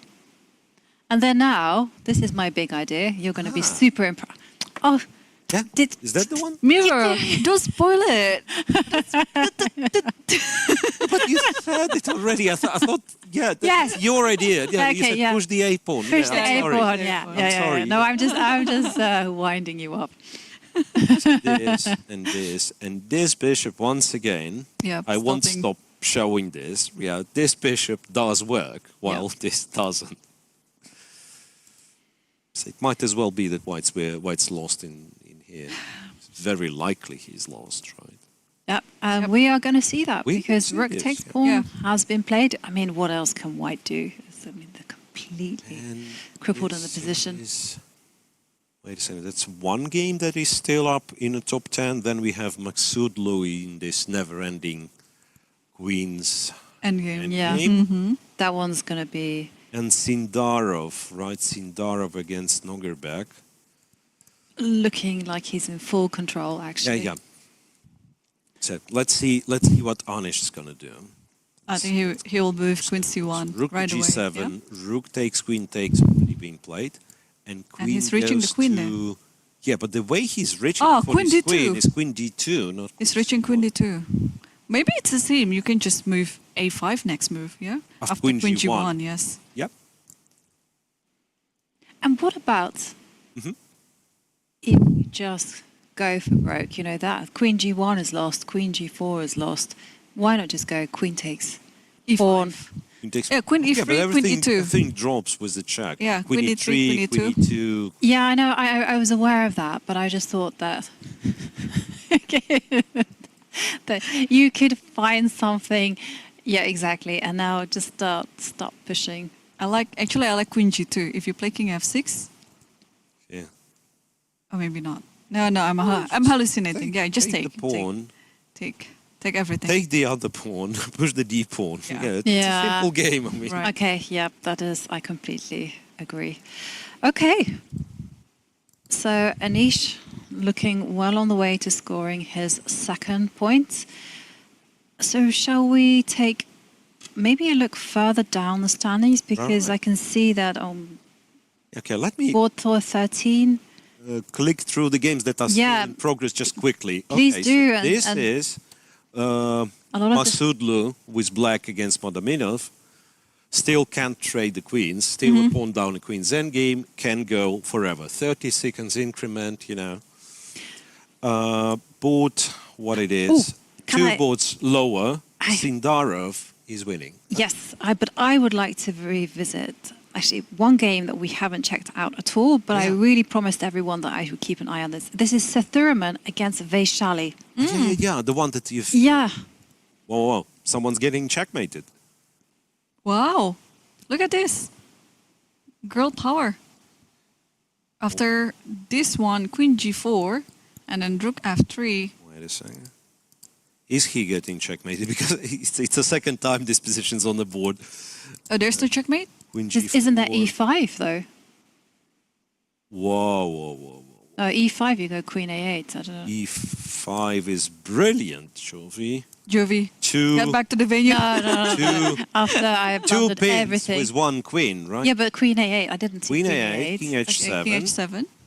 and you are threatening E4. And then after pawn takes pawn, you got Queen E4. Check. Pawn takes pawn, you have Queen E4 check. You can There is even- no Rook E3. There's no Rook E4. No. Brilliant. You're brilliant, Jovi. Wow. Is there a way that I can go here and pretend I'm not lost? Okay, E4, there's E4? Queen F5. E4, Queen F5, I'm hoping for, yes, Yeah. exactly. Queen F5. So Queen F8. Could this be... Oh, well, there is a little problem, though.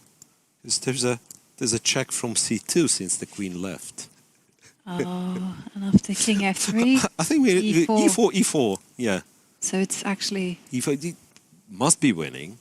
I mean, do we believe that this is... No, come on, That I is- can take the rook. Also, instead of e5, I mean, if I don't play this, e5 is quite fancy. Is a move like rook a1, and then okay, you don't need to go Yeah, queen you a8, like- but you queen like them b3. pins, Yeah. huh? I like the pins, yeah. And then maybe maybe after, yeah, you got queen a8 check, King and then h7. queen to f8. yeah. But this is what I want. I want to give a check and then take on a3. Rook a2 now, check. And then actually, where do you go? I Yeah, have to go king f1. King f1 and rook's mate, and I can take on a3. You can take on A3. Yeah, it seems like both are winning. Yeah, both are No, winning. I got confused. You're Is it- absolutely right. I mean, black is winning. I just got confused because she did repeat it once. So queen e4, queen g4. So she did repeat it once, and I thought, could it be that she can't see how to win? But yeah, Maybe she's just checking because okay, she has 24 minutes on the clock. She should be able to figure this out. But the question is, you know, will she be, because sometimes mentally you're quite content with the draw. You know, if you go into the game, you're thinking I'm black. No, this With the is black Against pieces Thurman, right. against someone rated, Thurman is 2650 plus, right? And you're happy with the draw. And I've actually made that mistake myself. I once accepted Just a look at draw in a winning position just mean, because by the it just looks kind of of it- came out. It was like a draw Tourette Right. thing. It just kind of draw. by the looks of it, like the way she was playing, it was g4, Oh, okay, this was doesn't queen look like... e7. It's not like she was looking for a way to make a draw. No. She's The- sacrificing left okay. and right. I mean, she's crushing Roman. No, she's amazing. I She's mean, this is She was described by Jakob Orgaard as one of the most talented females he's ever seen. And she trains with her brother and a lot of the academy from Chennai. yeah. She already has the right environment to grow. Yeah. No, this is coming from a successful Italian for black. Can someone tell me if e6 was hanging? I can tell you. It was something. not. Queen f7. Queen f7. Queen f7, yeah. Right. Anyway. And it's a check and queen h6. So he And you cannot can't go. play king c2 because We don't know. Maybe he could. Went king e2. Went queen a4. Check and a check. And you know what? Last move that was played was e6, e5. Jovi, back in the tournament you go. Right. So e5, brilliant move. And we think why Charlie's winning. yep. Objectively speaking, it's winning. Yeah, so tremendous result there for Vaishali if she wins the black pieces against the Thurman. Also, rook a1 can be employed after e5. Like queen a8 here, king h7, queen f8, and now rook a1. But why? Rook a1 if you can do... Oh, well, yeah, of course. There's queen Yes. e4. But it's kind of still not the end. Yeah, like king d2 still have to... Or is it a... Queen e1. Do we check. do we all see the check? Ah, yeah, The queen E1, E1. B1, yeah, E1, B1, and rook D1, and there should be Queen e4. Or depends. C2. c2 first, yeah. Whoa, Or rook e1, rook queen d1, checkmate. Yep. Yep. So, wow, another upset. And yeah, this is such a very good attacking game again by Vaishali. It's not like she got lucky or anything, but she worked hard for it. And as you said, sacrificing things right and left. So I think if she successfully wins this, it's just very well deserved. Yep, completely agree with that. And shall we revisit some of the other games? Yeah, so It looked like there were quite a few decisive results coming our way. So just to revisit Bharat, that one is completely winning. Queen to G1. Queen to G1 played.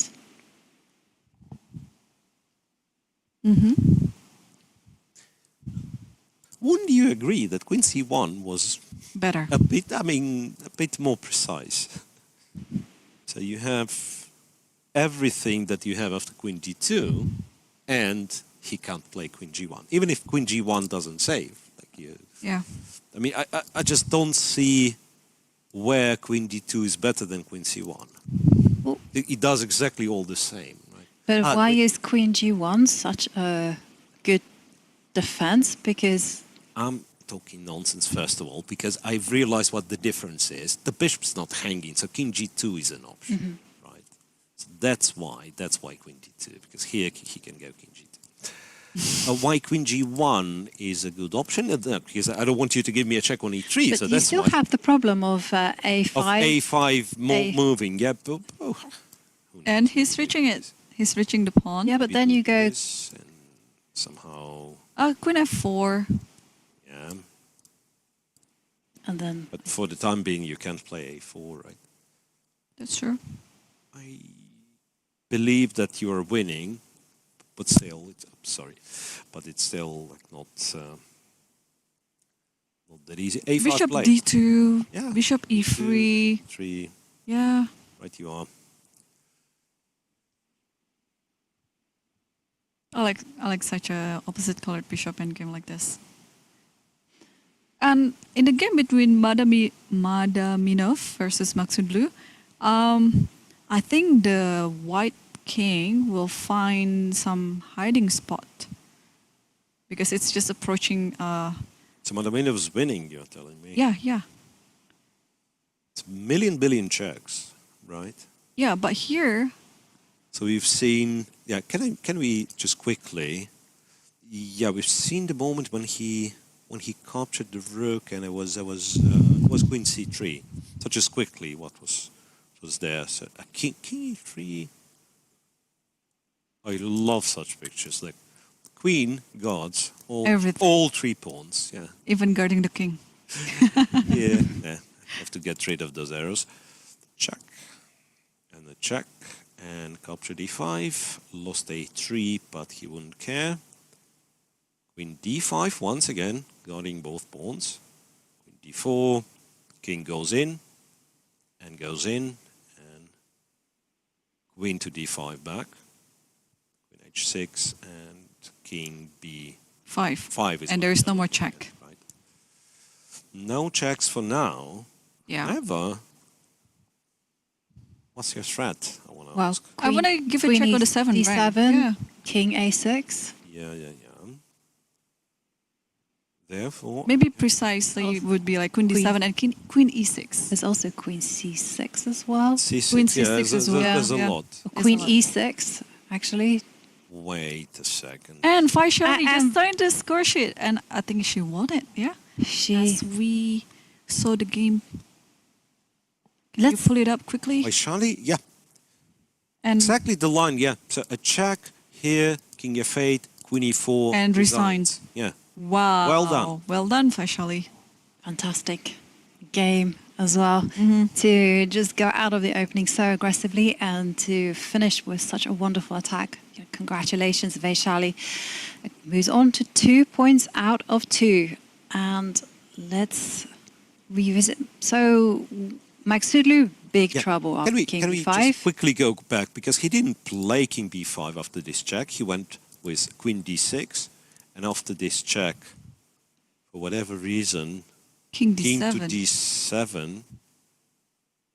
Okay. So if check, Yeah, like there is nothing wrong. There is no checks, and yes, he wants the king on D7. no, I mean Queen H7 now. Queen E7. H7. Yeah, Queen E7 and takes on F5. and King Ah, H3. there's a checkmate idea. I see. I There's see. always such stuff. Where? However, King A6. however, yeah, There's an that's interception. Not the end. No, Queen 8. Oh. Yeah, Queen A3, Queen Oh, A5, and whoops. What is this? So that's the problem. So maybe Queen B7, Queen A7, Queen B6. Where's the king? Where's the king? And I've lost it. So a check. Was it, right? Was a check. Yeah, Queen D6, a check, King D7. So now after Queen H7. Queen H7. That means you'll have to go here. Or what? Hang on, can we just revisit? You can go back, though. King's, if you go King C6, Queen takes F5. No, but this time it's Queen C6. It is Now you go checkmate Queen into- F7, yeah, I'm right? absolutely sure it's checkmate. Right, so... Yeah, so he cannot block, but he can return to the previous idea, right? Queen B7 doesn't really help. Well, then Oh, you have does it? Queen A6. Or does it? It does help. It does help, because King B4, I was sure, like, yeah, okay, the queen's locked, everything. But the stupid queen goes check A5 and takes on F5. No, so he made it look complicated with his last King D7 move. So I'm still not sure what was wrong with Queen to D5, this check, and King B5. It does not win immediately, but it keeps the game going. And to be honest, if anything, King C7 is something you could have tried. Because, yeah, Queen H7, you have the same. Oh, it's just easy. Like Queen here, takes this, and then swapping the Queen. Ah. So And that's why I felt something Show us missing that. there. So it's yeah. Let me get rid of the stupid lines that I was looking at. Yes, indeed, White's completely winning. We just One move further. just- One yeah. move further. Yeah. We're just a little bit, or a lot, in fact, tired. Just take the b6 pawn, go Queen b5, swap the queens, the Yes. game over. So all well calculated, which you would expect from the players, right? They don't make the mistakes we are making here. Well, they're handling just one game. We handled how many games? Not that many, I think. that many. We've lost for Magnus Carlsen. I mean, that's our main Yeah. our main focus today. So Okay, and well, not that many games remaining in the top 10. Let's check in on the Sindarov Nogebek Sindarov. game. all slowly but surely. King is on e4, the pawn moved. F5, if he ever needs, he can do.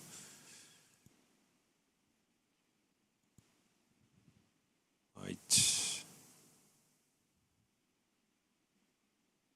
Yeah, looking like just hopeless for black. Yeah, you just keep pushing the pawn, or I mean, I think the next move. I actually played King F3, which is a bit of a surprise. It seems like he's taking a longer route, so he wants all the way to D2. to be able to go like Rook A4 and collect the C4 pawn, Yeah, that's which possible. probably is one way of handling this one. Yeah, right, why not? Everything is protected. Whenever D2 comes, there is always Rook D1. Yeah, and the king is the only one that doesn't have a clear job, and now Yeah. Sindarov is putting it into a job. Right, you can also try to set up something like A6, Bishop D2, and then go Rook A4. But then I'm not sure why would you need King F3 for this. See, Yeah, that's what he does, in fact. A6. King F3, King F7, A6, so taking away the B7 square from the rook. So the moment you go Bishop D2, there is no Rook B7. And then, yeah, like Rook A4 is going to happen. A6. So where... Yeah, black's problem is that there is no real counterplay. You do have this D3 pawn, which is kind of active. Yeah, the moment you go D2, you've lost, right? Yeah, you cannot really put it into action. Yeah, so that's one of the games that can still go on for some time. And that's pretty much our top 10, right? Yep. There's a lot of results. Yeah, not a lot of draws, I have to say, even on lower boards. Yeah, it's looks like there's going to be a lot of decisive games there in the top 10. And of course, one of the most surprising games was on top board between Suleimanov against Magnus Carlsen. Suleimanov playing a fantastic game. And we're going to take a short break. But in the meantime, please enjoy this short interview with Suleimanov. And we'll see you after the break.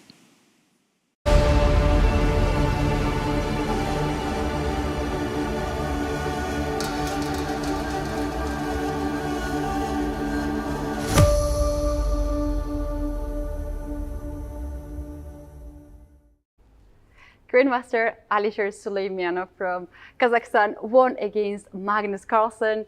Please tell us, how do you feel right now? I don't know what to say, honestly.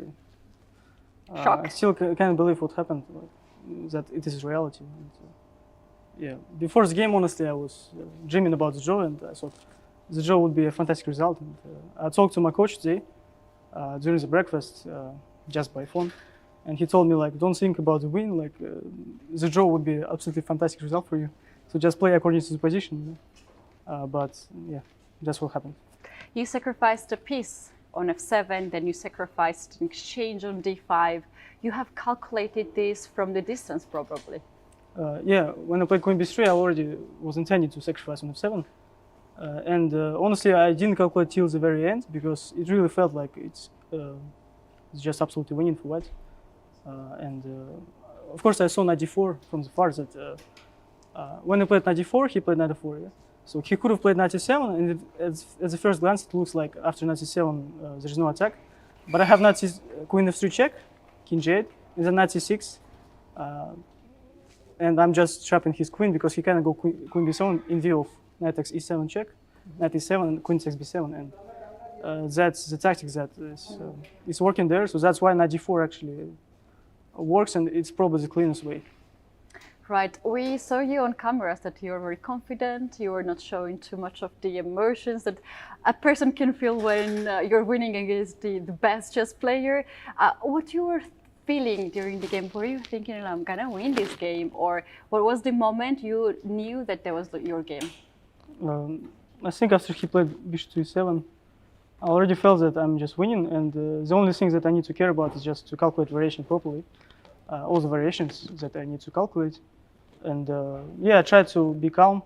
Of course, because of the fact that I knew I was winning, I mean, it was very tough, but somehow I managed to not show the nerves. Of course, I had some nerves, but I tried to not to show them.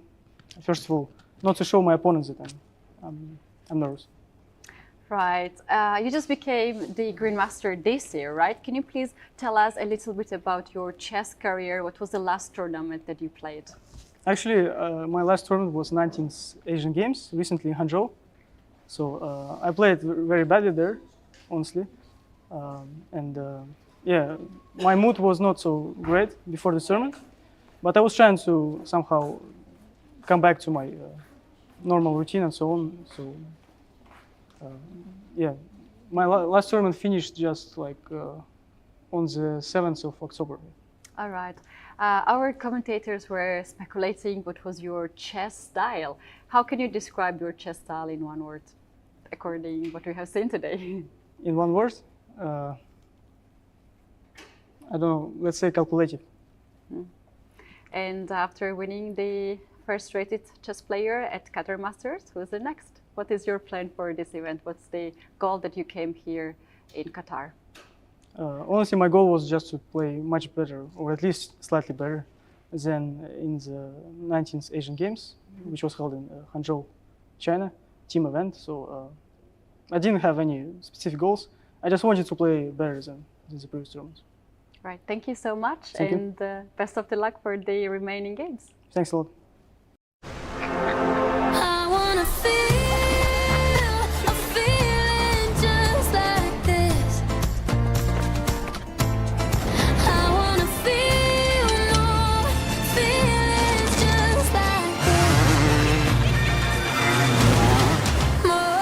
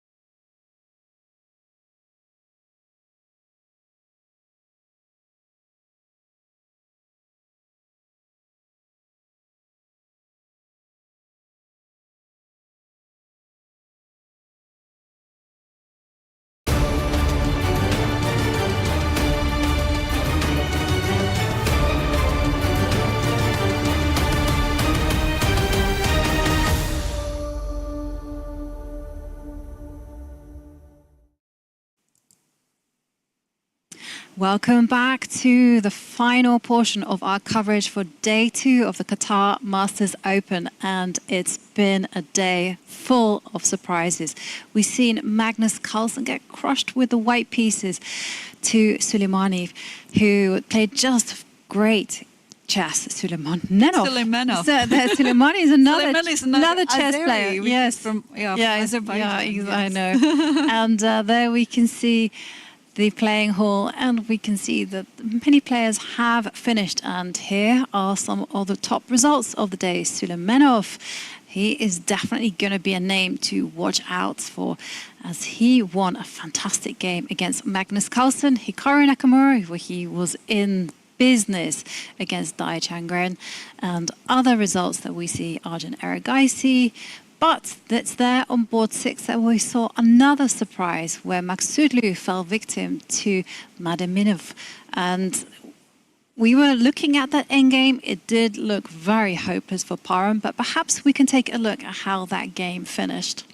Yes.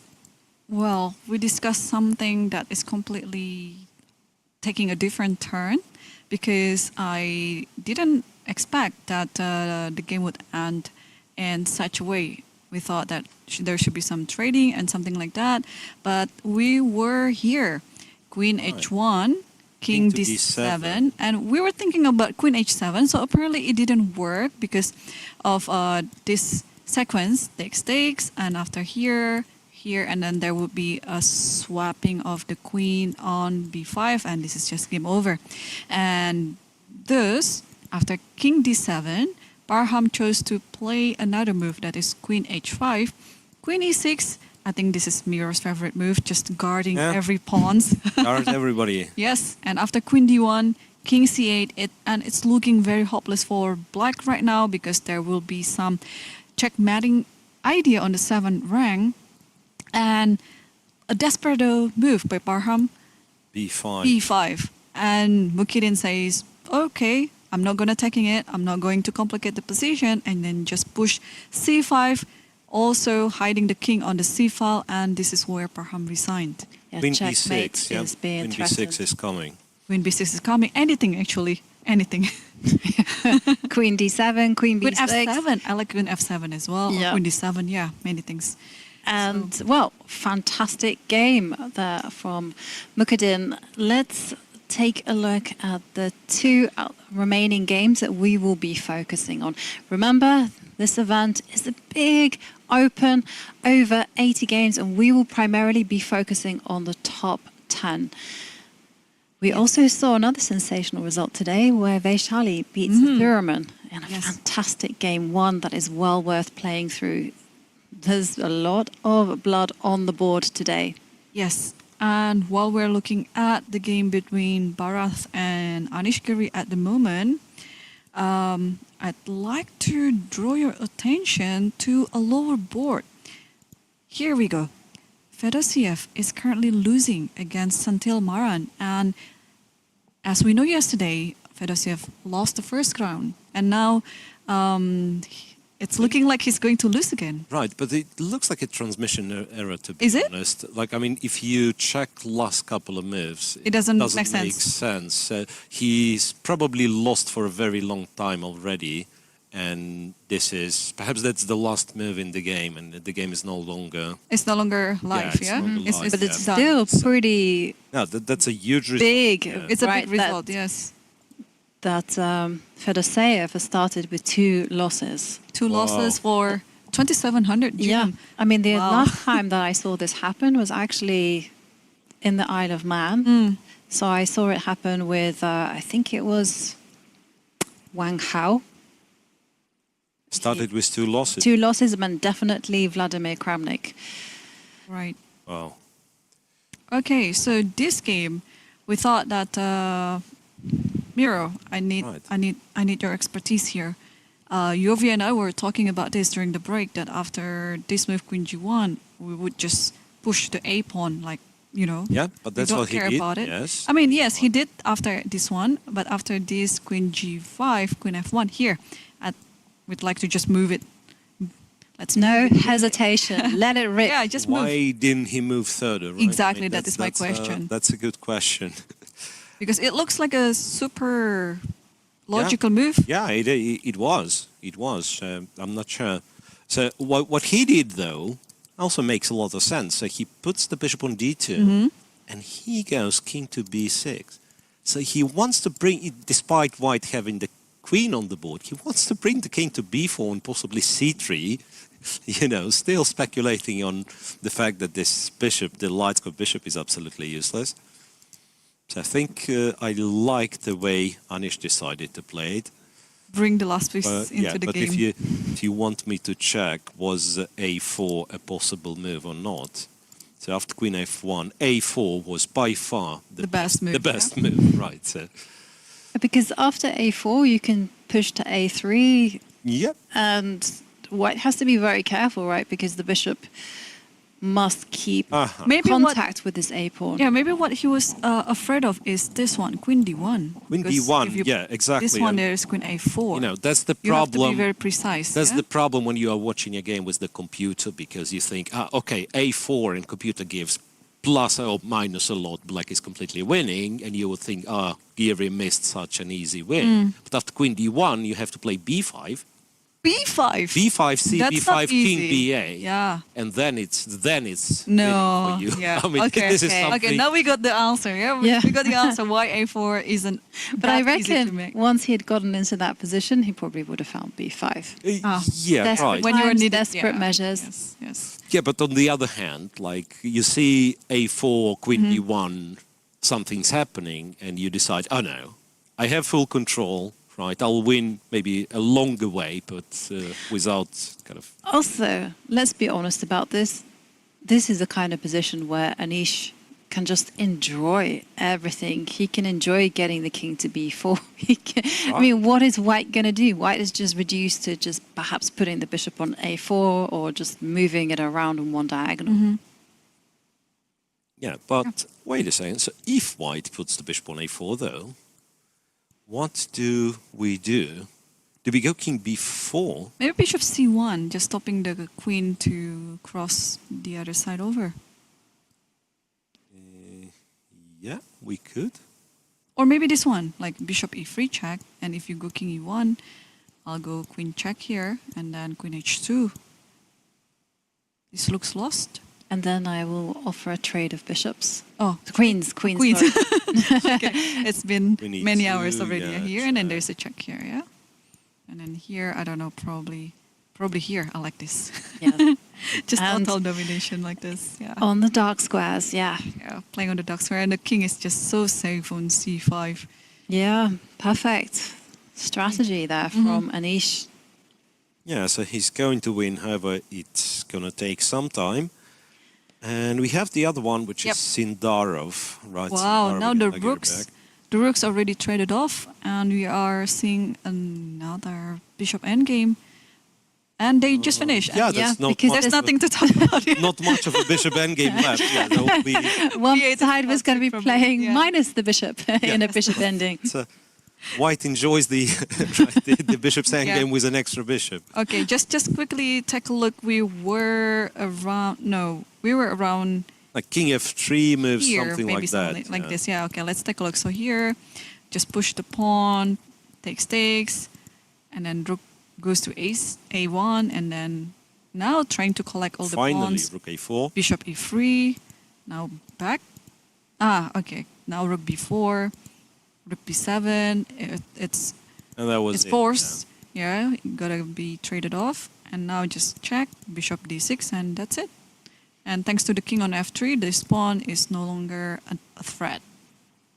Right, so this one is in the books, and we've got Giri still playing, and Yep. that's pretty much from the top 10. Mm-hmm. A bit lower we have Jakub Boyev and now they're Jan back. Uzbek. Okay, this should be just winning. It's just, Yeah, looks like game over anytime yes, soon. it should be game over. So yeah, so let's stay with Anish. What Yeah. can we do? Our last man on the top 10 board. Right, after king c5, his opponent is Still thinking. Still thinking, and it's not a lot of time left for white, like 5 minutes or so. Yeah, yeah. So once again, would you explain how exactly you beat me after bishop a4? It was bishop e3 check, Yeah. right? I think I played bishop c1. Oh, bishop e3, bishop e3. I forgot my own moves. Yeah. King e1. I think maybe you should travel on light squares though, as opposed to Okay, but after bishop e3, where do you go? King e2? your king e2. And then I still have this, yeah? I just want to go to h3. But now we're going to go to 5, queen f. Doesn't matter. After here, I have this one still. And now again I have to intercept that threat of queen d2 with queen e2. Okay. Let me think. Check, check.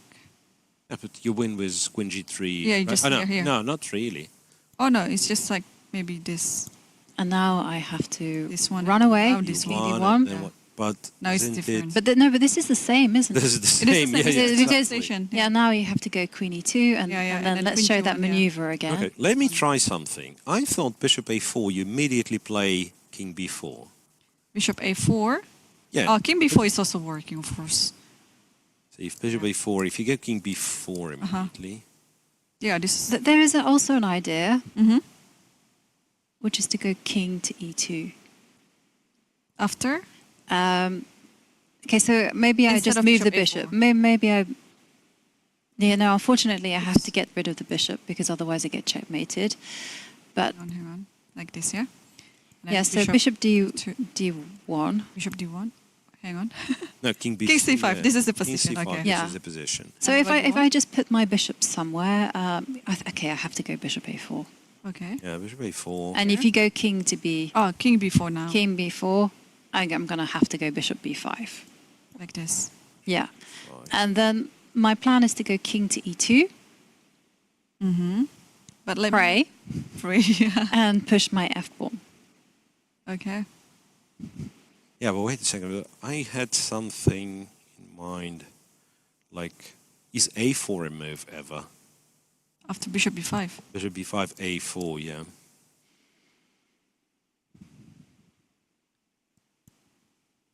So okay, let's give a check on b1. Yeah, you give a check on b1, king... Okay, king c3 feels like too much, but so back to c5. And then I'm going And to... if you take the pawn, yeah, so that's my question pretty much. So when you then take the bishop pawn, e3. is it a checkmate or not? I think just grabbing the queen on the way. Yeah, works, works. I don't need to checkmate. I just gonna get the queen. Okay, and let's show why. If the king goes to f3... Actually, Yeah, hang on. f3, yeah. Queen. If king Okay. f3, Queen h5 wins. queen h5 wins, yeah, and then Yes. get whatever. Queen h5. Also, this one could be a mate if you play. Queen g4, yeah. No, Queen- queen queen g4, you force him to go on the dark Yeah. square, and that's it. Yeah. So, guess what? Anything wins. White went queen to h3, And king b4. kind of desperate attempt to activate the queen, I would guess, and then king b4. Yeah, it's not a bad idea to go queen h3. The idea is queen f3 and f6. Push that pawn. Could be. I think the idea wants to play c6. I mean f6. Yeah. And then have some idea with queen c8 check. Because after, let's say we're going to play some stupid move like what to do here. Let's say this here. Okay, let's not take it. For instance, that we cannot take it. Here it takes, and then this. King e2. And then Yeah, maybe you still yeah, have to there's do this it, one. even after king b4. Yeah. Just kind of go f6, queen f6, king e2. Now Then you it's- still have to play f6 here, like this. Yeah, that's what I'm thinking. Uh, But yeah, but then black just takes and... yeah, just take. And after this, oh, bishop e3, threatening for a mate on f2. I think queen... Yeah, no, I mean... No, but you can't even trade off queens. You know, it's Right. yeah, It's it's a deadly impossible. So boss winning. position, yes. It's so Even winning. even black can choose not to trade off the queen, even if it was being offered. So yeah, I think it's game over soon. Okay, king e2. King e2 is on the board. Bharat play king e2. First of all, you can play a4 if you want to. What else can you play here? Well, if you go a4, there's still some hope after f6. Right. Because now,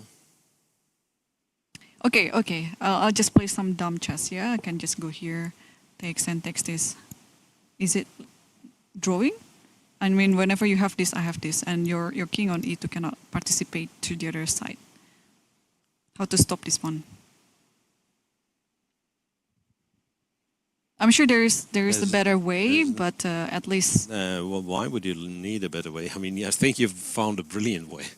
that's it. Yeah. Yeah, yeah, you just win. You just win. Yeah, we need 3, game over. Yeah. So, for instance, there is this one. And this is what we have on the board, right? This is what we have on the board, or not really. No, Anish is still thinking after But king wait a e2. second. But can you do the same, literally? Like go queen e3. Queen e3 now without a4, now. right? Yeah, because f6, a4 will be a transposition. Yeah, yeah, So queen takes, bishop takes. yeah. And just a4, a3, and then win. Yeah, there's no way to stop this pawn, right? Yep. He's in full-on calculation mode. The king e2. King So e2. it's kind of, you don't have to, but it does win. Yeah. And very simple as well. There's no stopping the pawn on a5. Wait a sec. Is bishop c3 ever quicker win? I like bishop c3 too. Queen d2 is... Yeah, might as well just take the bishop. Maybe if bishop c3 is queen f1.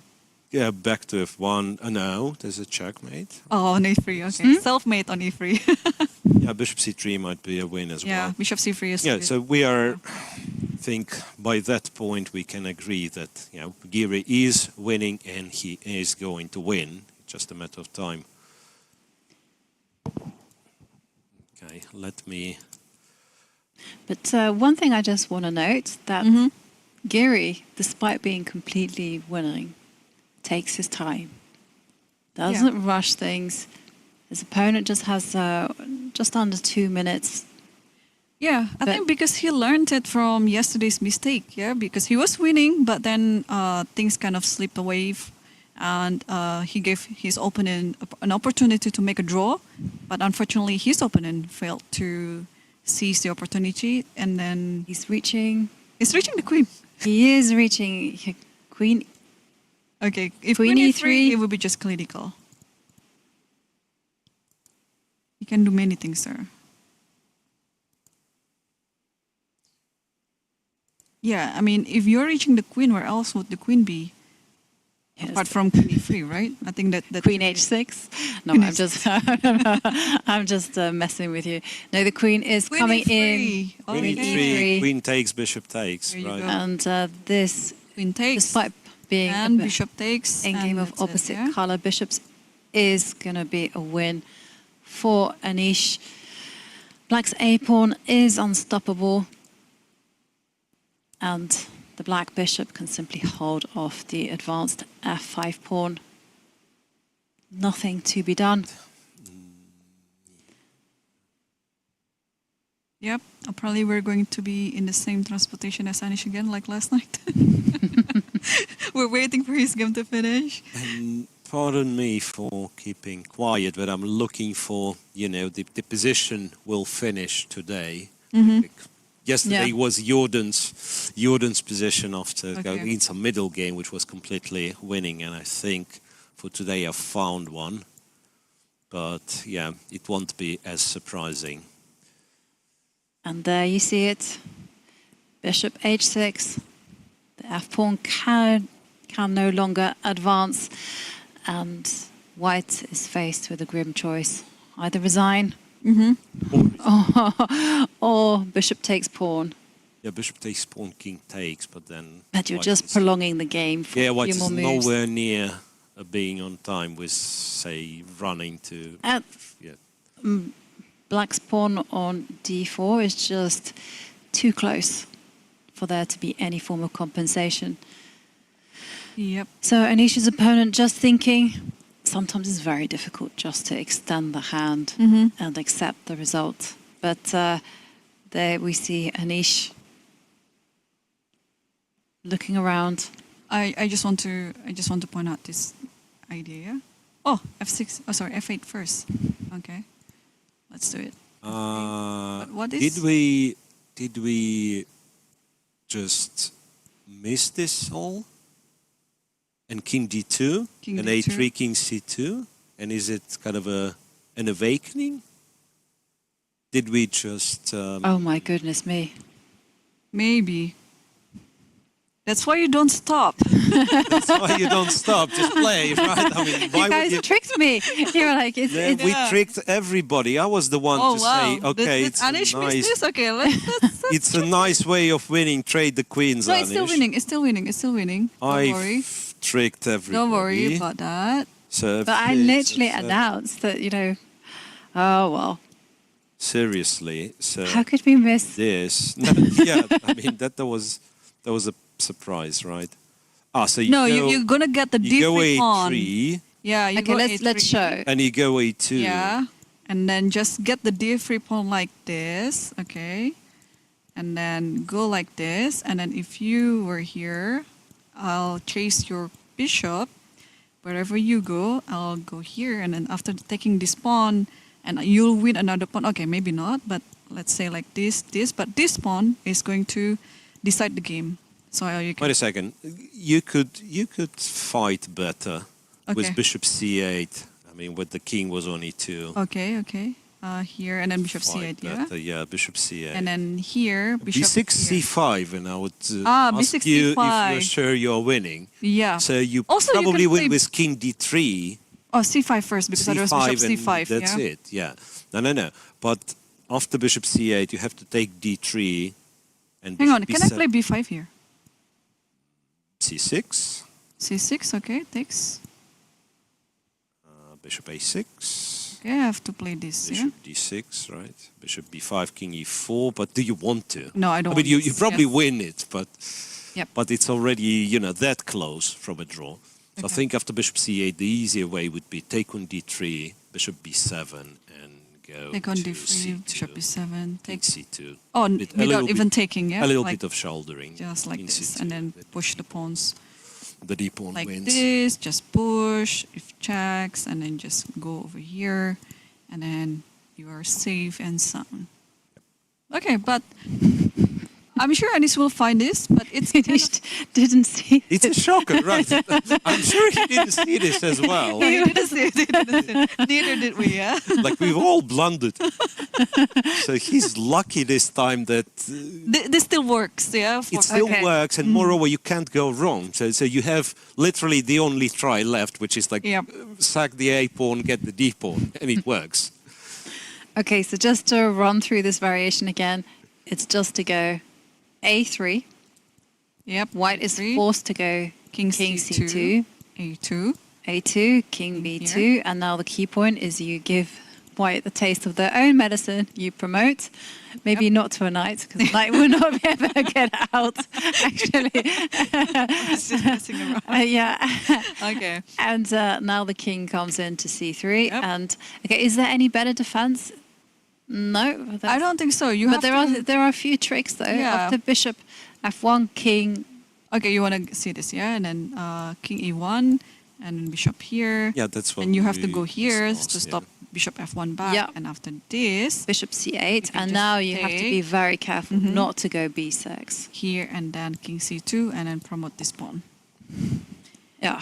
Okay, this is the winning idea. And I'm sure Anish is a bit nervous because if he missed this, that's why he's recalculating everything again, not to miss anything like this again. How many times have we all done that where we've just it's- expected the game to be over? Yes, so many times. We've mentally chalked up the point, See? and then Many times. something like this happens, and you think, "Goodness me!" I'd like Kathy to ask that question for us anyway, to save us from the embarrassment actually. Yeah. Did you see this sequence? And then the king can actually stop the pawn, and then black has to do everything all over again to get this winning sequence. Yeah. He's gonna get it because like what you said, Miro, yeah, there's nothing left. Yes, Maybe that's- there's But something mistakes else don't to- come in a vacuum, so I would be very interested to see what's going to happen after bishop c8, whether he will instinctively play b6 No, I think he would. Or by see- then would he will be yeah, on yeah. full-on alert. Yeah. I mean, he's already fully alert now. he doesn't want to miss things like this anymore. Yeah. But you're gonna, yeah. So this idea, okay, King A3 doesn't work because the king will never be able to leave the A4 pawn. Yeah, this is the only idea. To just play A3. Yeah. Is there anything else? No, No? not at all. This is You play A3, King C2. I wonder if here, after A3, King C2, if you're forced to play A3, or maybe you can. oh, you mean A3? I say you can play B6, for instance. B6 first. here, Yep. just to say, yeah, you can't really improve the position that much. Yep. But once again, so bishop's gonna move, and then you can still Yeah. do the thing. Yeah. Go A2, go Yeah, I A1, think this and is- King C3. This is a better move than what we saw, like moving A2 immediately. Could be, but you know, once we've already we already went for kind of a simpler solution, and it turned to be Oh, this is just the same. Look, I think we can play Bishop E2 now, and this is going to be Hang on, wait one transposition. second. What about doing your idea of C5? C5 right now. Yeah. I can take it with A3, the bishop. B6, C5. It does that. Oh, yes, you Yeah. need to be I can able take to. it. on D1. Yeah. I can take it with the bishop. Yeah. You can, but you can take it with the pawn as well. And I mean, in this position, I don't have to give up this pawn because I have another pass pawn. Now wait a second. If C5 Here is you'll played. you'll still have to, yeah, like after bishop G4, that's your last time you can win is by going A2 A1 literally. Okay, Otherwise, yeah. Otherwise bishop E6 and it's a draw. Yeah. So after A. Yeah. Like, Okay. King C2. no, after B6 in this position, I can play bishop E2 and it's going to be transposition because here. But why do you need to put your bishop on D2? I would like to put it all the way. Because you want to go here and then not losing control over this one. Yeah, okay. So I just wanted to get the C5 because if I could get C5 in, Okay, sorry. Here A2, king here, and then B6, bishop H5. Yeah. This is what you want. somewhere Like where this, I can get this, to. This takes. But it's and very king difficult. here. No, I cannot get to. Yeah. One move. One move too slow. One move too slow. Yeah. Yeah, that is why bishop E2 could be transposition, but it's still losing. I agree. Like this one, yeah. No, I Takes. mean, there, as long as you didn't play A2, you have more moves. You can play bishop C5, B6, bishop C5, like block everything, protect everything, and then go for Actually, maybe it's not. winning. What do you do after B6, bishop E2? Sorry. Because- You go bishop C5. Bishop C5. Okay, just control everything. Yeah. Like after dear bishop C5, just like this. Yeah. And then you are saying that bishop F1 saves. Yeah, that's what I'm. I just want to get my bishop out, but controlling D3 still. Right, you are. Did we end Mess up, this up again. Did we end This up was not going winning B6. one more time? Okay. No, B6 is a bit wasting is of still, time. No, B6 is still winning. Still After winning? bishop E2, Now yeah, you you're go. still winning. Bishop C5 is not winning because it's a stupid move. Mm-hmm. And instead, what wins is... A2. A2? A2 should win, right? No. No, there is king A2. C2. I mean. Okay, Okay, see, and he Anish. played A3 immediately. yeah. Okay, good Which for is him. right. Yeah, as it should be. So after yes. B6, bishop E2, black wins with bishop H6 for whatever. H6. No, he doesn't. No, stop. No, this should be. What? Whoa. Okay, go on, show us. I'll show you. Yes, so Yes, bishop the- H6, bishop F1, Uh-huh.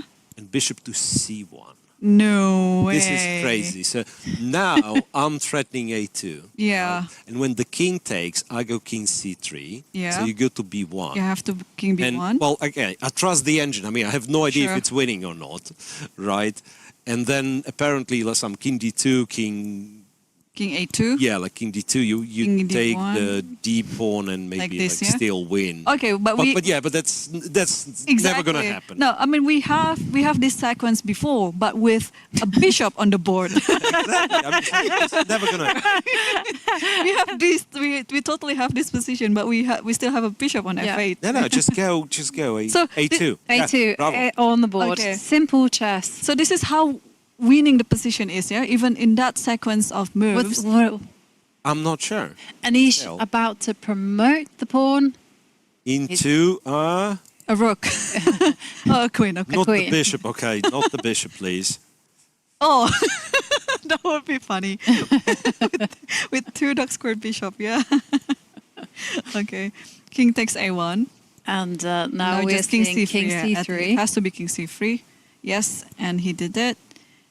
And white has to play bishop E2. Yeah, the thing about young players like Bharat is they're not gonna give up. They'll keep trying until the end. It's like that famous saying about a grandmaster. You not only have to beat them in the opening, it's the middle game, the end game, and you can never be sure of the result until they've resigned. And yeah, you always have to be focused and not let the win slip away. And bishop E2 played on the board, and there's one final trap, which we fell into as well. After the bishop goes to F1, King e1, King E1, King is still E1. good. And after bishop H3 later, king e2. King E2, and after bishop C8, just take on D3.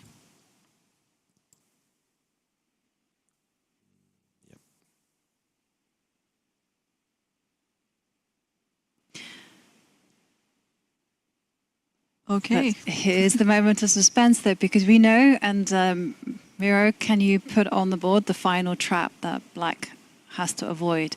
It's still Because- my board.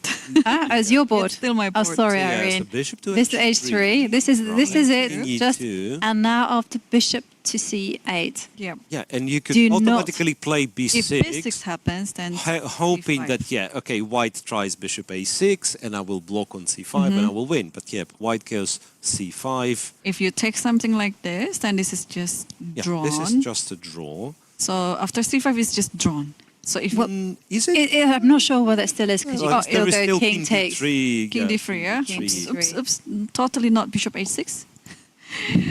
Yep. So Yeah, after king king d3 D3 probably still wins. still wins, but still has to do some calculation there.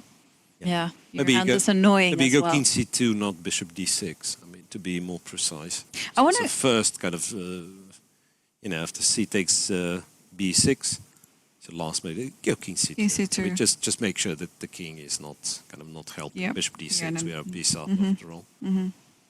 Yep. Still winning. Still winning, but it's better not to fall for such Yes. things. It's better for your life Mental expectancy as well, not to get such a shock. So Right. this one, okay, here, here, here. So just simply take on D3. And after this is what we were talking about. King C2 And it's, then and it's promote very this one. important as well to go king c2 because you want to stop the white king from joining in the defense because there will be people at home perhaps asking why can you not take the pawn? But this allows the white king to step forward and white will establish a blockade on the light squares. Right. So after king b2, you might still be winning, but yeah, you don't want to find out Yeah. really. It's easier when you go king d2 and just automatically win. Yeah, so bishop h3 is on the board And King E2 also. and king e2 as well.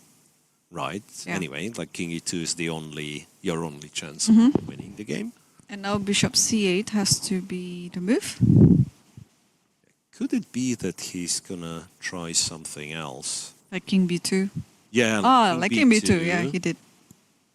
He did King King B2, takes King takes D3. D3. But where is the chance now? I'm not sure really. This way, black just returns to say e2. Or will he? No. I guess you could also go king Just to take one of the d2. pawns, maybe. Yeah, you can take the. Take the c4 pawn. Is it necessary? Can you not why just not? go king d2 and then... You have to king Two d3. and then D. Okay, wait a second. But it's black to move, right? So, It's white to move now. sorry, yeah, white to move. I meant king b3. He played king b3. Still has to be careful. Like, okay, maybe this is still winning, but like what Miro said, you don't want to know.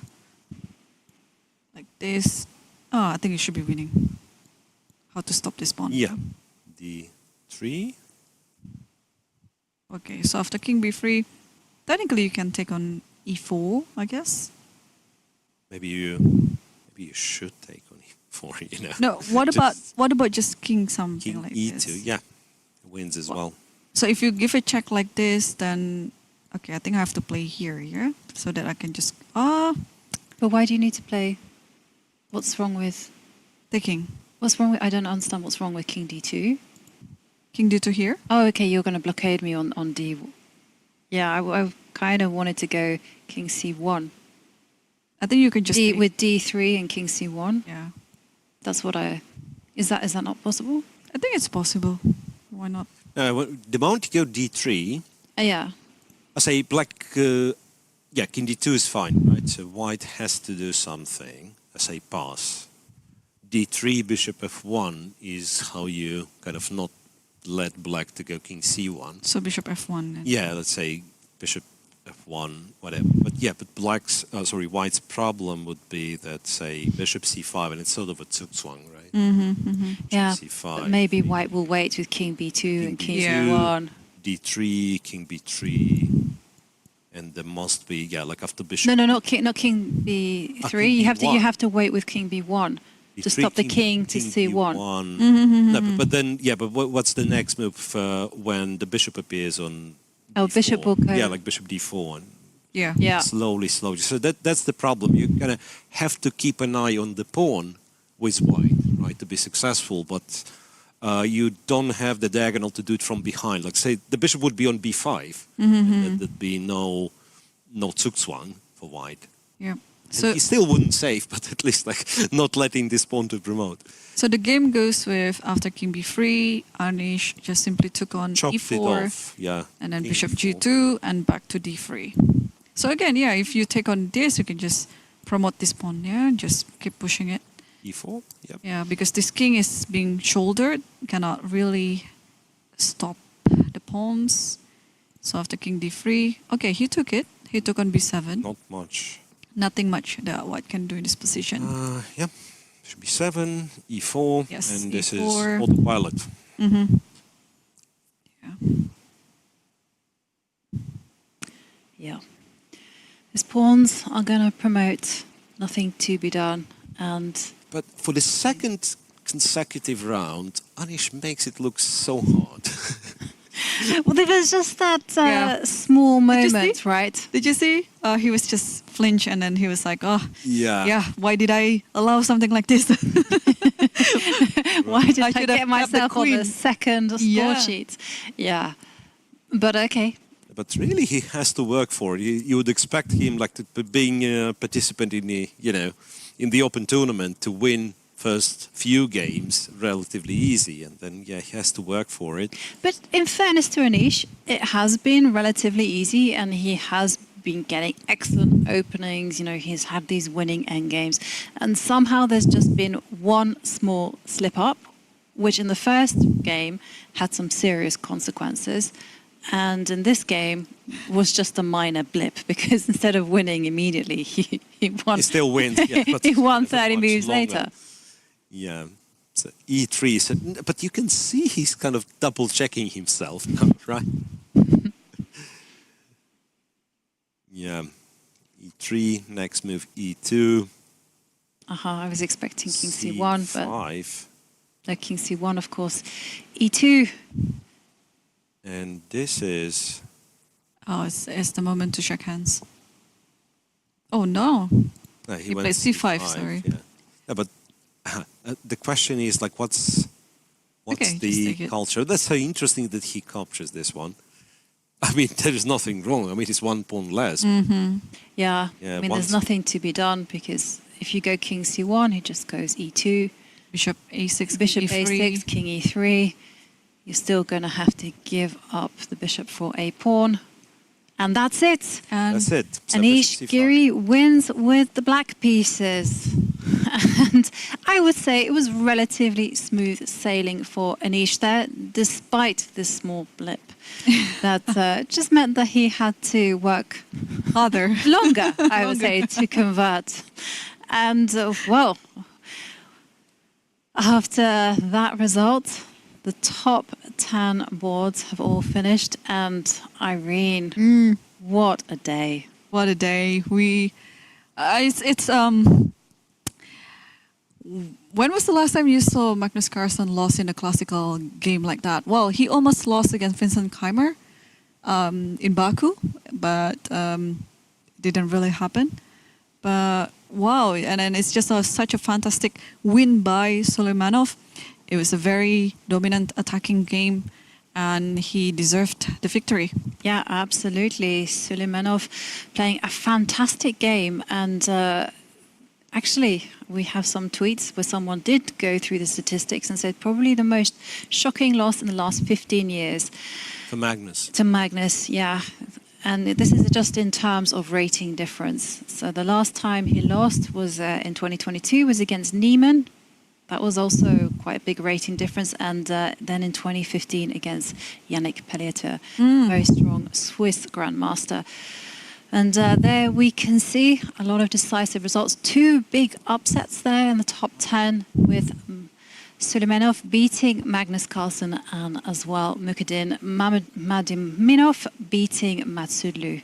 Right, and may I just quickly, let's look from the top 10, and if we check a little bit low, it's still the case. Favorites, ELO favorites with black. It was really tough day, so Anish won, not without a fight, and Narayan won on board 9, and that's pretty much it. Right, so we had Matsudlu, who got destroyed, then Abdusatorov made the draw, Magnus got smashed away. Yeah, so yeah, that was not easy. Not an easy day, and we can also see the results from 11 to 20. And someone who did have a great day with the black pieces was the international master Vej Halley, who beats the Thureman very convincingly. Well worth playing through that game. It will be interesting tonight to see the pairing for tomorrow. It's up for grabs who is going to play against Magnus Carlsen, which will be played still on the first board, regardless what's happening with his result. So everyone with score 1 point out of 2, they can be hopeful that they're going to get paired against Magnus Carlsen tomorrow. Yeah, I know it's anyone's game here, and lots of exciting chess, exciting developments in the world's strongest open, Qatar Masters. And Evgenij Miro, Right. you showed us a fantastic position to end the show on yesterday. That was yesterday, and today I can't really come up with anything better than this one I have on the screen, which looks familiar, and I don't know if we can get it on our screen, but that's a game, perhaps a game of a day, as sad as it sounds. Yeah, we won't be having my board, but yeah, the game I chose was Carlsen's game, and in the final position, Sulejmanov with knight to h6, the final master touch. And here That was we it. can see it. Yeah, that was it. So once again, if you're eager to replay this game, guys, well, we'll entirely skip the opening part to say that Magnus avoided perhaps the most solid lines, which are also drawish lines. And then, yeah, it all started here with knight e7, knight b5, and it's very unpleasant choice. The pawns hanging, and there is a threat of doubling the pawns on the queen side, on the king side, pardon. And knight e8, which happens to be a cue, or rather looks like a cue to both those threats. After knight g5, knight g6, and e5 turns into a disaster. Yeah. And then, yeah, and absolutely brilliant play from now on. So queen to b3, bishop e7, takes on f7, takes on d5. Well, absolutely amazing. 94. Absolutely. A superb game there from Suleimanov to defeat Magnus Carlsen with the white pieces. And what can I say? It's been an absolutely fantastic day of chess here at the Qatar Masters Open. And we are going to say good night. And tomorrow, don't go anywhere because we're going to see more of the same action. This time it will be Hikaru Nakamura who will be playing Magnus Carlsen. Well, we'll find out tomorrow, so don't go anywhere. Same time, same place. Thank you for watching. Bye. See you tomorrow, guys.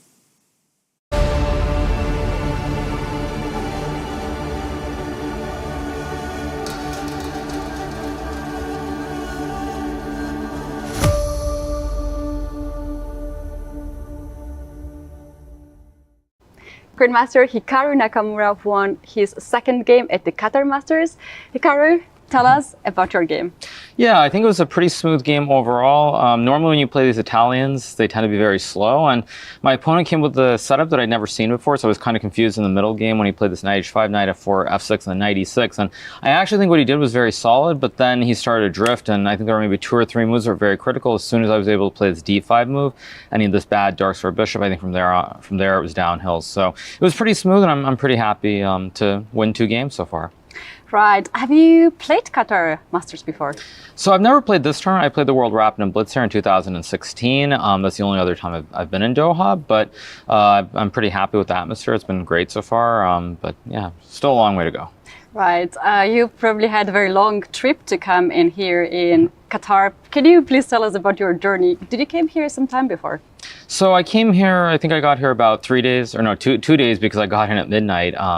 So it's 2 days before the tournament started. So I didn't have a lot of time. I think the main thing though is when you're traveling as long as I did, which was basically about like 22, 23 hours total, you know, you're pretty tired when you get in. So the fact that I was very tired and I got in at midnight made it easier to sleep. So I'm not completely on the time zone, but I'm sort of, I figure I'll be able to get on it sooner or later. And as long as I can get through these first couple of rounds, it should be pretty good. We saw your photo when you had the ride on a camel. Can you tell us about your experience here in Doha? Yeah, so that was a lot of fun. I did that the other morning, just kind of went out into the desert. Obviously, if you watch a lot of movies, certainly in America, you don't have things like this. I mean, I would say the desert here, it's pretty similar to like what you see in the movies for Egypt, for example. But it was just a lot of fun being out there with camels, seeing the falcons, all the usual stuff. And I had a great time, so it was fun. And what about the fans? There are a lot of people who are asking photographs and the photos. How do you feel about this? Yeah, I think it's great that there's so many fans who are showing up. Obviously, yesterday was a little bit too chaotic, perhaps. There are fans everywhere. But I think it's a good sign that there's so many people who are enthusiastic. And I think going forward, it'll be great if there are more tournaments in the region. And another question is about Magnus losing his game. We saw you were observing the game quite closely. What do you think about his game? Yeah, I mean, it looked like, I'm not sure what was going on, because on the one hand, there was this moment after, I think, bishop e7, when I looked at it, I was confused, and then Anish looked, and he was confused, and I think we actually both thought Magnus was just winning. We sort of didn't see this great sack on f7. But I'm assuming Magnus must have missed this idea with, after knight d4, knight c7, queen f3, king g8, knight c6, and rook f8, queen b3 wins, and queen b7, knight e7 wins. So I think he just made a basic mistake, and I think after that, it was just, he couldn't, I don't think there were any resources. I think he was just losing. So it was a tactical oversight, and that's why, I mean, I think when you're playing players who are a little bit lower rated, you have to be very careful, because I think for all of us who are near the top, positionally, we're much better than everybody else, but in tactical scrambles, we can miss moves, and so it just looked like he missed one move and just got blown away. And the final question is about Magnus' tweet, which you have not seen yet, because you were just giving an interview right after your game. He mentioned about the watch that the opponent had. What do you think about this topic? What do you think? Yeah, I mean, it's funny because I noticed this. I mean, I think a couple moves before the end, I saw the opponent's sleeve roll up, and then I saw he had a watch on. I mean, it's not the first time this has happened. I mean, I could give you a very good example of that in the World Rapid and Blitz in Poland, and I think it was December of 2020 when there was a certain Hans Niemann who had a watch on his wrist. So it's not the first time that we've seen it, certainly. I mean, but the game looked pretty normal, and I just don't think there's anything going on. Right, and the final question is about the tournament which is happening in USA, but you're here in Qatar. How you made this decision to Yeah, I mean, players? I think there's some points to clarify. So a couple people have confused two things. First of all, there was a match against Magnus I was supposed to play in July-August, which got canceled, which is why I played the World Cup. That was, to be very clear, for that event. But as far as this event, a couple months back, I was actually planning to go to Morocco for some filming on a documentary, potentially. And then with the earthquake and some other things, it ended up getting postponed. And with the U.S. Championship, they actually asked the players in July whether they wanted to play. So I had obviously said no at the time, and fortunately Al Modiaki reached out to me and I was able to play here. I figured, why be at home if I have the opportunity to play, and so it's good being here. Right. Thank you so much for the interview. Best of the luck for the remaining games. Thank you. World full of innovation, there remains one timeless world. A world that hasn't changed for more than 1,000 years. A world with devoted traditions, just like Qatar's traditions.